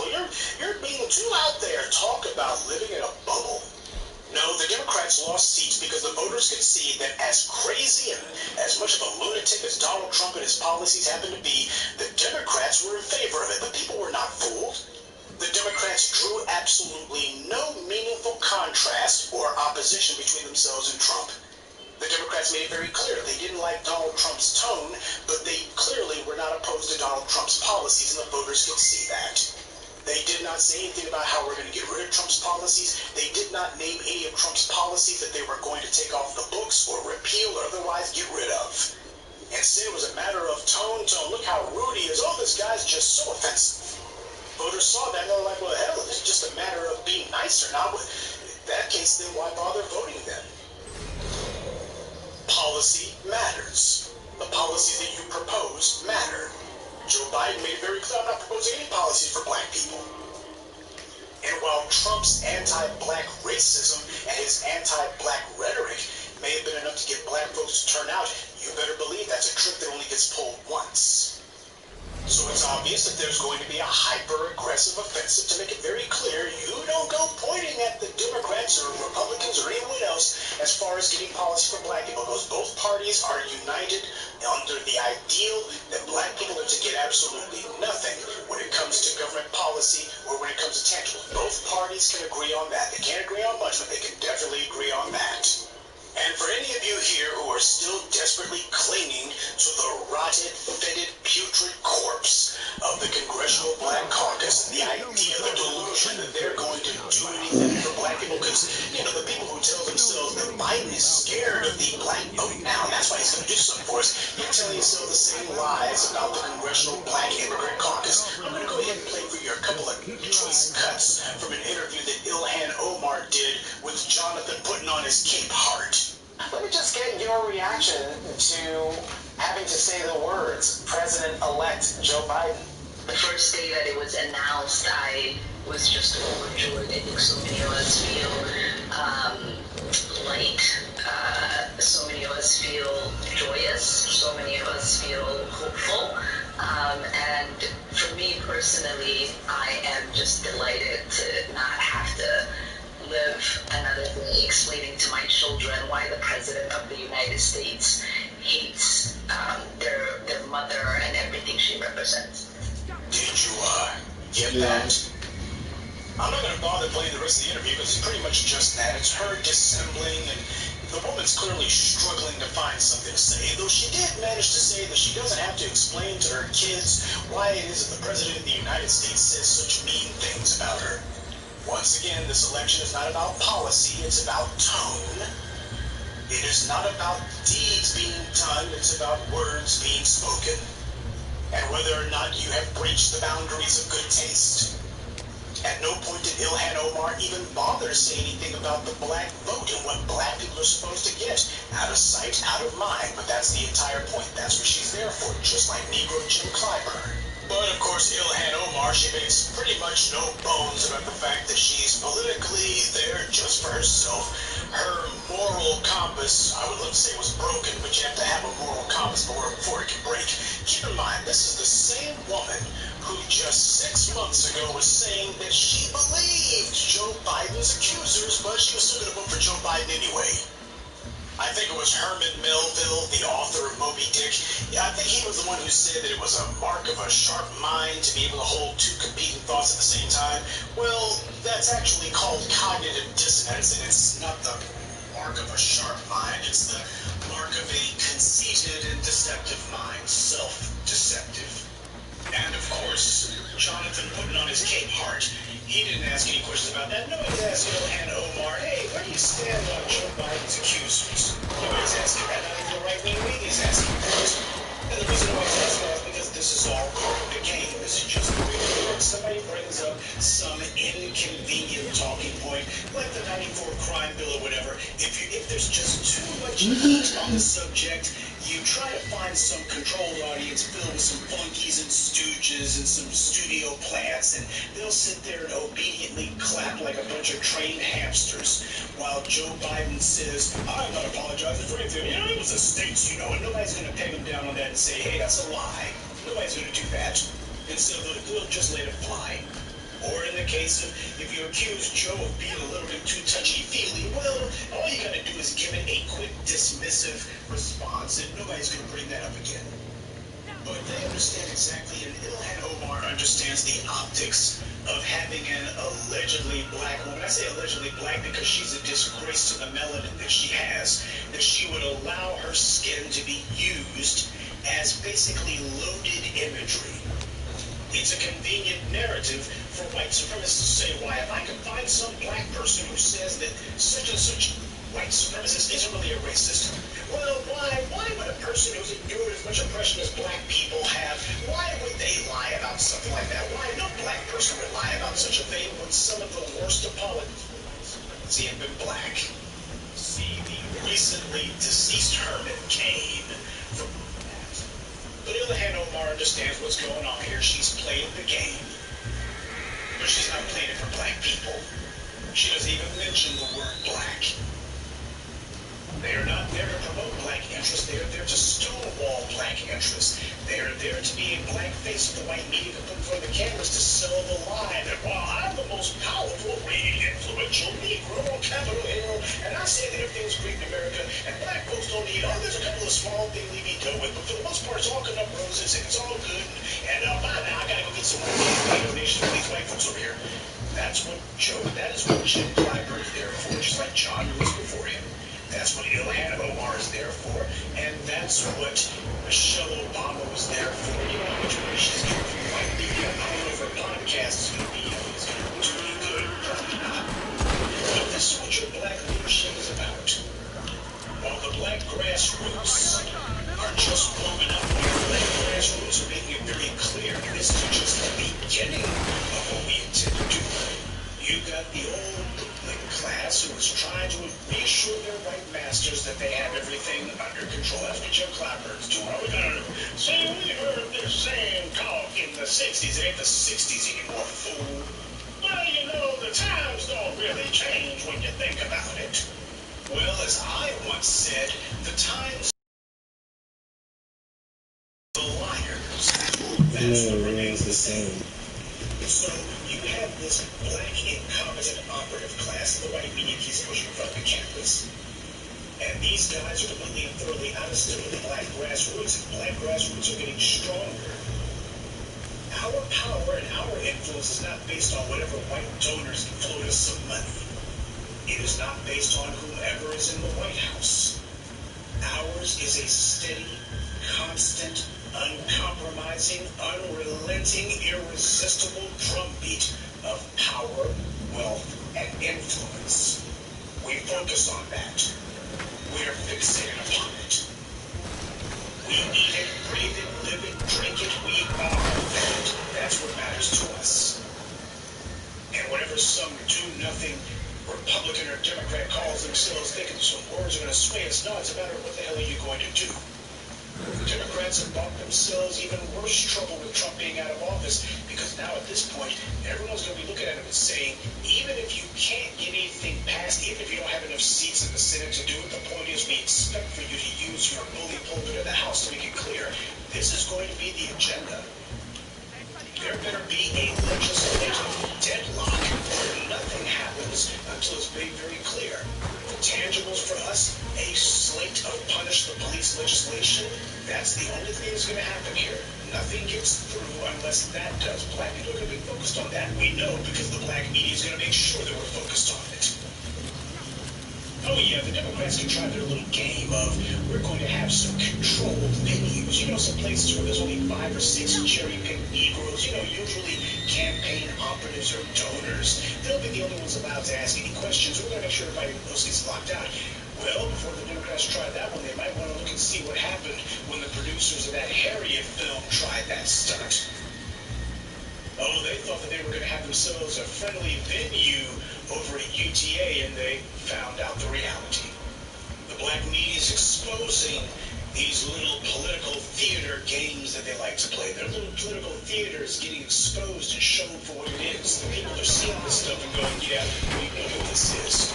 Yet another little controlled oppositions, another controlled venue. You know, you gotta wonder what branch of the local Democratic Party does this do-nothing Negro, all of them just sitting there not asking any questions. Okay, yeah, we get this. This is stage managed. This is some more political theater. We get it. Black folks are understanding that. We're helping educate our people about the tricks and the traps and the ploys and all of this, all of these classic deceptions that the Democrats use and the white media helps to promote. Now, while we're on the subject, and we harp on it all the time about the intersection of white media and the white political establishment, especially when it comes to these paid-for, propped-up black bootlegs, there was a story that I posted on my Twitter a couple of days ago about Cory Booker and how he found out that he's a blood relative of RuPaul, of all people.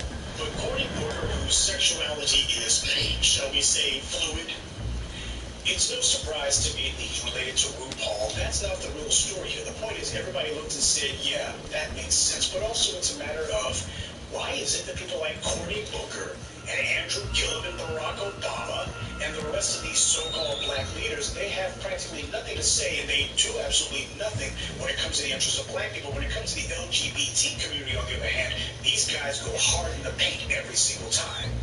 They go on the warpath every single time. Why is it that they do that? Well, it's a matter of these guys, you see, they were appropriated by established white power. Established white power, these guys are long before you did. They already shook these clowns' family trees to see who would fall out. They already did the background on Cory Booker. It was a matter of, yeah, this guy will be a willing and useful stooge. He certainly won't break bad on us. Oh, he's going to tell black people, he'll give black people the whole, I've seen you, and you've got my sympathy speech, but there's not going to be anything about him going on the warpath here. I got some legislation I need you to help me ram it down Congress's throats. I'll filibuster every goddamn thing there is. They won't be able to say the Pledge of Allegiance without me filibustering it. No, you don't get that. Nobody does that. And that's by design. Their job is not to promote black interests. Their job is to stop and stonewall black interests, and that's what they've done. How long this pathetic, perverted charade is allowed to go on, that largely depends upon the black grassroots and what we do. Now, the black media, we're already doing what we're supposed to be doing. We are keeping up the steady drumbeat of truth. But the thing about it is, you cannot rely on just 2 or 3 guys on the internet and think to yourself, well, that's going to be all it takes. Isn't it interesting how these other groups, these other communities never do that? Nobody has ever asked Rush Limbaugh what the hell his racist, putrid, soon-to-be assuming intellectual behind. Limbaugh, what the hell are you doing? Instead, they look and say, you keep doing what you do. You're out here chilling versus all your control force. That's what matters. You see, the National Association of Broadcasters, they're the ones who Limbaugh's money largely comes through. They don't realize what it is that he does for the GOP. They understood that he was already doing it. And the same thing goes for the Rachel Maddows. Nobody asked Rachel Maddow as many millions of dollars as she gets to white-splain for the DNC. She doesn't get asked about that. See, when it comes to the thought leaders and the mouthpieces for white supremacy, those guys don't have a situation where they got the white grassroots sitting around waiting for them to do something. They understand that theirs is supposed to be a multifaceted, multi-pronged, multi-tentacled political operation. also understand the same thing. Now, while it is true that you have a number of undercover agents lurking in the comment sections or otherwise trying to cause trouble at the local level, it is also true that when you look at what it is that we've done, what it is that we've started to do, let's be bluntly honest, and this is good news, by the way. Let's be bluntly honest. Can we truthfully, honestly say that what we've done so far, that this is the best we can do? We don't get any more hardcore than this. We cannot put out any more opposition than this. We haven't even begun to put the pain on white supremacy yet. We haven't even begun to put the pain on them. And that's good news. What it means is if the meager, minor amount of effort that we put out so far, which isn't even a drop in the bucket, if we have been able to achieve these results with our minor amount of effort, what do you think becomes possible when we really put the arm on the bastards? What do you think becomes possible then? There are a lot of black people who are hesitant about that because they're concerned about the responsibilities and the dedication that black empowerment demands. Power demands total dedication. Power does not mean you sit around looking around hoping somebody else is going to do it. Power means all hands on deck. And that's going to be coming from the black grassroots, and that's good because we're serious about this. When you look at the satanic carnival that passes from black political leadership, you understand that these scumbags, these guys can be run out of town on a rail very easily. But what is going to be taken is for us to focus on that. There's a lot of black people who see the problem as much as we do. What they're waiting for is to see who's going to be serious about it. A lot of the verbiage and language that you see the white grassroots attempting to appropriate, you get from us. Hell, I have seen, in the last few months, I have seen some idiots on the right who have been attempting to use some of the verbiage that I have originated. You know, phrases such as Jim Crow Joe. You got these idiots on the right who are trying. What it means is they fully understand the power of the words that we're using. They understand the potency of the terms that we use. Tulsi Gabbard skewered Kamala Harris in Detroit. How did she have the guts to do that in front of a black audience with an allegedly black woman that she was going after? How did she have the guts to do that? What emboldened her to do that? Because she had heard what the black grassroots had said, and she repeated our talking points, chapter and verse.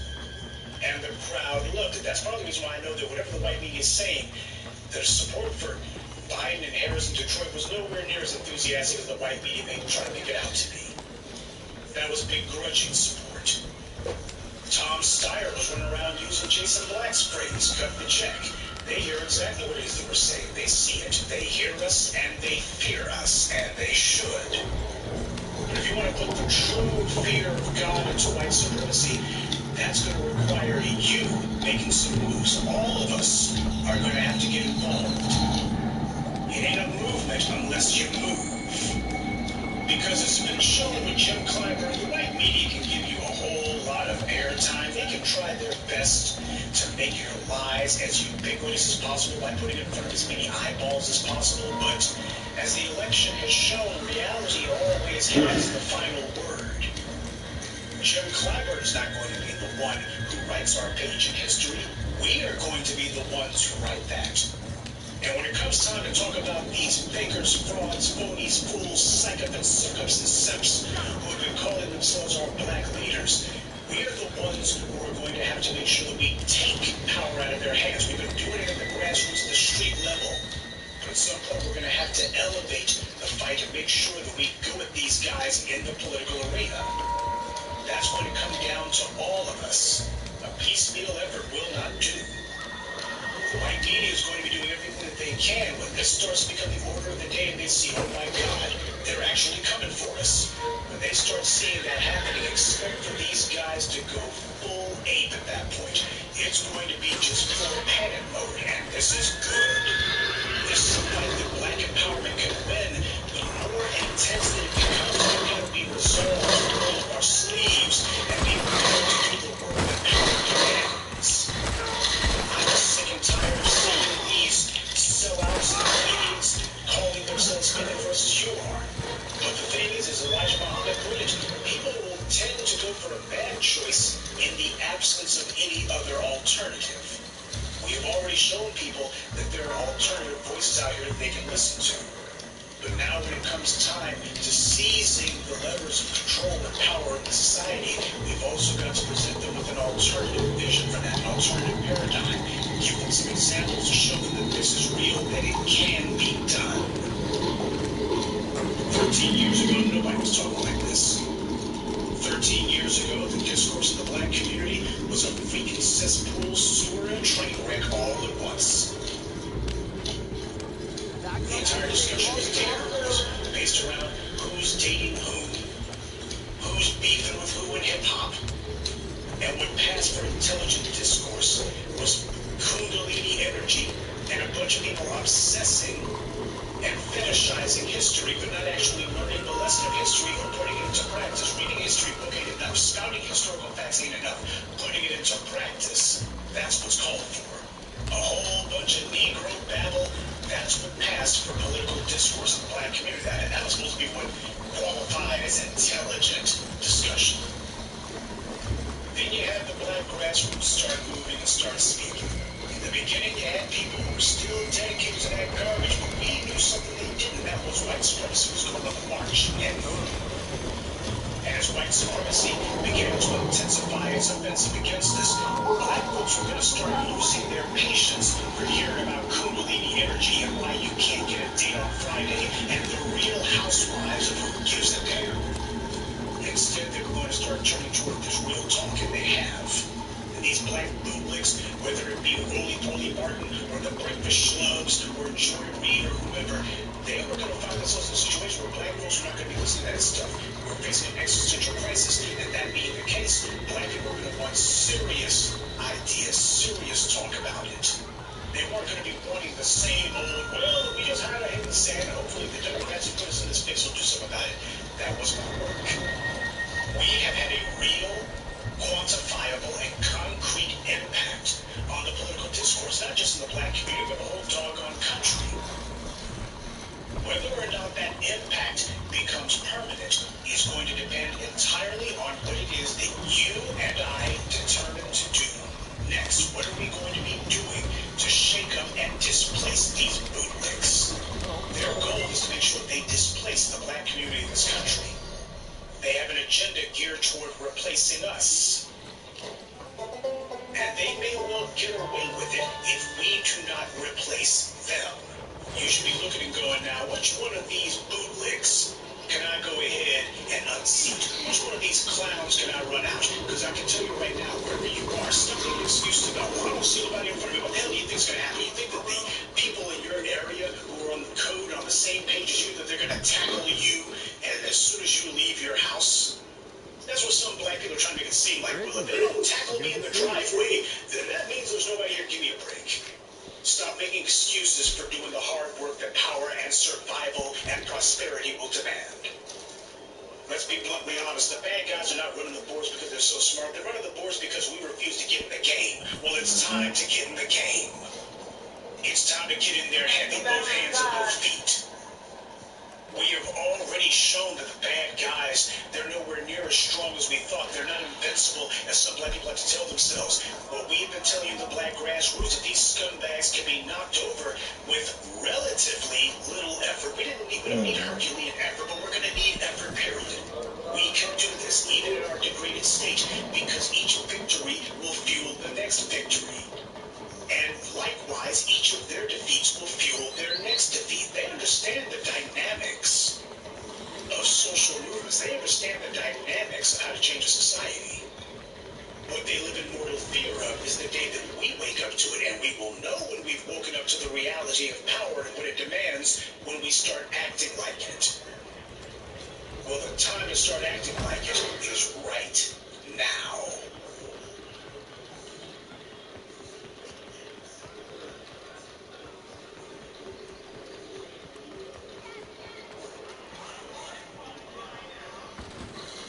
My name is Misha Stone, and I'm a Reader Services librarian in the Reader Services Department. And before we begin this evening, I would like to acknowledge that we are gathered together on the ancestral land of the Coast.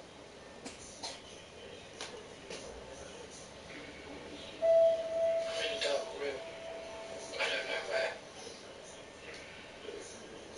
Egyptian or Semitic culture. It's clearly a very distinctive culture, but to try and understand Greek culture without knowing the background of the ancient cultures behind it would be as absurd as it would be to study Japanese culture without knowing the Chinese and Korean roots behind it, and no East Asian specialist would dream of doing that.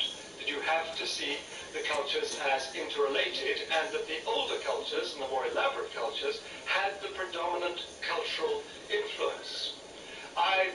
One of our basic disagreements is that Mary Lefkowitz, sitting in the 20th century, feels that she knows better than the Greek historians of the 5th, the 4th, 3rd century, when they said that there were significant influences. Yes, she was very impressed. Yes, she was very Greek.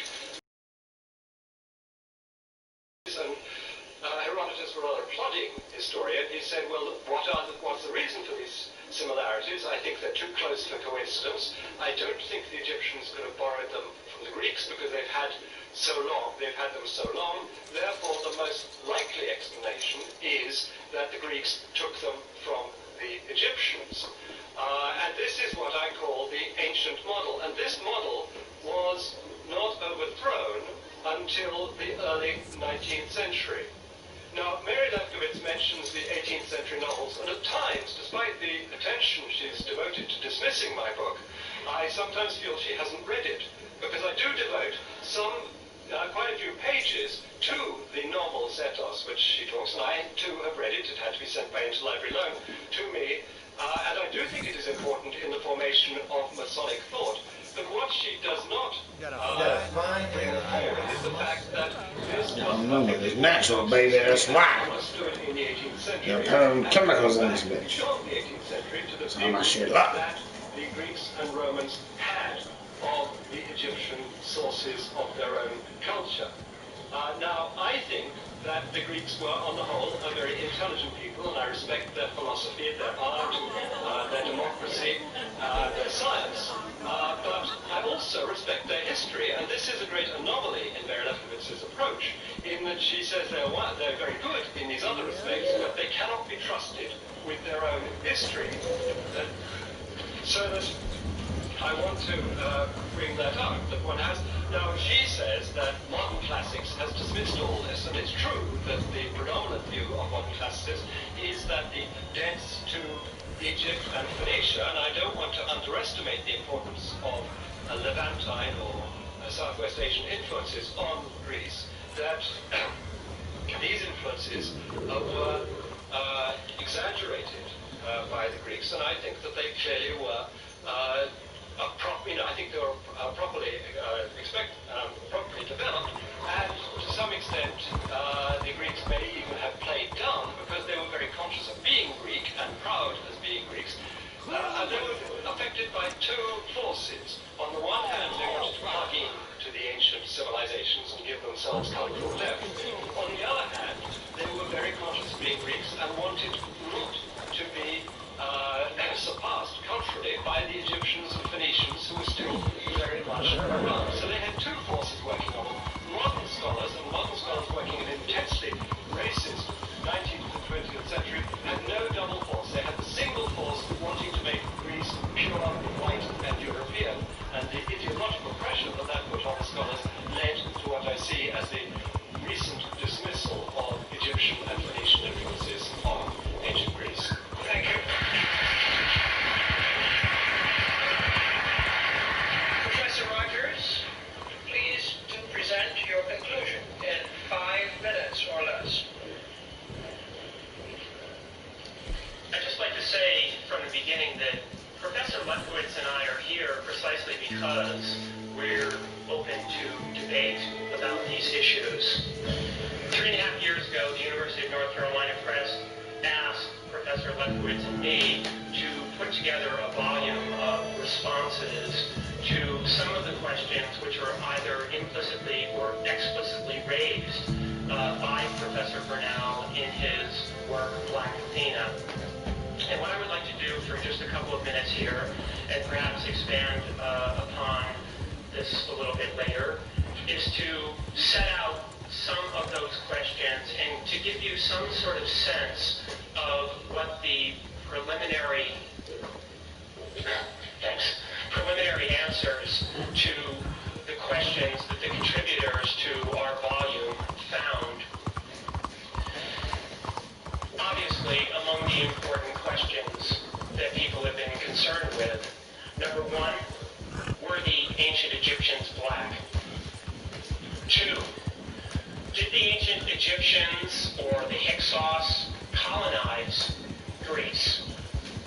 3, did the ancient Egyptians or the Phoenicians massively influence the early Greeks in the areas of language, religion, science, or philosophy? 4, did 18th and 19th century scholars obscure the Afro-Asiatic roots of classical civilization for reasons of racism and anti-Semitism?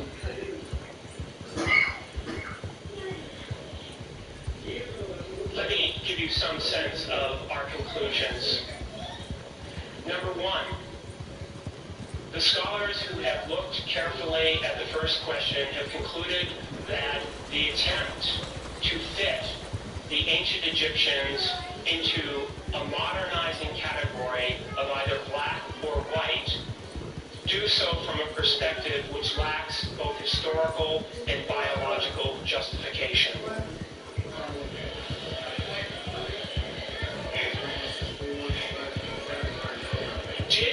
Did the ancient Egyptians or the Hyksos colonize what would later become Greek lands in the 2nd millennium? Unambiguous archaeological evidence to that effect is lacking in the Mediterranean. Did the ancient Egyptians and the Phoenicians massively influence the Greeks in the areas that I outlined?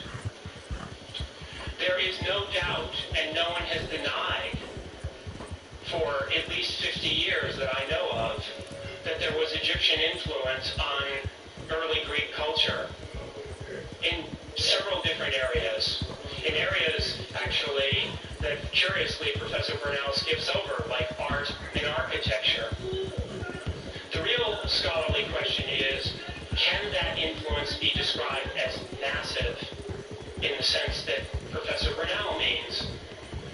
And the conclusion, which scholars from many different subdisciplines, and not just classicists, but Egyptologists, Semiticists, and African historians have reached, is that the case cannot be made for a massive influence. Furthermore, students of the ancient world propose a very different model of interaction among the cultures of the ancient world in the time period that we're discussing. Instead of seeing a one-way street leading from Egypt to Greece, scholars now are shaping a model which includes many two-lane highways going from Egypt to Greece, going from Egypt to the Near East to West Asia, and back in the other direction as well.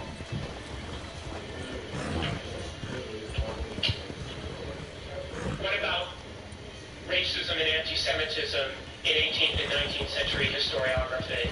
Yes, there were some scholars who operated from a framework which we would consider to be both racist and anti-Semitic, but an undifferentiated picture of racism and anti-Semitism cannot be sustained on the basis of the evidence. Well, we've heard the conclusions, and we'll get to the ramifications of the conclusions as we go on in the evening.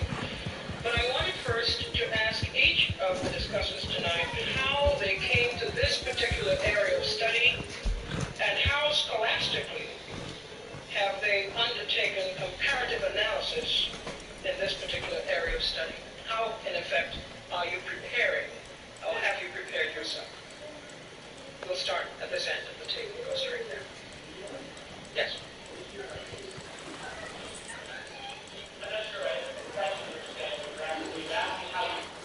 What our scholarly preparation was.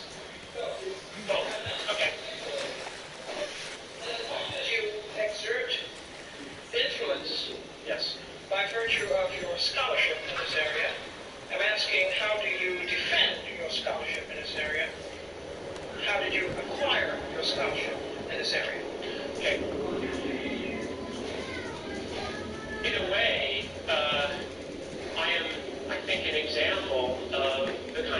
meeting that Professor Bernal has been calling for, because I have the advantage of not having an undergraduate degree in classics, but an undergraduate degree in ancient history, which included where I was taught not only Greece and Rome, but also Egypt and Persia and Phoenicia and Palestine.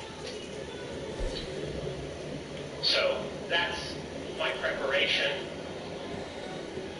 How do I defend my scholarship? I don't have to defend all of the different areas which are raised by Black Athena or issues that we're talking about.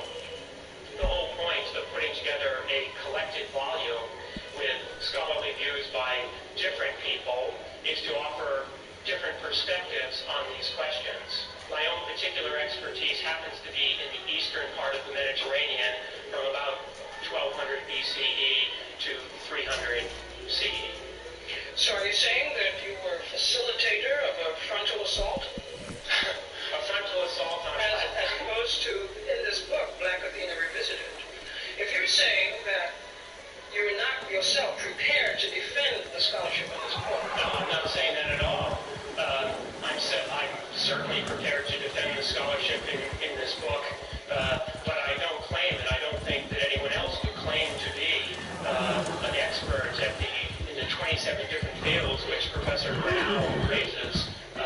In that sense, we're all students of it. If you pardon me, Professor Bernal will defend his own work. I'm saying that you, as a co-editor of this book, I would have assumed, perhaps it's naivety on my part, that part of your role is also to inspect the scholarship of contributors to your book, as well as to exercise some kind of scholastic judgment as to their expertise on the subject. I think your question is now a little bit clearer, and my answer to it is that I stand completely behind our conclusions, and I take full responsibility for them. Is that clear enough? Well, I was under the impression that difficulty trying to understand. That's an entirely different problem, one which I'm happy to say belongs almost singularly Lefkowitz. How did you come by your scholarship in this area, and how do you defend your scholarship in this area? Well, I come by my scholarship in this area as a classical scholar. I have an undergraduate degree in classics and a PhD in classics. My work has been widely through the whole field of Greece and Rome. I became particularly interested in a neglected field. It was neglected entirely when I came to it, which was the study of women in the ancient world. Half of the women in Greece and Rome, and I think elsewhere in the ancient world as well, were simply half the people were ignored. So I became very interested in that and spent a lot of time on that, which involves many different periods of antiquity. I got interested in this subject because I was asked to write a review for the New Republic magazine on Martin Bernal's 2 volumes, and at the same time I was asked to consider such influential and important books as George G.M. James's Stolen Legacy. So that's how I got into this. My perspective is simply that of a person who seeks to understand history and who uses evidence. I defend myself by citing my sources and the materials. Anyone can check these references. My goal is not to stifle discussion or to do anything I do not seek to indoctrinate. I have no agenda, even though many may be imputed to me. I have none. You may say that, but how do you know what is in my mind? If I am a white person or a Jewish person, does that mean that someone has told me what to say or told me what to think? Professor Lefkowitz, have you been to Africa? No, I have not been to Africa. Have you studied in Africa? No, I have not studied in Africa. I never said I did. Can you tell me the African scholars to whom you have referred in your scholarship? I have referred to revisited by some distinguished Egyptologists, such as John Baines and David O'Connor and Frank Yurko, I can only refer to those in detail. I have read many other things, but I do not pretend at any time to be a scholar of Africa and Egypt. I must rely on others for that, including Martin Vernell, whose work in spite of his suggestion, I read, and I know I can find the pages very easily on Terrassol that he mentions, and it is an example of the comprehensiveness of his work that he knows this obscure source. In writing as prolifically as you have on ancient Greece, have you been to Greece? Yes, many times. I thought so. I would like to ask the same question of Professor Burnell. Well, my training was not in this area at all. It was in East Asia, Chinese, Japanese, and to some extent Vietnamese. And the one advantage of learning Chinese, particularly the Chinese writing system, is that it makes you somewhat less frightened of others. I had done a very little Greek at school, and I tried to teach myself more as I did Hebrew. But essentially, over the last 20 years, I have been an autodidact that is teaching myself, but in a very privileged situation, in that I was a teacher at university, so I could go to the experts, ask them naive questions about the new subject that I was looking at, and they were extraordinarily generous in responding to me, so that I did get information in this way. I was also given a very broad historical background by my father, who read me H.G. Wells's Outline of History over 6 years with various glosses, so that he gave me a sense that one could understand history, one could see things in larger contexts and sometimes even in global contexts, and that I found very useful and confidence building. But I always insisted, and I say this in the introduction to Volume 1, that I am trying to open doors for people who have more, who are better equipped in a specialized sense to go through, because there are many areas that I look at and touch on, but cannot follow through. So I wouldn't claim a deep expertise. Yes, I have been to Greece. Yes, I have been not only to Egypt, but to Tunisia, to Malawi, to Zambia, to Zimbabwe. So I have some experience of Africa. So I have that background, and I think that has helped me in my general approach. In your 2 volumes, Professor Bernal, the Black Athena volumes, are you suggesting that you initiated much of this information, or are you picking up from where others have left off?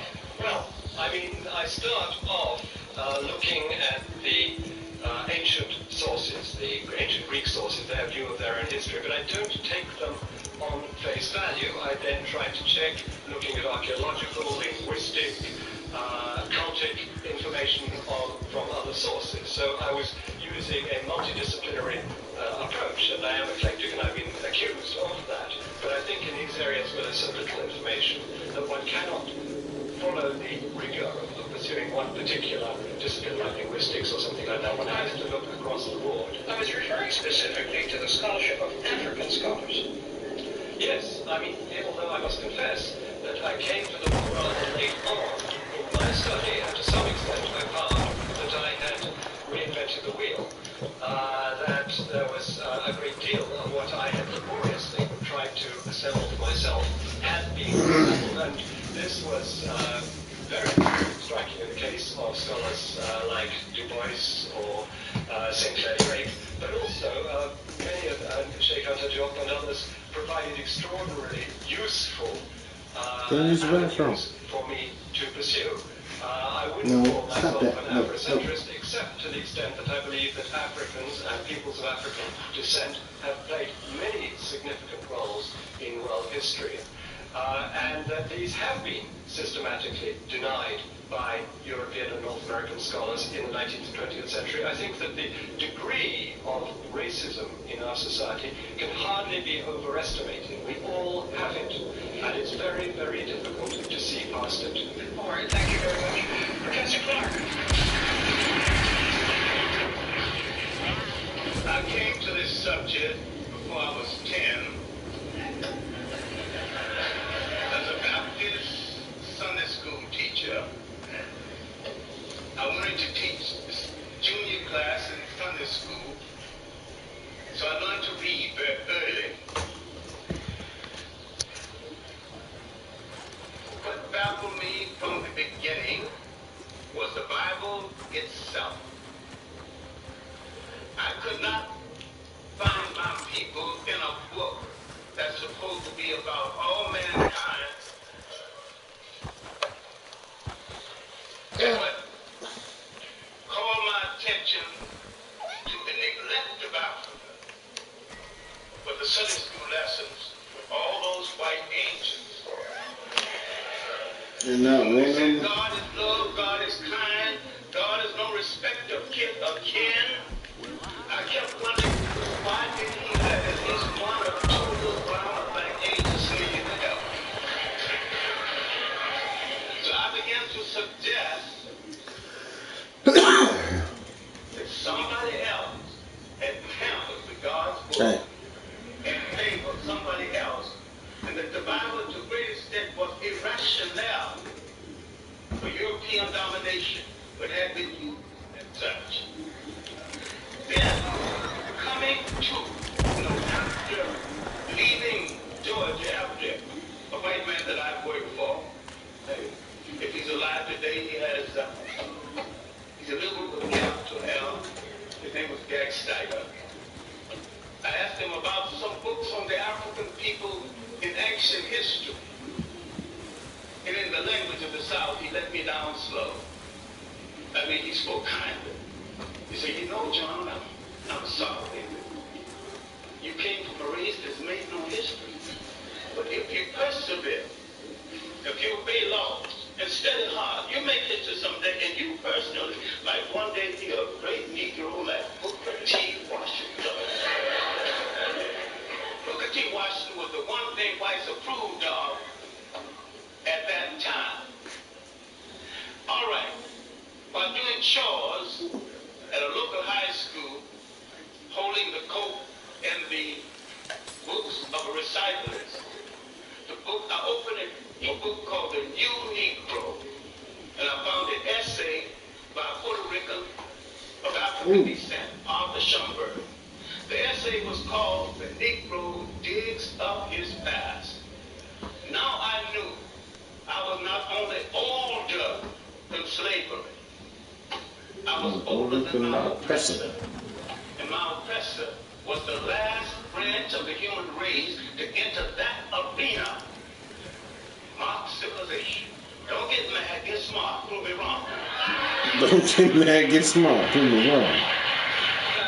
Now, Old Harlem History Club, under Wilson Hurgans, long since dead, John Jackson died only a few years ago. We had to take up a collection to bury.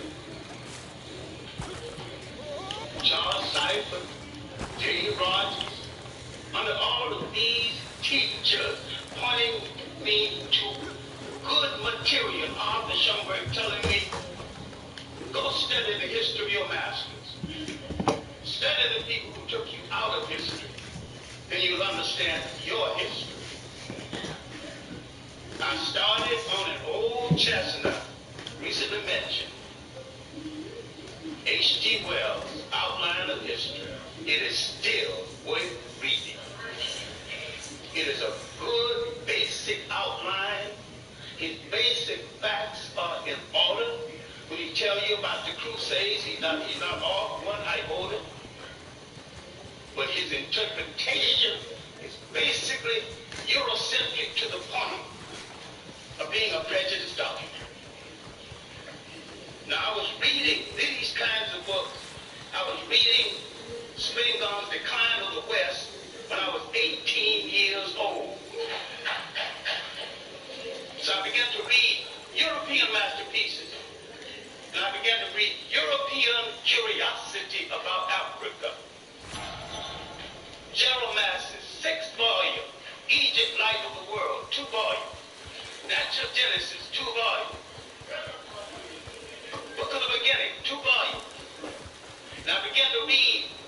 tell mass his attitude on religion and his idea that nearly European concepts of religion was stolen from outside of Europe. He was not a historian. He was not an Egyptologist.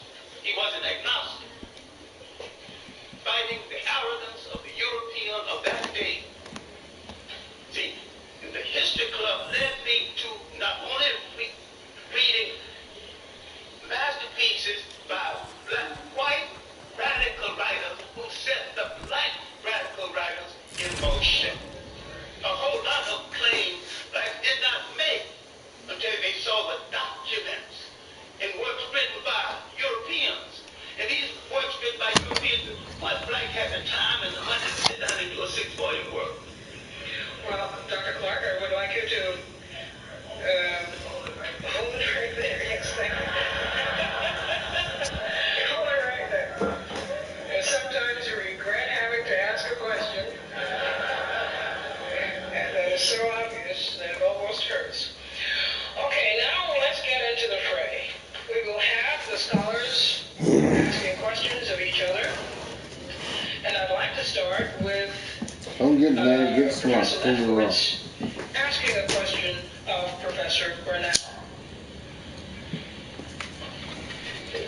I'd like to ask Professor Burnell if he could point to some specific instances which he could cite where Egyptian thought influenced Greek philosophy directly, and if he could discuss some of those for us. Well, the Greek philosophers were extremely respectful towards Egyptian philosophy, and particularly Plato in his later dialogues.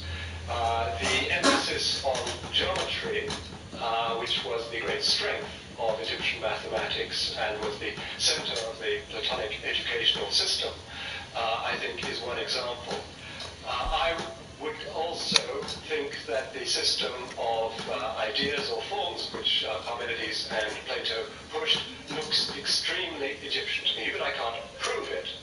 I also think that the distinction between worlds of being and worlds of becoming, which fits Egyptian grammar extremely well, and Egyptian cosmological notions extremely well, look very influential. I think that the Greek tradition, which was that Pythagoras and Plato had drawn from Egypt, seems altogether plausible.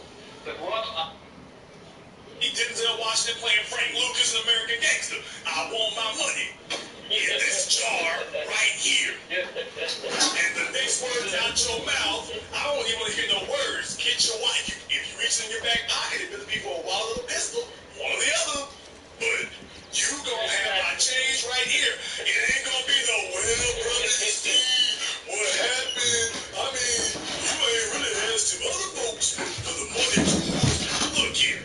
It's gonna be two, break my bread, I'm breaking my foot in your ass. One or the other. I'm cutting the conversation short. If your wife or your girlfriend find you in bed with her sister, ain't gonna be no long debate. Oh, please, you go on there. And don't let it happen while she cooking. If she got some grits or greens on the table, you about to get the Halloween tree on. It's not gonna be a conversation. What I'm saying is, as black folk, we let other people treat us crazy, but with each other, it ain't gonna be no conversation. It's not gonna be no long, drawn-out affair. Dude, if you move to San Diego and buy your woman a $500,000 house and get her set up nicely here, and then you come home from work and find her in bed with the damn pool boy and the mailman, or worse, both of them. How long a conversation ain't gonna, well, let me explain to you what happened. Oh, no, you can't explain nothing. There's no discussion to be had.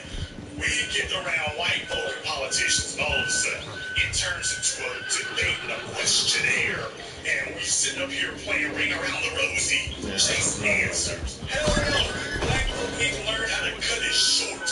If we demonstrate the politicians that you only get one shot at answering the question the right way, and then after that there's nothing but consequences, things will change. So long as we make it where, well, let's give us 12 chances at it, nothing changes.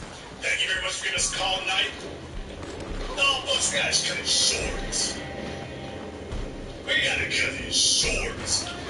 This is why you got so many baby mamas out here right now. Oh, did I say that? Yeah, I'm saying that. Y'all let niggas sit up here in your ear. Well, baby, you understand what it was. As you know, I mean, I'm a man. I didn't even know she was pregnant like that right there. Really, I think she got pregnant 3 years ago is what it is. So, I don't really think she got pregnant now. No, I think it's just a really late baby. I bet you that baby gonna be born. He gonna be like 3 years old, baby. I don't know who this boy nigga talking about. She had my kid. Yeah, I know I'm with you and everything. This is what the hell happens. I need to come see my son in the last year. I ain't really had a chance to do that. You know, it's been busy over here. You know, the man got me, baby. The man got me. That nigga had no problem finding his way to your damn house for 4 damn years when he wanted to lay up with you. Never missed a weekend. Now that you done gave birth, all of a sudden, you can't find your house. 4 years he was laying up on you. Now all of a sudden he can't figure out his way to get to your house. And you sitting up here holding a damn conversation. Letting them talk to you crazy. We holding a conversation. This is the bull crap I'm talking about.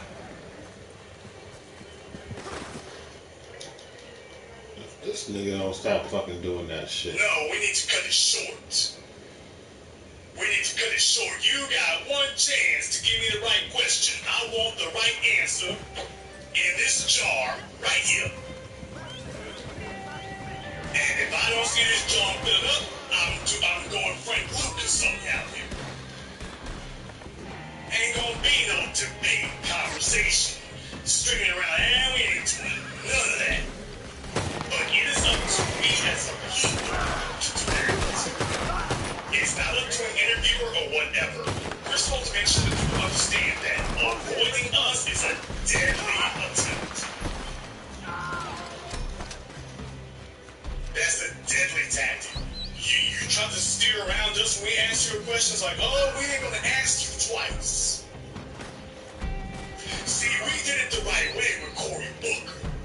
Oh, I'm gonna remind you. See, we did that one the right way. When we all did Cory Booker, we did that the right way. That was the way you do it. When Cory Booker, because black folk wasn't really fooling with him like that anyway. When Cory Booker made it clear he was gonna come with the dumb stuff, but you see, I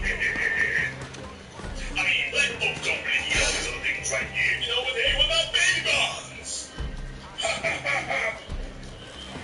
As soon as Cory Booker opened his mouth, we did the right thing. We cut it short. We cut the thing short. That was it. Cory Booker didn't get no 3, 4 chances to screw up. He got one. It's like, dude, we ain't gonna listen to you but one time. And something sensible better fall out your mouth. As soon as he showed up with that damn crap-eating grin, well, you know, black folks really just want a piece of the pie. Reparations, I don't know about that, but I can get you some baby bonds. That was it for him. Black folks like, I ain't be done with him. And that's what we're supposed to do with everybody. We're supposed to be done with everybody just like that. If the next, y'all, Cory Booker didn't get a second interview. And remember, he tried it. Cory Booker tried to do a second interview. He tried to clean it up. He tried to go on the media campaign. Nigga, it was too late. You ain't gonna get a chance to clean this up. Black folks is done. You got one strike at bat. Let me see if I can try it one way. If that don't work, let me try it in a way that won't offend the white voters I want to get. And if that don't work, I'll come back and see if I can try to reword it later. He didn't get that chance. And that's how we need to treat all A one-strike policy. If you can't talk to us like you got some sense the very first time, we're done.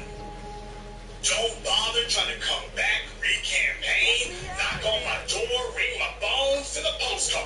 Don't bother.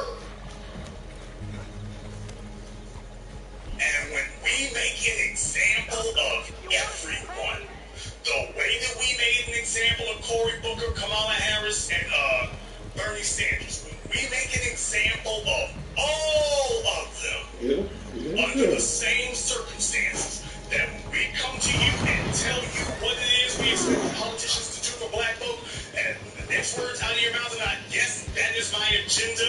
When that ain't the next words out of your mouth, that's it. We're done. Don't bother calling us back. But we need to start making examples out of people. We did it with Cory Booker. We did it with Kamala Harris. We did it with Bernie Sanders. We almost finished doing it with Joe Biden, and they are definitely shook over there because they're like, y'all making too much damn noise and trouble. That's what we need to do. Ain't no debate about it. Ain't no discussion. Ain't no talk. Done with that. This is what it's going to be.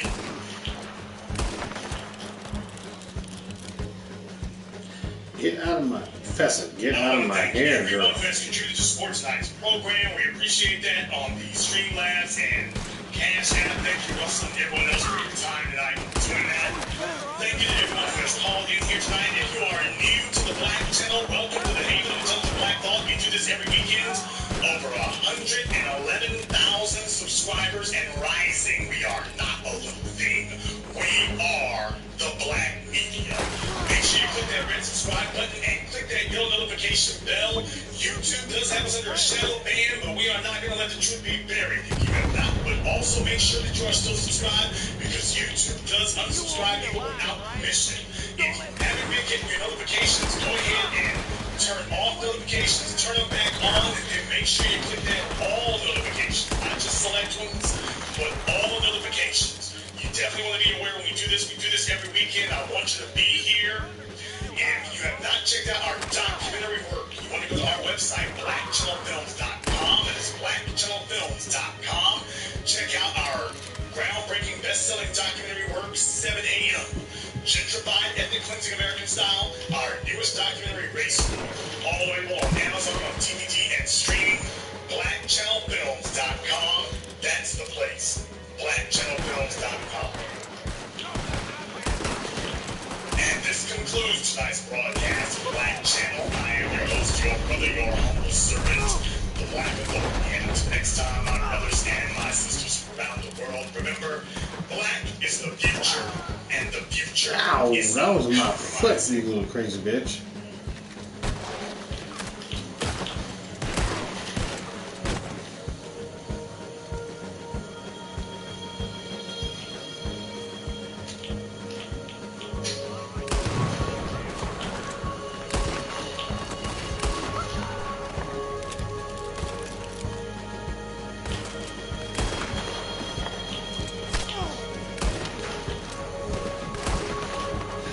Hey, that's my toes. That's my toes, nigga. Put your foot down so I can talk to you? Shut up. I need to loot some motherfuckers right quick.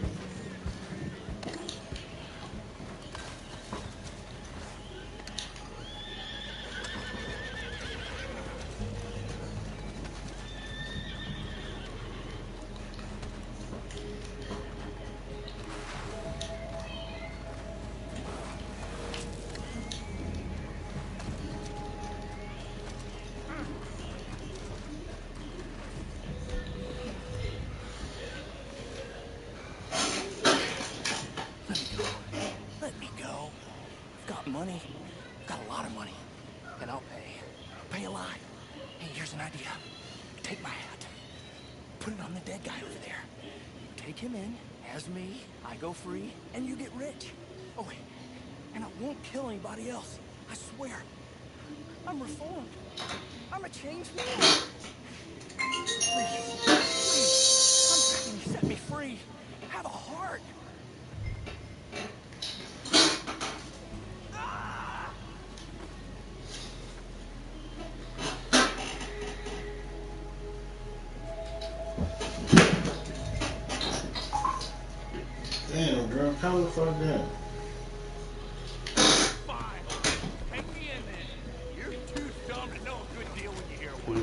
Blow his head off.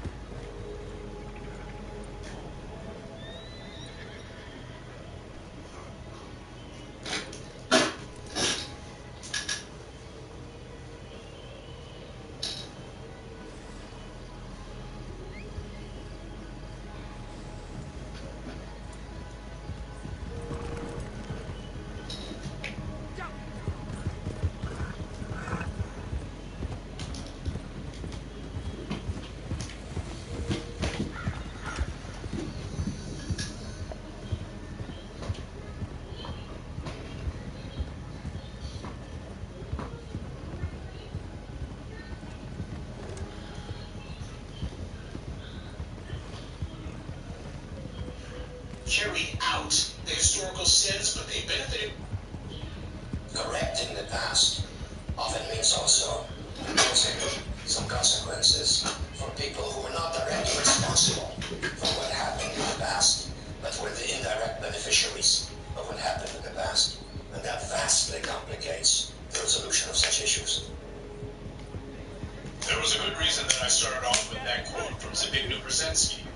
Not merely because he was a white man, but because he was also an immigrant, as noted on the image. This whole subject about what it is that black people are owed is coming to a boil mainly because there's a refinement going on here. That's how power works. Power is continually in the process of refining itself, purifying itself. You take some gold out of the ground, and what happens is you gotta smelt it, you gotta throw it in a furnace, because you gotta separate the gold from the dross. And that's what's going on right now. This is not to say that we are trying to separate ourselves from the rest of the African diaspora. Far from it. We've been repping black while everybody else has been running from it. All the rest of these folks from the sons and daughters of Africa from outside the United States were trying to call themselves everything else except black. They were trying to separate themselves from us. We never tried to separate ourselves from them. So let's make this absolutely crystal clear. We are not trying to separate ourselves from the rest of the African diaspora. We are attempting to clarify our place in the African diaspora. Got him? Good. What we are doing right now is no different than what you saw Jews do. They didn't say that we're not white people. What they were saying was, well, we need to clarify the position that Jews hold among the Europeans, among the Caucasians. We want to make it clear where we stand, what we are, and what it is that we're about.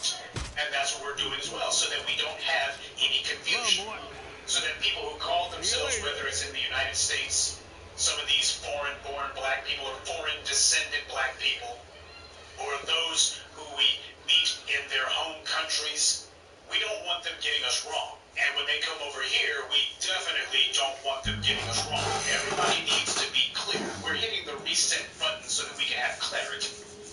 You're going to be hearing a whole lot of us throwing the words of all of these other non-black groups and non-foreign, non-domestic born black people in their faces as far as what black people are owed.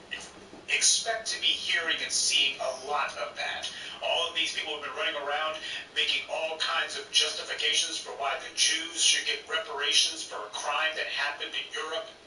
Or, in the case of Zbigniew Brzezinski, that little clip that I played for you, that was taken from Zbigniew Brzezinski commenting on the Ukraine. That's where that's from.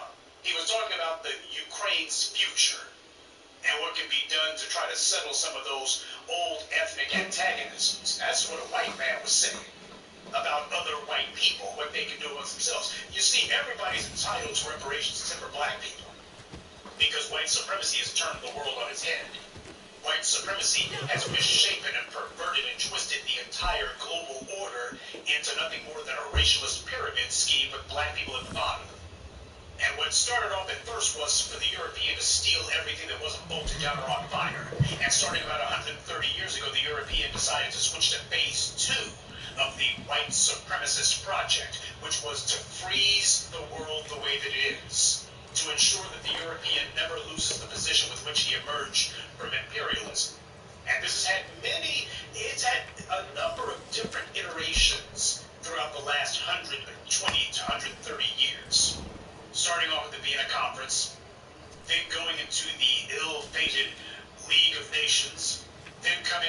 the Second World War, you had Bretton Woods, the European Union, and a Project for a New American Century and such. These were all just different names for the exact same agenda, which is to make sure that white people don't lose their position. Because all that stuff that these folks were doing, they were not concerned about the rest of the world. They were only concerned about white folks and how to make sure the white people stayed on code. And part of being on code means you ain't sitting here shooting each other, having knockdown dragouts about which one of y'all is going to be ruling over everyone else. That's not the kind of thing that's productive. So the European, because of the fact that he's never been able to get along with anyone, not even himself, of course it was going to blow him over. Of course these guys were going to have a go at each other. That's what they were doing before they were able to break through the Moorish blockade and get down into Africa in the late 15th century. These guys have spent the better part of 1,000 years since the Romans left, just basically having a go at each other. Now, for those of us whose ancestors were caught up in the slavery experience, what does this have to do with us? We were wronged. We are the most wronged and righteously aggrieved people on the planet.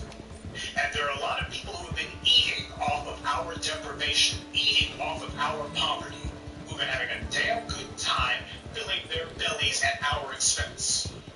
And what they figured was that the day would never come that a critical mass of black people would ever put their heads together, put their differences aside, decide that they were going to pursue a black first agenda. And we need to be very clear. When we say black first, we're not at the point yet where we have the resources or where we have the political wherewithal to be able to impose black empowerment outside of our sphere. Make no mistake, you go to Jamaica, take a look at Jamaica.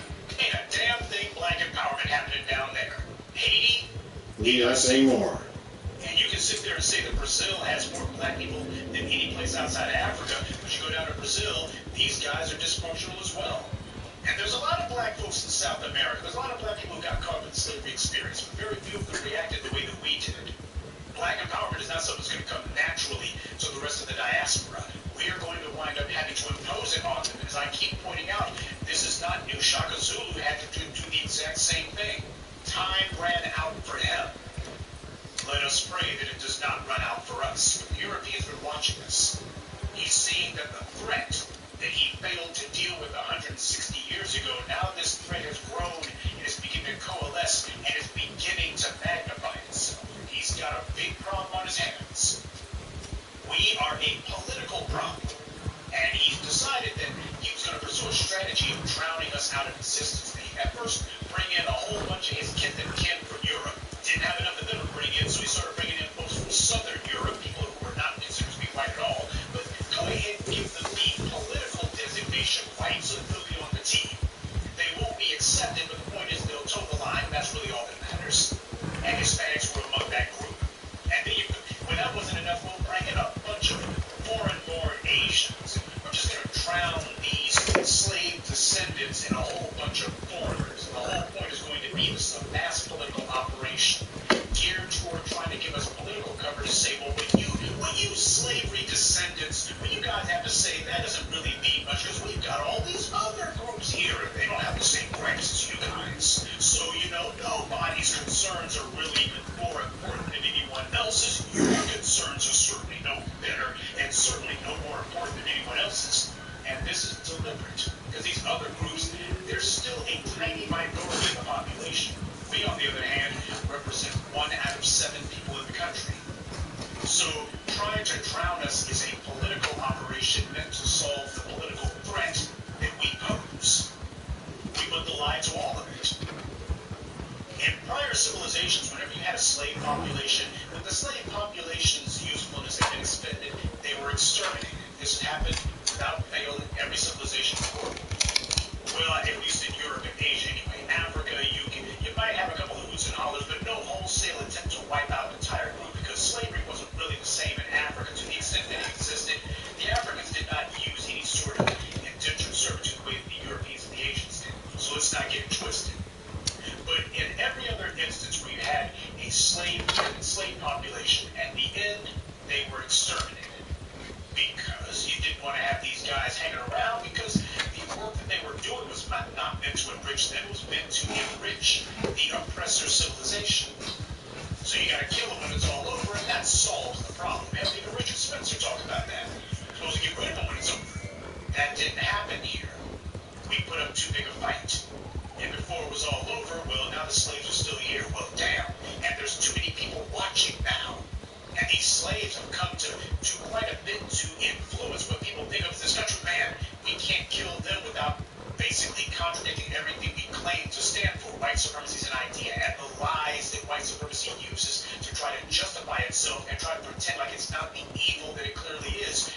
also an idea. So they're stuck on the horns of a dilemma. This is what Thomas Jefferson meant when he said, we have a tiger by the ears and we can neither safely hold him nor let him go. We're not going to stop what we're doing, but at the same time, we don't know how the hell to keep this up. So where in the world do all these foreigners come into play? They have been the indirect, and in many cases direct beneficiaries of our enslavement. Everything that we built that has gone to enrich everyone except for ourselves, we are owed, and the bill is due. Time to pay up, sucker, the rent's due. And yes, it's going to be to the tune of trillions of dollars. Because those individuals who have become rich off of us, look at how much richer they've become over the last 350 to 400 years. They didn't make chump change. They became the most powerful and most opulent and wealthiest nation in human history. That means the reparations that go to their victims will be the biggest in human history. And all of these immigrants, I don't give a damn where they come from. If they come from Mexico or where they come from Mali. If they come from Washington or if they come from the far side of Guangzhou, I don't give a damn where the hell they come from.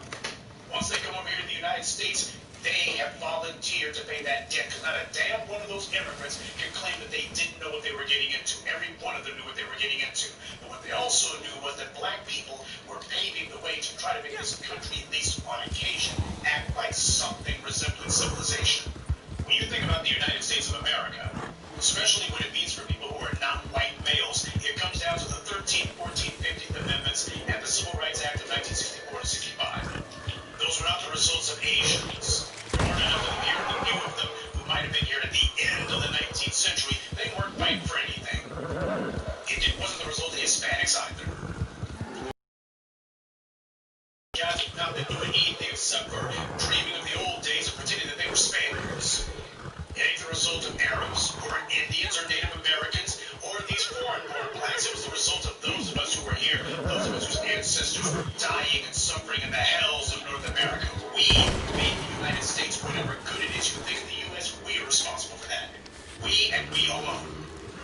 The 13th, 14th, and 15th Amendments were not the result of white folks having a come-to-Jesus moment. They didn't do it out of the goodness of their own hearts. If they did, what the hell were they up to for the previous 300 years then? No, they did it because we faced them with a political dilemma and they had no other way out. We put their backs to the wall and it was a matter of you've already had one civil war. If you don't come down on the right side of history this time, you're in for a second. We said, okay, fine, then it's a little necessity. A necessity that we brought about. No one else. Not a brag, just a historical fact. We're equating people with a history now. And we're letting people know that we are a unique people. We are a special people, a people apart. We are an exceptional group. And what was done to us has never been done to anyone in the history of the world. Hence, what we are due is beyond anything that any other group of people are due. And as for these immigrants who have come in, you guys owe us too. In fact, you owe us more than everyone else because at least with the good white folks who were here beforehand, these guys, they were being a bunch of honest thieves. These immigrants who came in, they were being nothing more than a bunch of base opportunists. They came in, they saw how we were being treated, and they threw in their lot with the oppressors, and then they want to have it both ways. At least the white supremacist, the indigenous white supremacist, native white supremacist here, at least he knows what he's doing is wrong. These other groups saw it, said that it was wrong, and then said, you know what, we're going to help you out anyway. We're going to help out the white supremacists anyway. I just love when you got some good white folks today, or better you got some of these immigrants who want to try to pretend as if, oh, well, I shouldn't owe anything. Let me tell you something. This is a message. In fact, this is the entire reason for tonight's video essay. I got something to say to all of you foreign-born folks, or you descendants of foreigners like Joy Reid and Angela Rye and Roly Martin and Kamala Harris and every one of you who happen to either be immigrants or the children of immigrants. You are not going to get away with that con game of, well, I wasn't any part of this. I just showed up yesterday. Yeah, why the hell are you here? You're here because this is a land of opportunity. There are vast economic resources. Yes, economic resources that were only made possible because of my people. You don't get to take credit for that. You are part of that. The only reason why this empire of liberty, this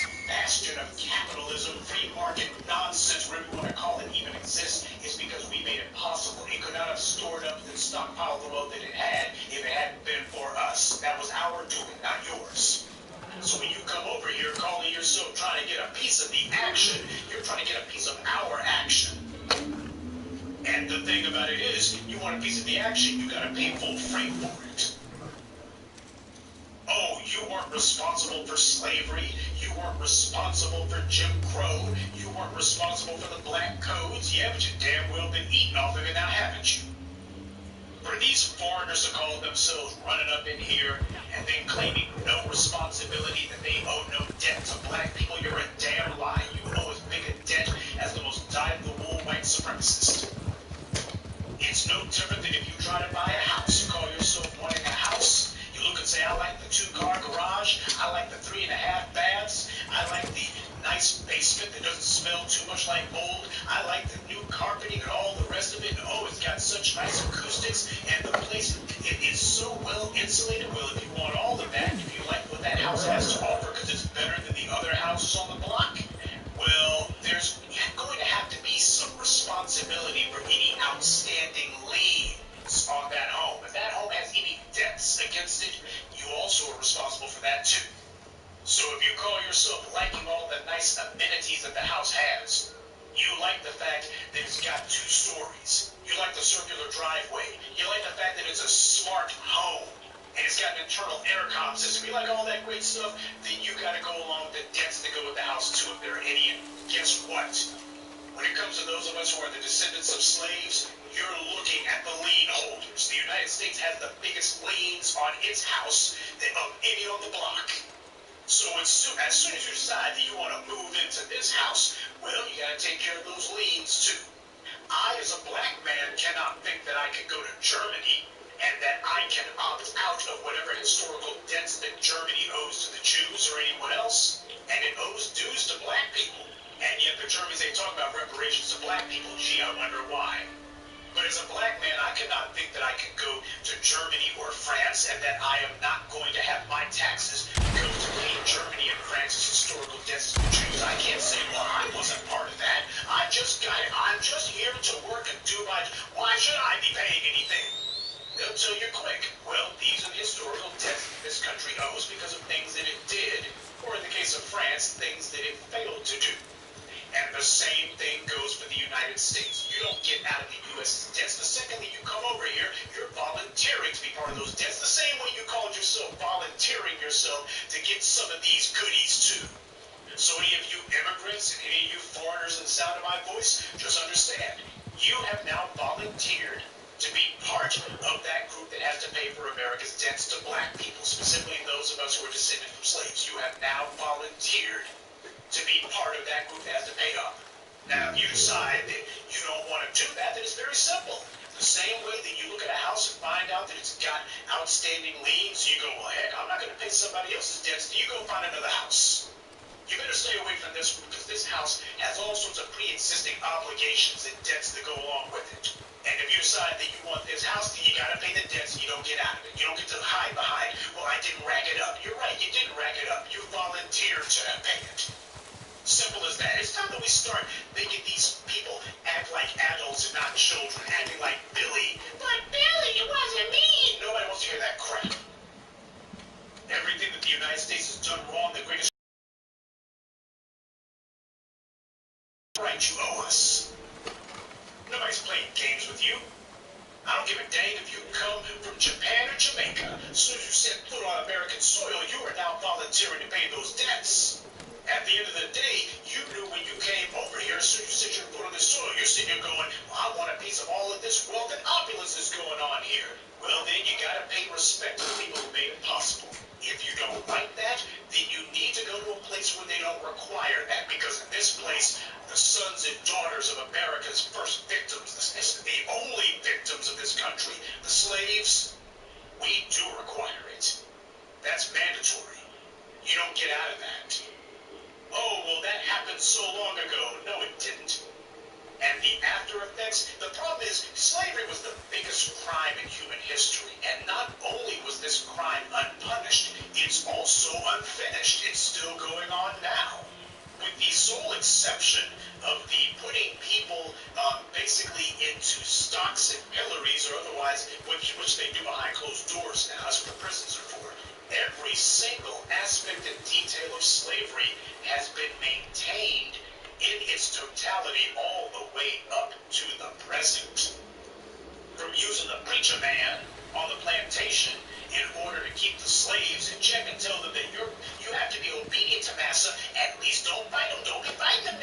Jesus do? That's what they were doing on the plantations. Continues to this very day. And you got a whole bunch of midwinches, which is part of the problem that we happen to have. Once you corrupt the mothers of a civilization, that civilization is effectively cut off at the knees and gutted. And if you, it's create a situation where the man is not the leader, and in too many cases doesn't even wish to be because he's confused. He was either raised the wrong way, or his spirit, such as it was, has been broken. Look at Terry Crews, if you want a pathetic example of that. If you wind up fostering cowardice, and somebody who is going to be complacent, somebody who is going to just decide that he's going to defer to anyone and everyone, then what you have is not a man at all.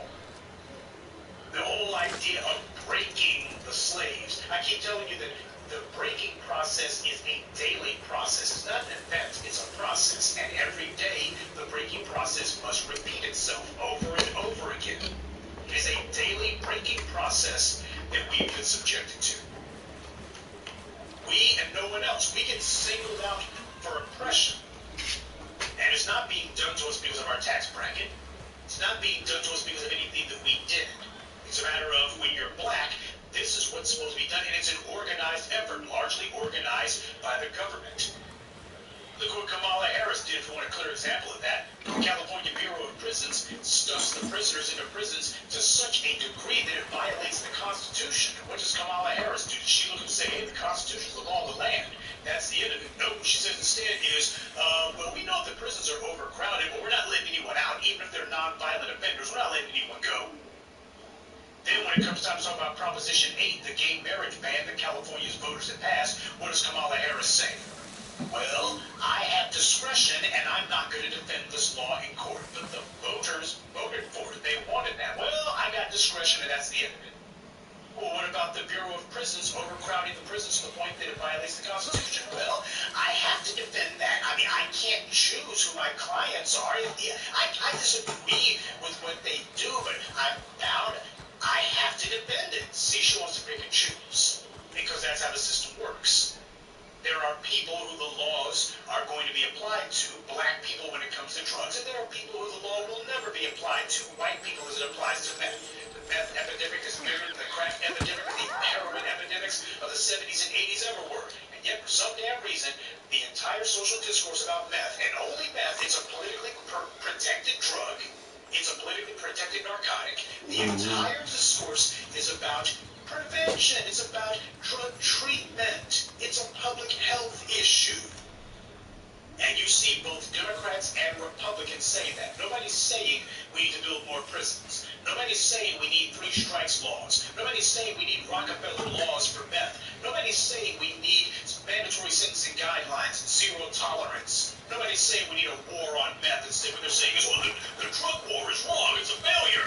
No, what it means is we got to stop that kind of talk as far as meth goes. We need people to understand when you say meth, you're talking about a drug that's protected. You're talking about a narcotic that has protection under law. These people are immune because it's dealing with white people. That's what it's really about. It ain't the drug that's being protected from law. It's not the drug that has immunity from prosecution. It's the people who use it. White people. That's what it really comes down to. All of these folks who have been eating off of our suffering, eating off of our labors, eating the fruits of our labors. You have these people who come in here, either from Europe, Asia, Africa, the Philippines, and here they are spitting on the individuals who made all of this possible. They see what the hell's being done against us, but instead of the response being, you know what, this is wrong, it's unjust, why? How many of these foreigners say, I came from a place where injustice was the rule of the land, and here they are over here in a place where the injustice is far worse, far more strident, far more blatant, and yet their response is, oh, you Negroes, you guys, you just don't work. They know that it's a lie. They know that black people, nobody works harder than poor. And that being the case, nobody works harder than black people. But what these guys also understand is that there's a racialist pecking order. And that the only hope that those who are not already part of the in crowd have to get something resembling less odious treatment from the white majority is that they got to dump on black people. That's the rule. That's my hair. For the longest time. When the Irish showed up, they had the signs up saying no dogs or Irish allowed. This place does not serve Irish. They were not hiring Irish. What they were doing was they were hazing the Irish. Make them a little hungry. Give them a couple of smacks upside the head. Let them know that this is the kind of treatment you can expect. Unless you show that you're dedicated to team white supremacy. Come on, you know the rules. There's a racial pecking order here. You'll never be at the top of it. That's not for you. But unless you want to enjoy being at the bottom with the rest of the former slaves, you better show your allegiance to team white supremacy. And what happened during the draft riots? You had a lot of these Irish immigrants and Irish and people who have been Irish migrants who were being told you're going to be pressed into service in the war. Now, did the Irish decide that they were going to go after the ruling Protestant class in the U.S.? No, they didn't. When they went after black people in Boston, Baltimore, and Philadelphia, that's who the Irish went after. They showed the same kind of cowardice that they showed in Ireland. You know why Ireland still has the Anglo-Irish running things and the Anglo-Saxons in charge? You take a look at an industrial map of Ireland and you see who actually owns the companies. Very few of them are actually owned by Irish. Mostly they're owned by Anglo-Irish, which are the descendants of British and Irish collaborators with Britain's occupation. Or they're just owned by outright Anglos altogether. It ain't just for Northern Ireland either. So the exact same cowardice that the Irish showed in Ireland, they showed that they hadn't discovered their guts over in the New World either. They were looking for a place on team white supremacy, and as soon as they had enough hazing and they showed that they could be counted on to uphold the old order, as soon as they had shown that they were going to uphold the racialist pecking order, then the designation of white was given to them. And the same thing happened with these other groups, like, say, the Italians, and this is one in particular that just makes me want to puke. The Italians, and we're talking about people who consider themselves to be educated, they love to wash your face with a little incident that happened in New Orleans. There were 11 Italians who got themselves lynched in the late 19th century. I think it was like 1890, 1891, because there was a police chief who got killed, and apparently some of the perpetrators, alleged perpetrators, they've been acquitted in trial, and what happened was apparently some of the good white folks decided they would get their hands on these Italians. At least 11 of them were hanged in public, and they were dismembered. And all. In other words, they were treated like black people. They treated the exact same way that black people have always been treated in this country. Now, that's pretty much the only such incident that occurred. But if you hear the Italian Americans tell the story why, they talk about it as if more Italians were killed by lynchings than black people were, the way they tell it. They love to wash their face with it every 5 seconds, trying to figure out some way to say, oh, see, we were treated as bad as black people. And yet, look at our position. You see, you niggers, you niggas, you moolies, you don't do no work. That's what the Italians did. So you see how that whole pattern repeated itself over and over again. And Hispanic, same thing.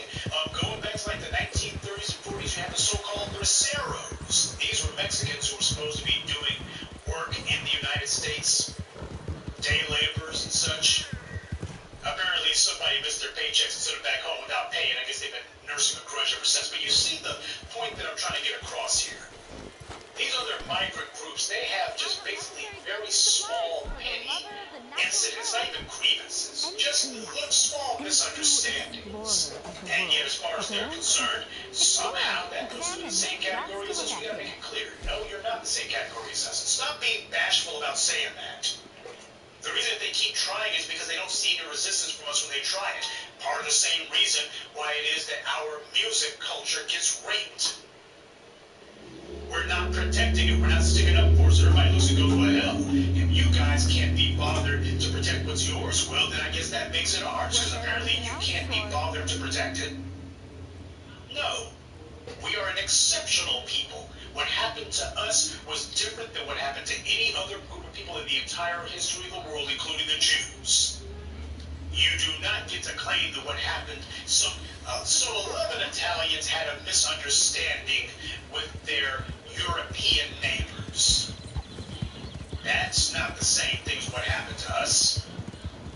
Because you got one incident, which was not even the result of a chief actually got killed in New Orleans. A death actually happened.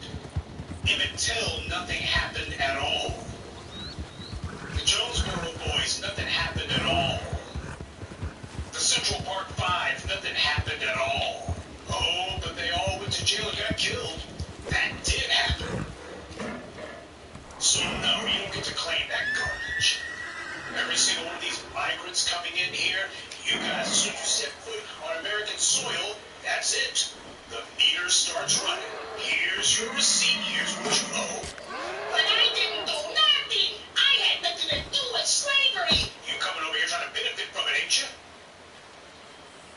Until black people are made whole, until this country is forced to divest itself of the ill-gotten gain that it has reaped off of our black backs, until black people are restored to the condition that we should have been in to the very beginning, which is having the resources that we need to ensure our prosperity and posterity, then yeah, the meter keeps running. All these clowns, all this freaking confusion, you got these folks who have made common cause with white supremacy, and they're trying to tell us to sit on our hands while they eat the food that we cooked, that we prepared, was supposed to be in our bellies, and here they are just scarfing up what the world's supposed to be in our bellies. Don't dream. Yeah, we know it's going to ruffle some feathers. We know it's going to make people mad, because what they're really angry about is there's an exceptional group of people here in the United States, and it ain't the people who allegedly founded the country. The real founders of this country, the ones who really built it, they're asserting themselves. And because of the fact that people have not had to hear this, nobody's been saying this, nobody's been speaking boldly like this, now they're getting all caught up in their feelings. You guys shouldn't be saying that. Well, why not? It's the truth. What they're mad about is we're reminding them. We're reminding them that the people who have been locked out, shut out, and systematically kept out are the very ones who made the United States possible. Everything from its prosperity to its culture, that's what we put in place. All this other garbage, all this imitation European crap that you see going on, that's what the United States would be if it wasn't for black people. Culturally, the United States would be imitation Europe, and a poor imitation at that. Whatever you think of as being actual Americana, it's actually actual descendants of slave culture. That's what it is. It's what we made, what we built, what we made possible. That's a fact. All these other groups who have brought their so-called culture here, what in the world did they bring? It didn't catch on, not the way that ours did. It did not become part of the fabric of the nation. It simply became some interesting details, which is part of the reason why a lot of that stuff is eminently forgettable. This is the thing that our culture actually represents the culture of the country. Everybody else will be eternally foreign. Because the truth of the matter is, even the stuff that's supposed to be coming from Europe, classical music, that stuff still ain't thought of as American. The only classical music the United States has is jazz. That's America's classical music. It was the music that represented the heart and the rhythm of the city. Not a bunch of well-to-do genteel idiots out at their lake houses or in their lofts somewhere. You need a music that everyone can look at and say, yeah, this is the music of the nation. This is the heartbeat of the society. You don't get that from some hoity-toity clowns trying to play Shostakovich's greatest hits. It don't work like that. Small niches like that, they make the 1% feel as if they're so much better than everyone else, but the very fact that you're trying to be better than everyone else means you're not like the rest of the society, which means that what you're doing is not part of the social fabric. And they're mad about that. They're mad about it because at the end of the day, they know that all their claims, all these other groups, their claims of hard work and all the rest of it, they know it's a lie, they know it's a fraud. But they need us to either be silent about the fraud or to agree with it. And what's happening is we're contesting the fraud. We're arguing the fraud. We're disproving the fraud. As Dr. John Henry Clark said, when black people, those of us who are descended from slaves, when we start winning again, a whole lot of these folks who have previously been calling themselves, I ain't black, I ain't this, that, and the third, all of a sudden they're going to want to be black. You know, when our team starts winning again, all of a sudden that's what they're going to be saying. There were people who just a few weeks from now, they would never have been tolerating talking about reparation stuff as a joke. But now that they're seeing that we can have an impact on presidential candidates, and they see the presidential candidates almost overnight are talking about reparations, or at least they're saying the word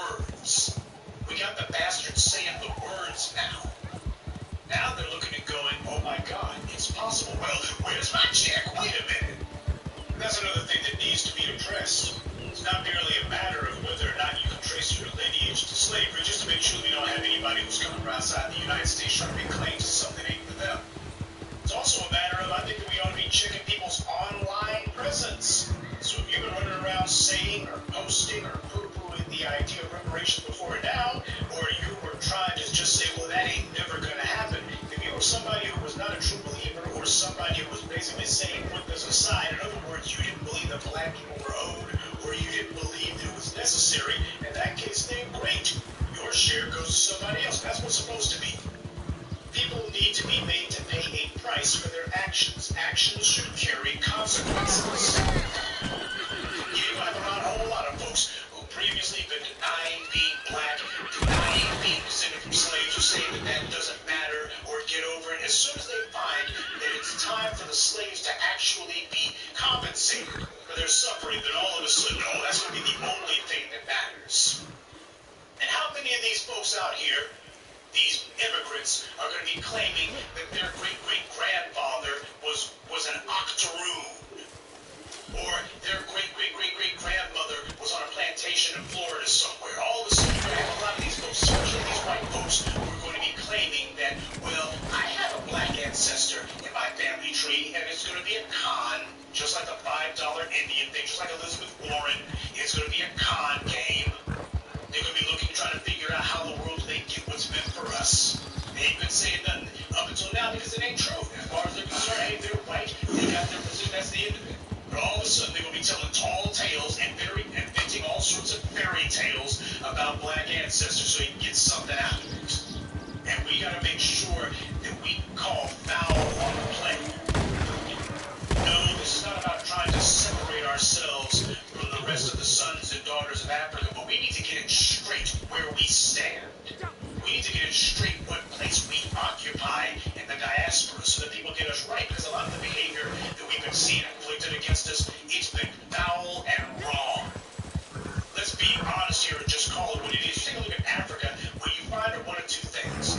You find hideous dysfunction, not entirely all their fault, but it's still there nonetheless. And you got a bunch of folks who, if you watch them on the news or if you watch them on videos, they try to act like us. They try to imitate a black American slave, post-slavery dialect.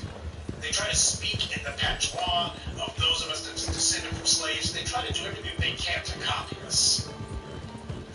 We run around in sports jersey, they want to do it too. So you got some guy in freaking Eritrea, or in Cameroon, or in Chad, or God knows where else, Namibia, South Africa, they're running around.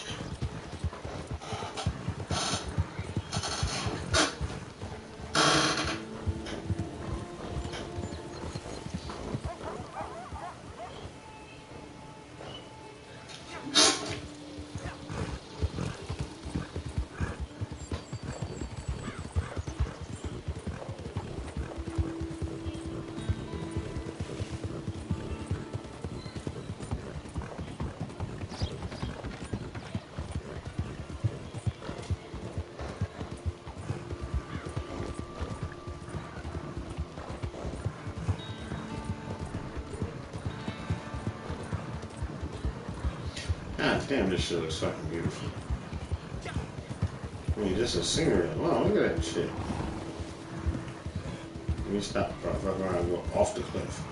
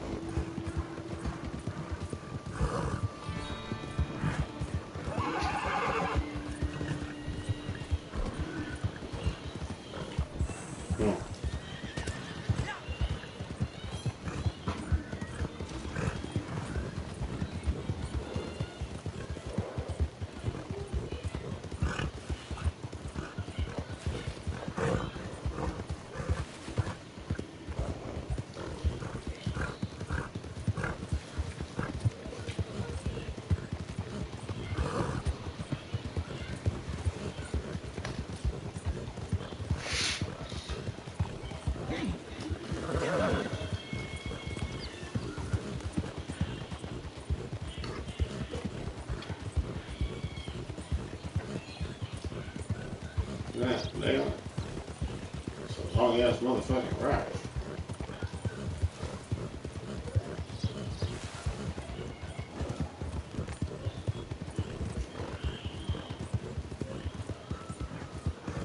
You know, motherfuckers just running for this little damn long time. They fuck around and catch bushes on their butt cheeks. Saddle soda. Finish him.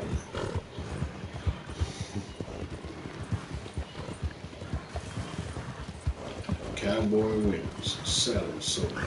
Fatality.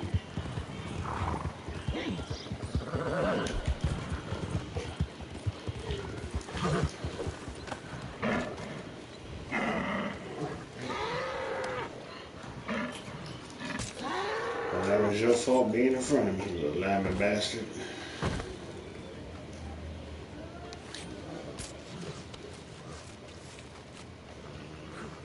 There you go. Perfect, baby.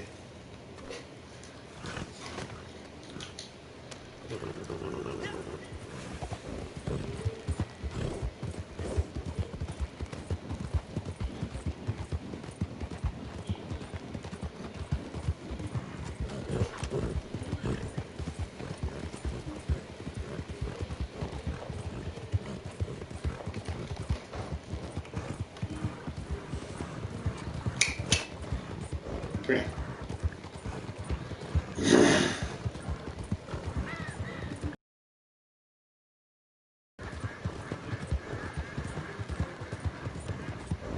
Here, crack cracks.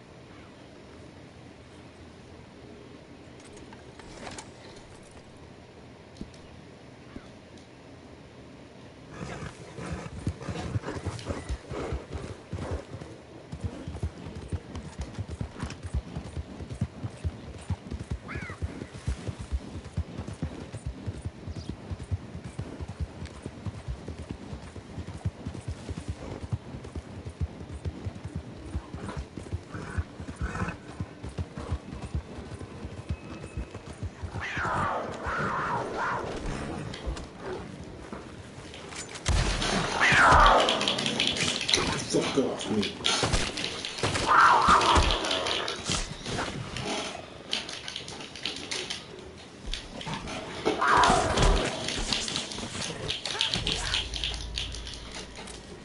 God damn.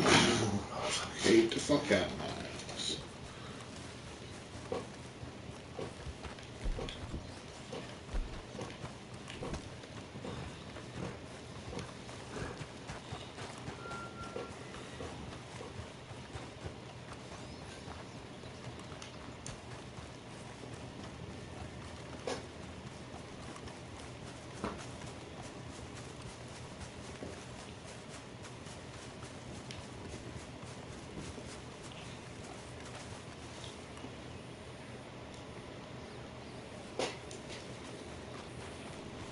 Back in Wiley, bullshit.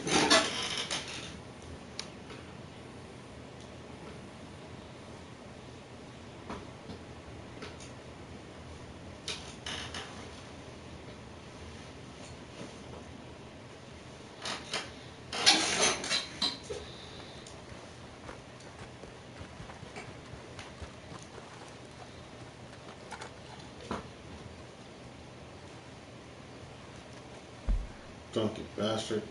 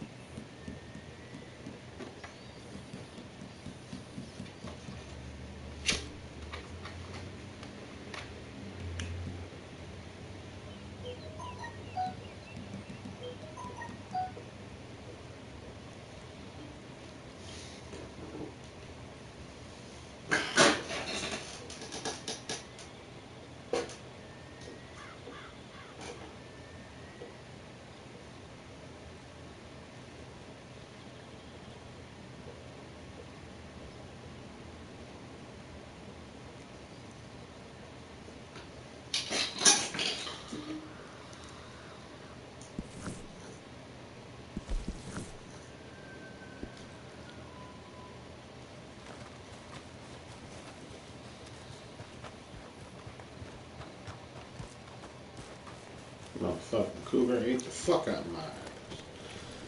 Okay, not like that though. Still.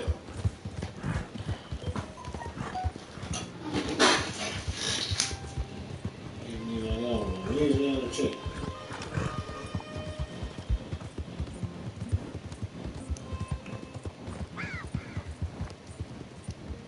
You know how these things start. You hear about Biggie's 2 for 4 breakfast offering. So you try classic bacon and cheese.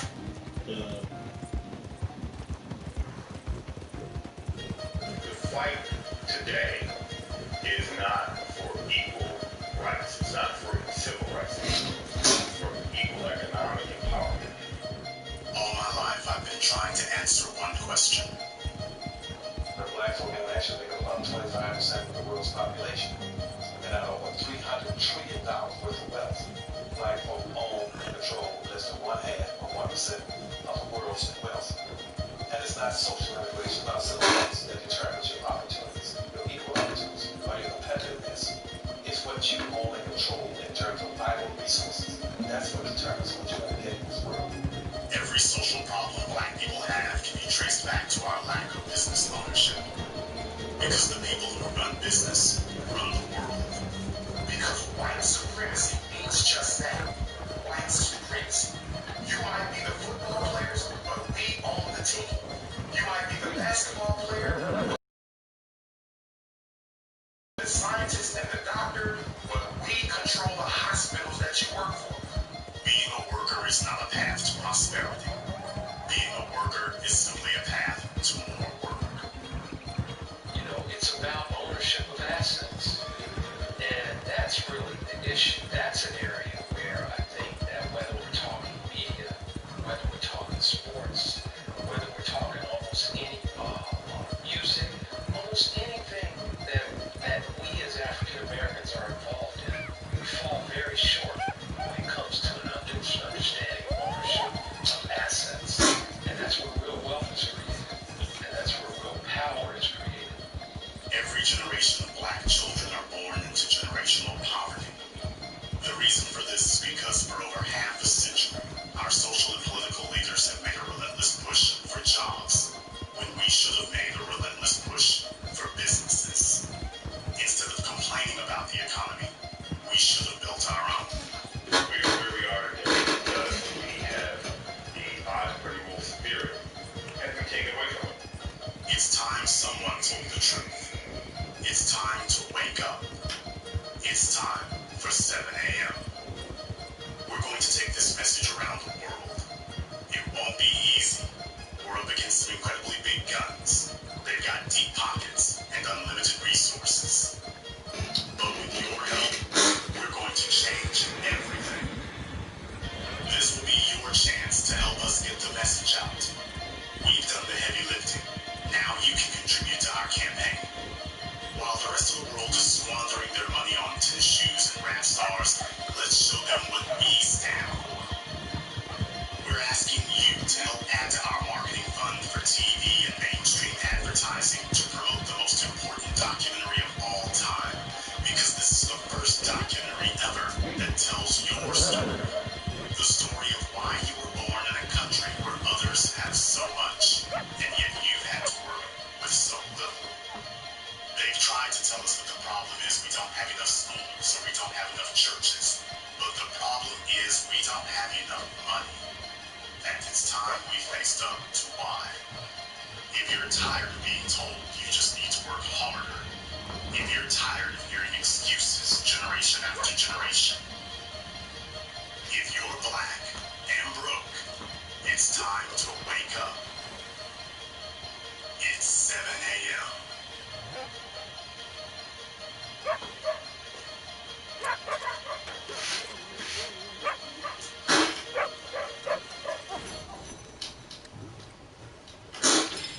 Wendy Bell was an anchor at a Bentley Pittsburgh station. She decided that she simply couldn't contain her hatred for black people in general and black men in specific, even though she has almost no contact with black people and no reason to even think about black men. She fired off this bit of wisdom in response to 5 people being shot in a Pittsburgh neighborhood. Quote, "You needn't be a criminal profiler to draw a mental sketch of the killers. They are young black men, likely teens who are in their early 20s. They have multiple siblings from multiple fathers, and their mothers work multiple jobs. These boys have been in the system before. They've grown up there. They know the police. They've been arrested."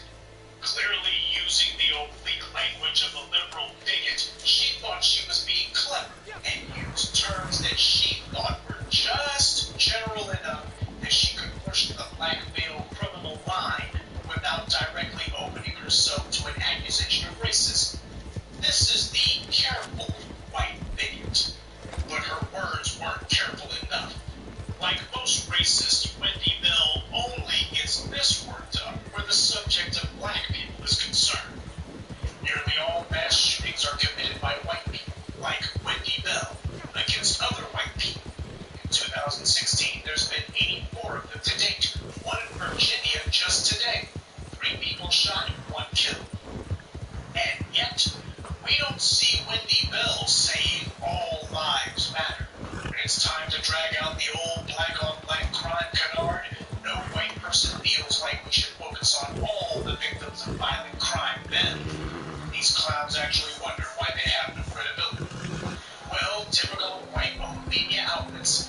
The station she worked for at first tried to pretend they didn't know anything about it until the media firestorm erupted in their faces. They then very quickly rediscovered where they hid pink slips and sent her packing.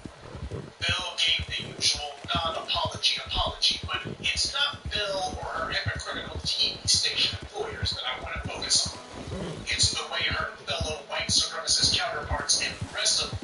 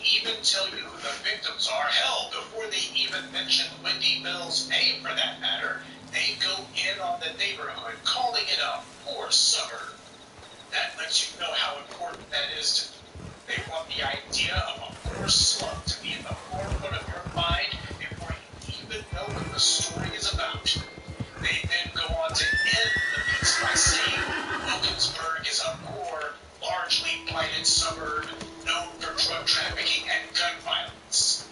Just in case you missed it at the beginning of the hit piece. Then they finish by saying, though the street where the shooting occurred was described by neighbors as generally quiet, this is a subtle form of discrediting the black residents of Wilkinsburg. You call the place poor, blighted, drug-trafficked, and violent, then say, but the residents say it was mostly quiet. This is the white media's slick way of calling the people who live there liars, and also of giving a backdoor defense of Bill's racism. They make sure to hammer only the points that might support what she says, and they don't even bother to make a pretense that they discredit anything to the contrary. Second slanted piece we'll look at comes from USA Today.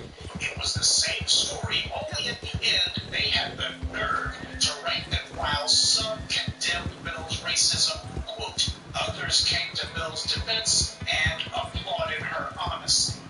Honesty.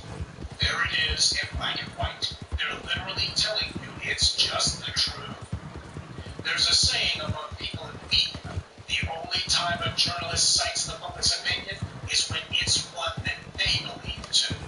The final piece that we'll look at comes from the Washington Post. This piece is written by an Asian, but the white supremacy comes through naturally. Because although the story claims to be about Wendy Bell being fired, the first 5 paragraphs are devoted to nothing but the shooting. How horrible it was, police investigation, how it was pure murder, etc. Then, after all that, they bizarrely, for no reason at all, put a totally unrelated Twitter post from last year into the middle of the story.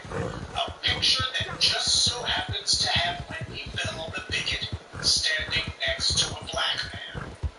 They don't repost her racist tweets or Facebook comments, but they did make sure to repost this picture, and I'm sure they just chose this one in particular out of the blue. Washington Post hit piece even had the nerve to use the word honesty when describing it. That's how you know that this is a coordinated effort. The Washington Post then decided to finish up by quoting more of Bill's idiotic musings. First, that she was, quote, tired of hurting. As usual, no matter what happens, it's always about them. Whenever white people get called on the carpet for their racism, they're always the victims. Not the people they maligned or insulted, but always them. She then went on to relate how she'd seen a young African-American man at a restaurant on his hands and knees cleaning the floor. According to Bell, she praised this young man to his manager because he was so hard working. Quote, I wonder how long it had been since someone told him he was special. Well, Wendy, it's probably been a damn long time because when people look at him, the first thing they think about is how on the nightly news, day in and day out, people like you push racist portrayals of young black men like him as being in and out of the system with prior arrests. They have a perverted and unrealistic, distorted view of young black men, a view that is formed and reinforced by people like you. In your 18 years too long in journalism, you haven't done one damn story praising young black men, so don't try to act like this is typical behavior of you because it's not. She then went on to write, there's someone in your life today, a stranger you're going to come across, who could really use that. That, my friends, can change someone's course. That's white savior talk right there. Pure white woman, because of her superior white morality, can see the humanity in a young black man. Perhaps it would be easier to see his humanity if he didn't have to contend with a 24/7 racism engine powered and operated by people like you, Wendy Bell. There's no such thing as journalism versus white supremacy, because facts, reality, evidence, the truth, everything, society has to be held hostage to white hypersensitive racial psychosis. There's a reason why we have not yet never had a substantive conversation on gun violence in America or do anything substantive to combat it. A reason why Wall Street will be allowed to rape the national economy every 10 to 15 years. Why we can't address the resident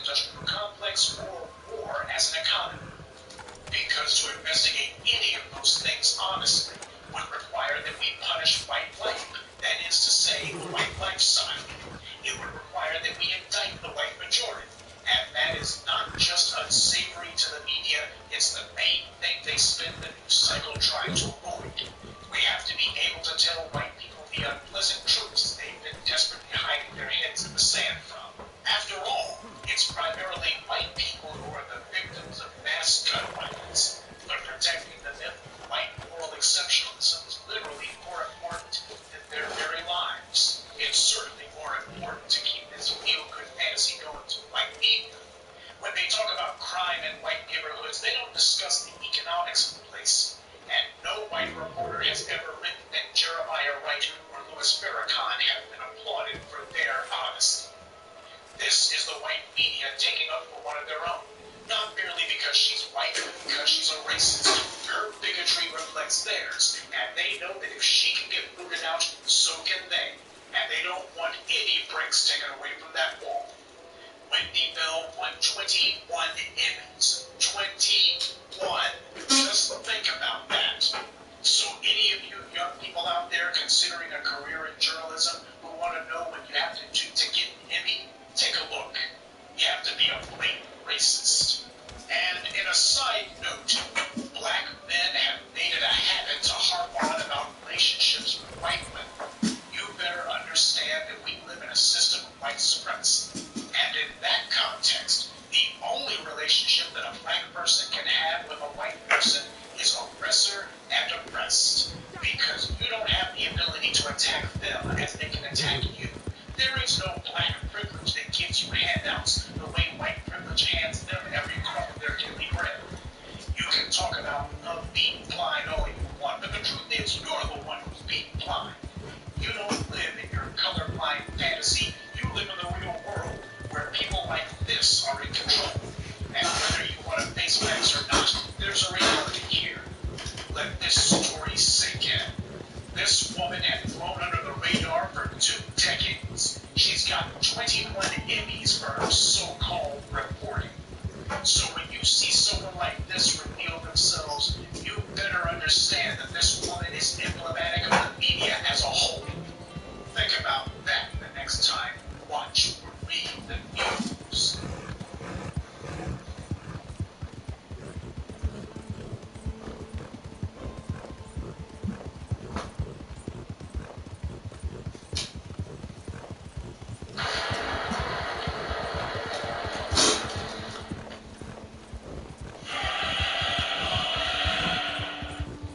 The Greeks.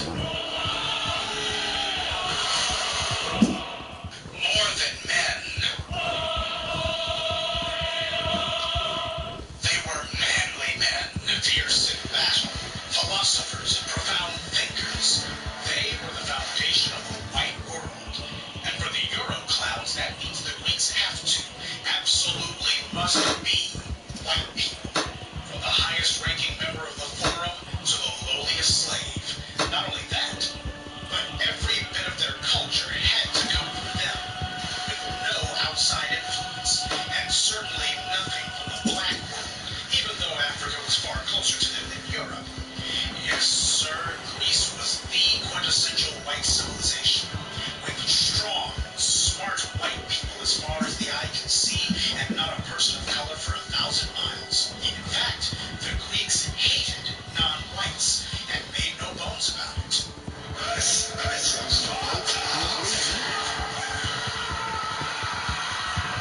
Small wonder the Euro clowns love Greece so much.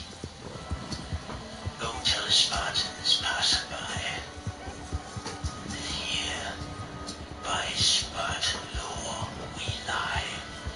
And lie they did. Lie their asses off. For starters. Exactly. Second, there is no connection between Greece and the northern Europeans who never get tired of bragging about them. But before we get to how black Greece was, let's address this whole macho Greek myth. Everybody knows that Greece was pretty much known for only 2 things, philosophy and homosexuality. And not just among men. Remember, the word lesbian comes from the Greeks. The term being coined after the Greek island of Lesbos, made famous by the ancient Greek poetess Sappho, who apparently couldn't keep her mind or her hands off of other women. The Greek reputation for homosexuality even made it into pop references for sex, such as anal sex being referred to as doing it Greek style. Up until now, Greek men have been stereotyped by Western civilization as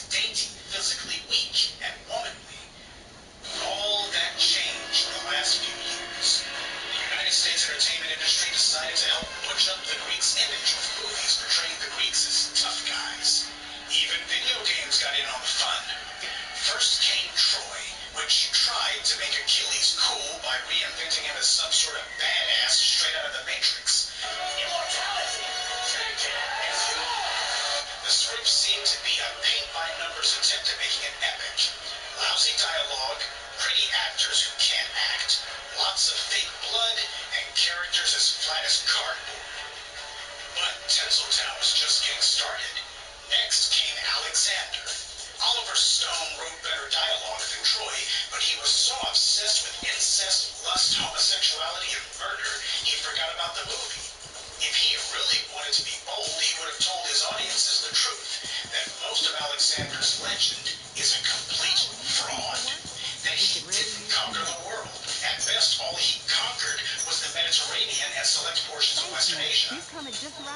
But Oliver Stone is a white man, and the fictional Greece whites have created in their own minds proved too great a temptation for him to resist. Without a care for the facts, he repeated the age-old lie that Alexander the Fake traveled untold thousands of miles to the farthest reaches of the continent in his unstoppable quest to conquer the world. But Stone never bothered to tell his audience that Alexander never went into Africa, which was only a few hundred miles from Greece. So, why did Alexander choose to travel thousands of miles across Asia into the middle of nowhere as opposed to going into Africa, which was only a hop, skip, and a jump away? After the defeat of Darius III, the Persians ceded their imperial holdings to old Alex, and he walked into Egypt without any opposition. Like all Greeks, he knew Nubia was where the Egyptians got their huge gold reserves. So if Alexander was so great, why didn't he simply keep marching south into Nubia and sweep the savage, primitive Negroes aside and take the land, the gold, and the glory? Because Queen Makeda of Ethiopia was waiting on him with a division-strong army of elephants and Ethiopian soldiers. Alex decided to keep heading east in search of enemies who didn't fight back, though his northern European admirers always seemed to conveniently forget that he left the entire continent of Africa untouched. But, as ridiculous as Troy and Alexander were, nothing could prepare the world for the outrageous spectacle of 300, which became the magnum opus for white supremacists who clearly saw it for the race war analogy that it was. In that movie, the Greeks were reimagined as uber macho dudes who not only scorned homosexuality, but frequently engaged in superhuman feats of battle. Now, the director of 300, Zack Snyder, is a Jew, so the anti-Arab slant of the film was understandable. But the anti-black slant was not. Whereas the movie Troy went to great lengths to bleach all non-whites from view, 300, on the other hand, took great pains to put blacks into the movie every chance it got, though never in a flattering light. Leonidas is shown disparaging the men of Athens as effeminate and hence already got for those philosophers and the Spartans engaged in rampant homosexuality just like the Athenians did. In fact, their practice was to fight naked so as to jump on fallen enemy soldiers and, well, you can guess. Nearly everyone in the movie talks about freedom and resisting slavery. The Greeks in the movie refer to the Persian army as Xerxes' slaves and the slaves of Xerxes.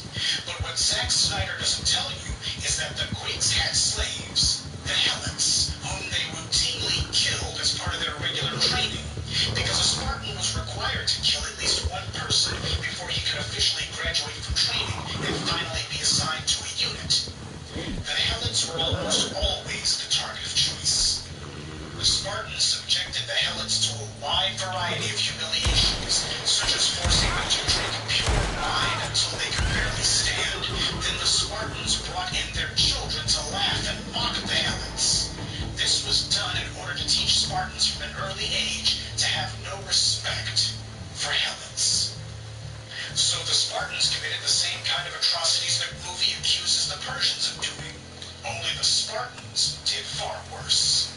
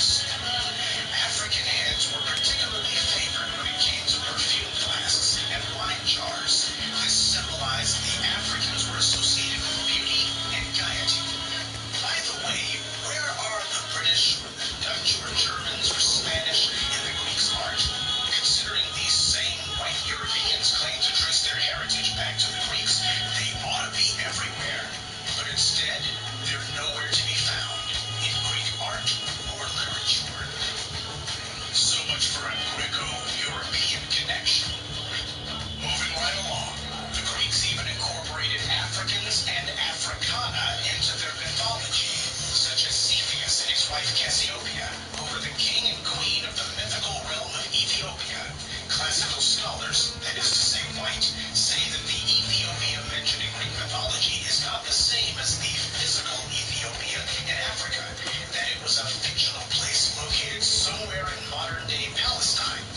Be that as it may, according to the Greeks, the people of the mythological Ethiopia were dark-skinned and woolly-haired, just like the Ethiopians in Africa. Here we see Memnon, another of the kings of Ethiopia, about to go to battle flanked by two of his fellow Ethiopian soldiers. Apparently things didn't work out for old boy because we see Eos, the goddess of the dawn, carrying him away for burial. Notice her color, pale white, and his jet black. And here we have a sculpture of Memnon from the 2nd century AD. He's shown with short curly hair, big lips, and... hey, what happened to his nose?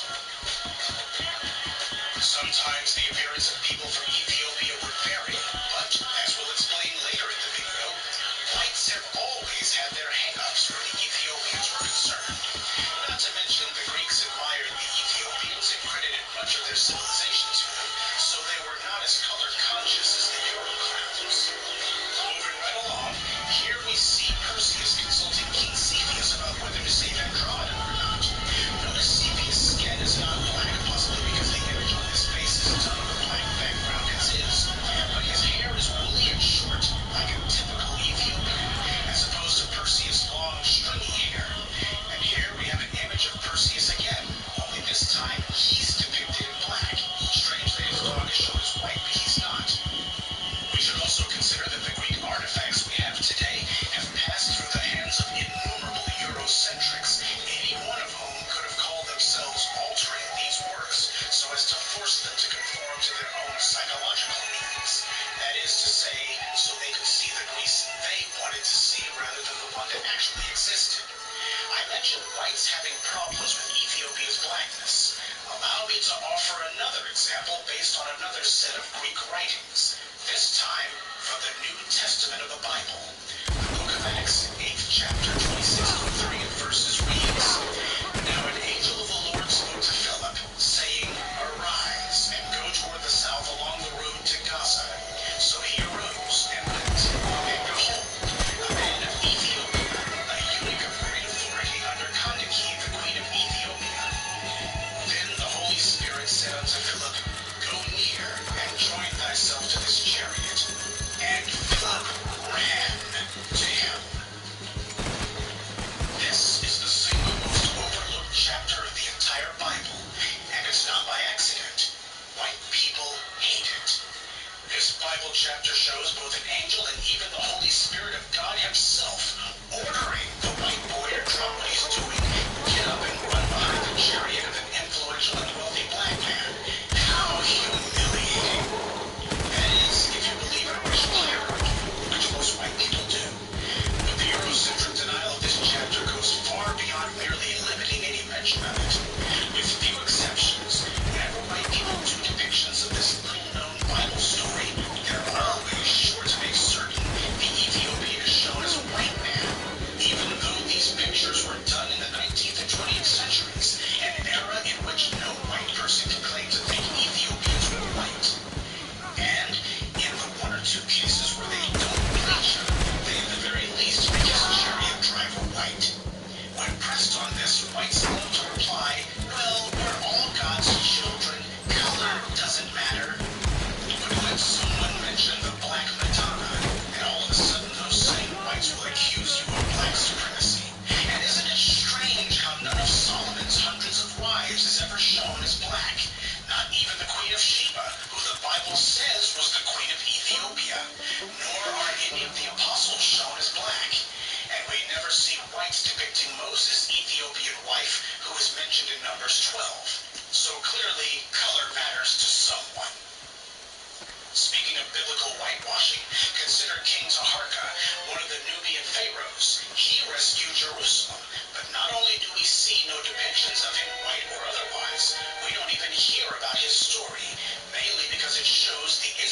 Greeks needing help, and this time it's not God who comes to the rescue.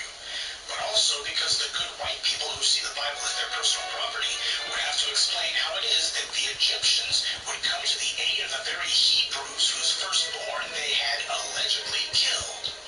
Which means Egypt would look a little less sinister.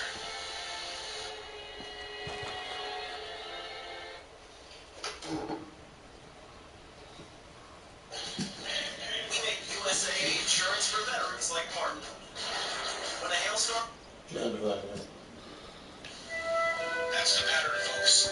Anytime anything having to do with Africa is mentioned, they absolutely must put a white person in there. And failing that, they simply don't mention it at all.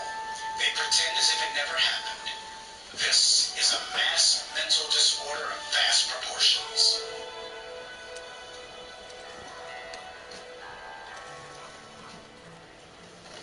In his most famous work, The Odyssey, Homer described the Ethiopians as favorites of the gods and the most just of men. As I said in part 2 of this series, modern Eurocentrics claim the location of Ethiopia was in and around modern-day Palestine.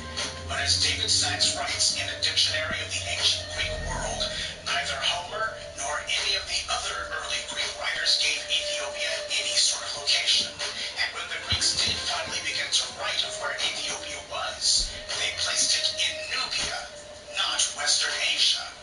Furthermore, Herodotus wrote the Ethiopians were the most beautiful and longest-lived of the human races. Imagine that. The first time black is beautiful is expressed in recorded history. It was done by the Greeks. But hey, who are we going to believe? The ancient Greeks or the Euro clowns?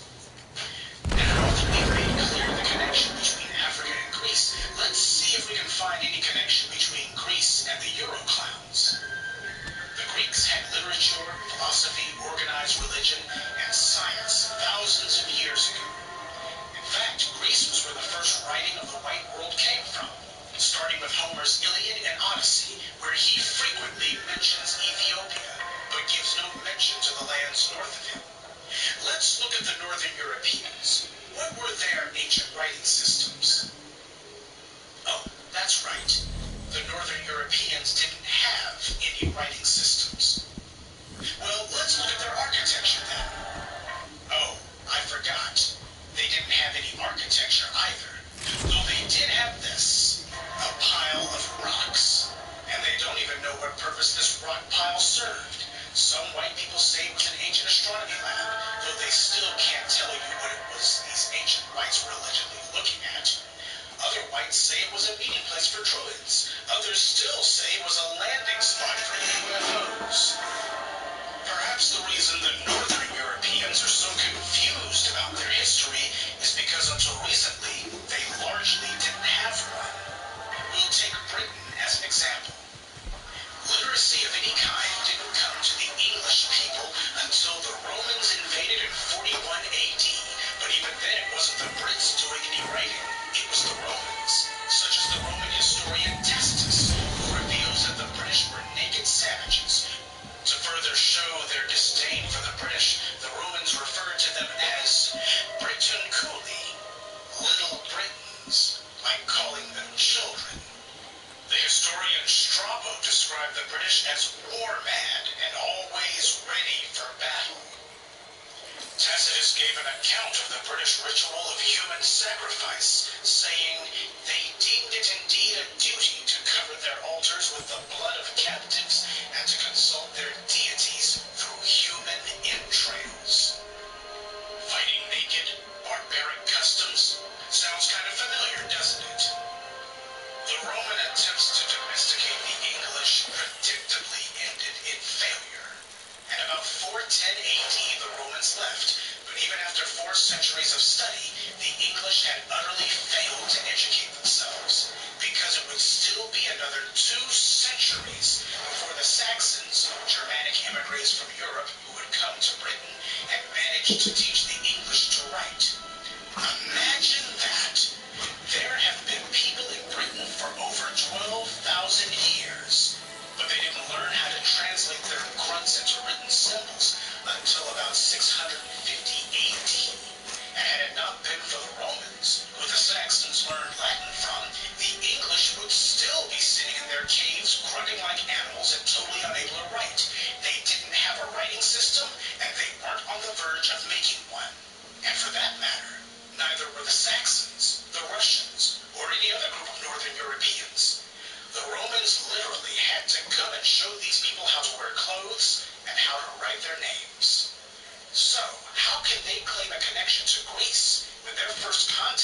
outside world came with the Romans.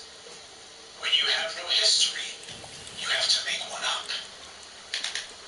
Now we see why they are so desperate to attach themselves to Greece. It's either that or admit that every other group of people on Earth had managed to create writing systems and architecture and forms of government and civilization, except them.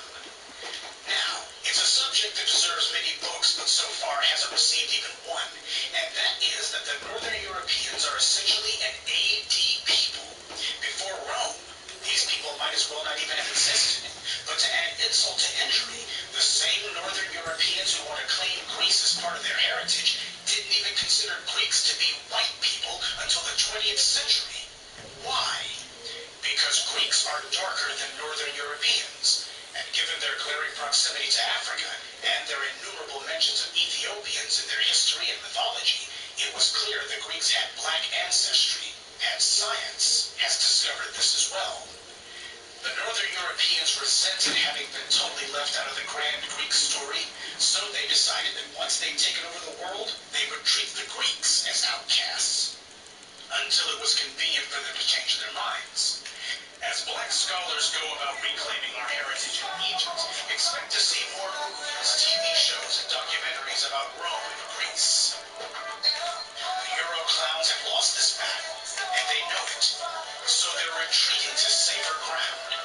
But if they're planning to make their last stand in Greece, they might want to think twice.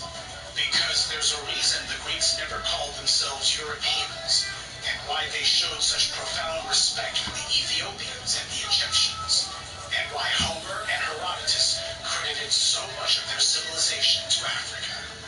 Oh yes, black truth hurts. So in summation, let's make it clear to the Euro clowns what Africa contributed to the world and what the Europeans did.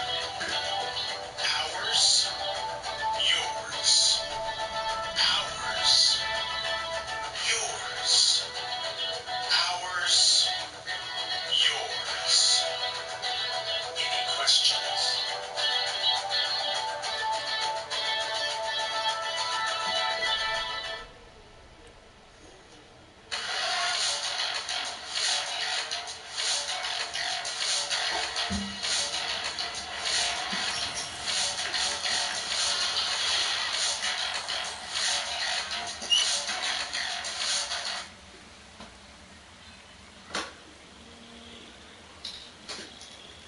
The last time I did a video essay about video games, it made the racist geeks' heads explode. So I'm long overdue to tackle the subject again.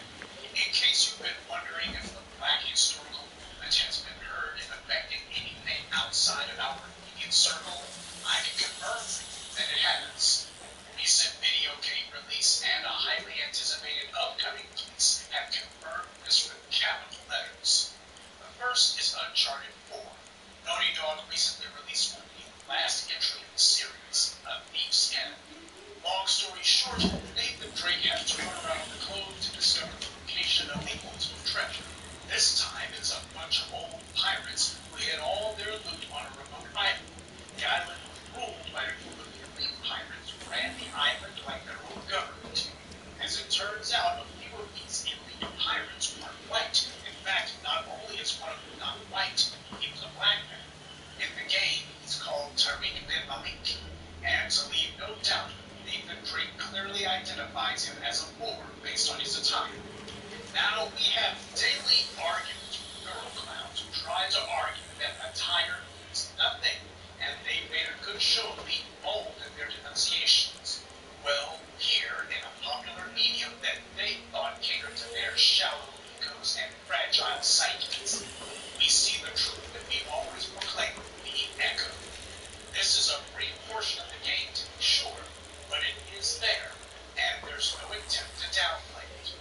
The second example comes from the recently announced Battlefield 1. This time, the game takes place during World War I. I've studied the Great War, watched the trailer, and frankly, absolutely nothing stood out about the trailer at all until they got to the end and showed the character who appears on all the key art for the game. He is clearly, undeniably, a black man. I don't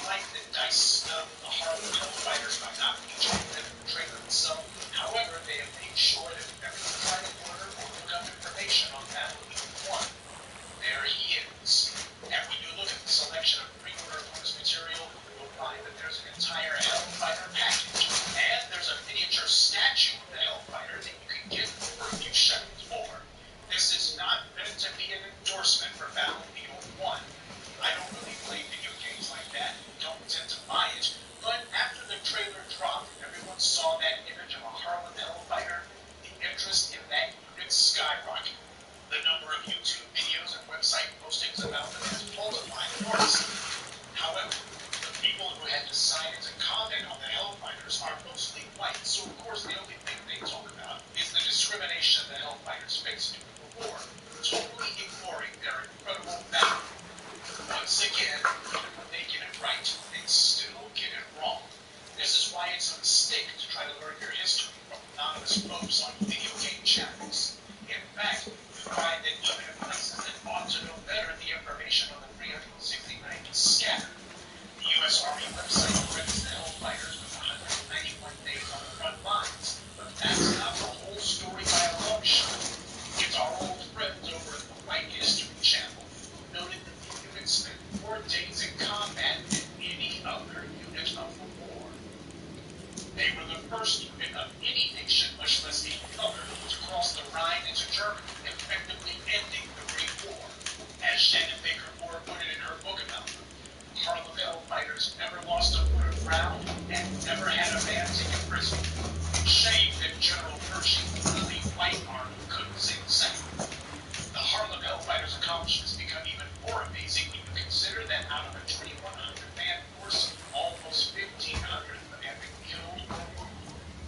Humiliated by the success of the Hellfighters, the U.S. Army vehemently ignored their heroism, but the French government did not, avoid a care. The highest award the French could give was awarded to the 369th as a unit and to a number of the Hellfighters individually. In a side note, the Hellfighters were not the only black men who fought the Great War, nor were they the only ones to receive awards for their service. Eugene Bullard, a black man from Georgia, joined the French Foreign Legion, fought in the Battle of Verdun, and became a pilot in the Black Hit Squadron. If you saw the movie Fly Boys, you know what they were about. Americans who volunteered to fly combat missions with the French. Bullard got 3 kills, making him a certified ace. He earned several awards, including the Croix de Guerre. The U.S. finally got through the war over 2.5 years after Bullard had already been fighting it. Bullard attempted to join the Army Air Corps, the predecessor to the U.S. Air Force, but he was turned down and left behind his race. But in a perverse but totally typical example of white people trying to erase their bigotry with token gestures, the U.S. Air Force Museum dedicated an exhibit to Bullard. What nerve! The same U.S. Air Force who didn't think him good enough for them during the war now wants to claim credit for his accomplishments in death, talking about him as if he was a U.S. pilot when in fact he was only able to fly for the French. And Eugene Bullard was far from the only black aviator in the Great War, but somehow I doubt that there will be any black pilots at all in Battlefield 1. It's what Jason and I have always told you regarding media. You don't use media or TV to teach history, but you can and should use it to ignite interest in history, which is what the Battlefield 1 trailer did. A lot of you probably hadn't heard of the Harlem Hellfighters before Battlefield 1's trailer, and what little you knew wasn't very specific. Max Brooks, the son of Mel Brooks, yes, that Mel Brooks, made a graphic novel about the Hellfighters, so once again, black people ignore our own heroes because white people tell us that they aren't important, and then those same white people come along and slap down big money for our heroes. How many times do I have to tell you? White supremacy is a con. By not valuing your heroes, the only thing you're doing is confirming to the dominant society that you're a beaten-down, broken slave. White supremacy has no problem whatsoever promoting black heroism, so long as they're the ones making the money off it. American media saturates the world, and the world takes its cues from American media. If American media says something's true, the rest of the world, especially the white portion of it, will go right along with it and echo those falsehoods. But if the same American media changes its tune, then the world will also follow suit, even if it means contradicting what they were agreeing with just a few minutes before. This is no different than those crappy mummy movies from the 90s. Steven Sommers was the first director in Hollywood history to depict the Magi as black men. I guess he must have looked at a map and seen that Egypt was in Africa. Prior to this, all the depictions of Magi in books and novels were of Caucasoid characters. After the release of that movie, this all changed.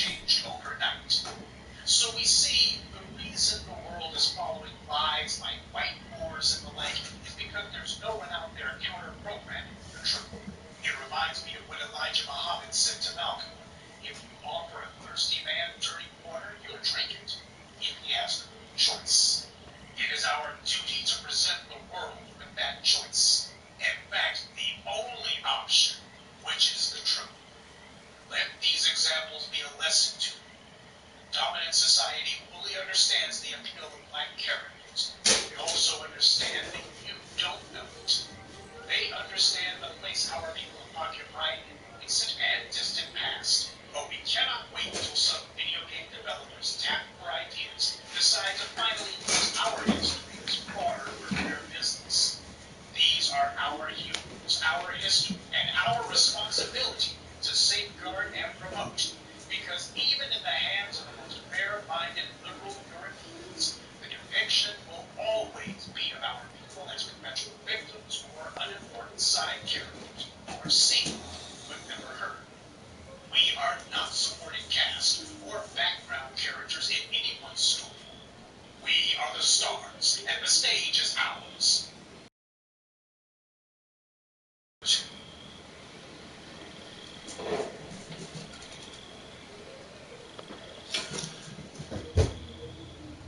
That's it. That's all. Shoulin for every. Back here once again. If you like what you hear, you want to hear more, you'd like to hit that like button, share the video, subscribe. And when you subscribe, hit that all so you can be duly notified for when I upload again. And always understand, B1, Professor Black Troop, Jason Black, Tariq Nasheed. Watch out, because the black media is coming for that ass. And we coming for a check. Best believe. You're going to pay what you owe.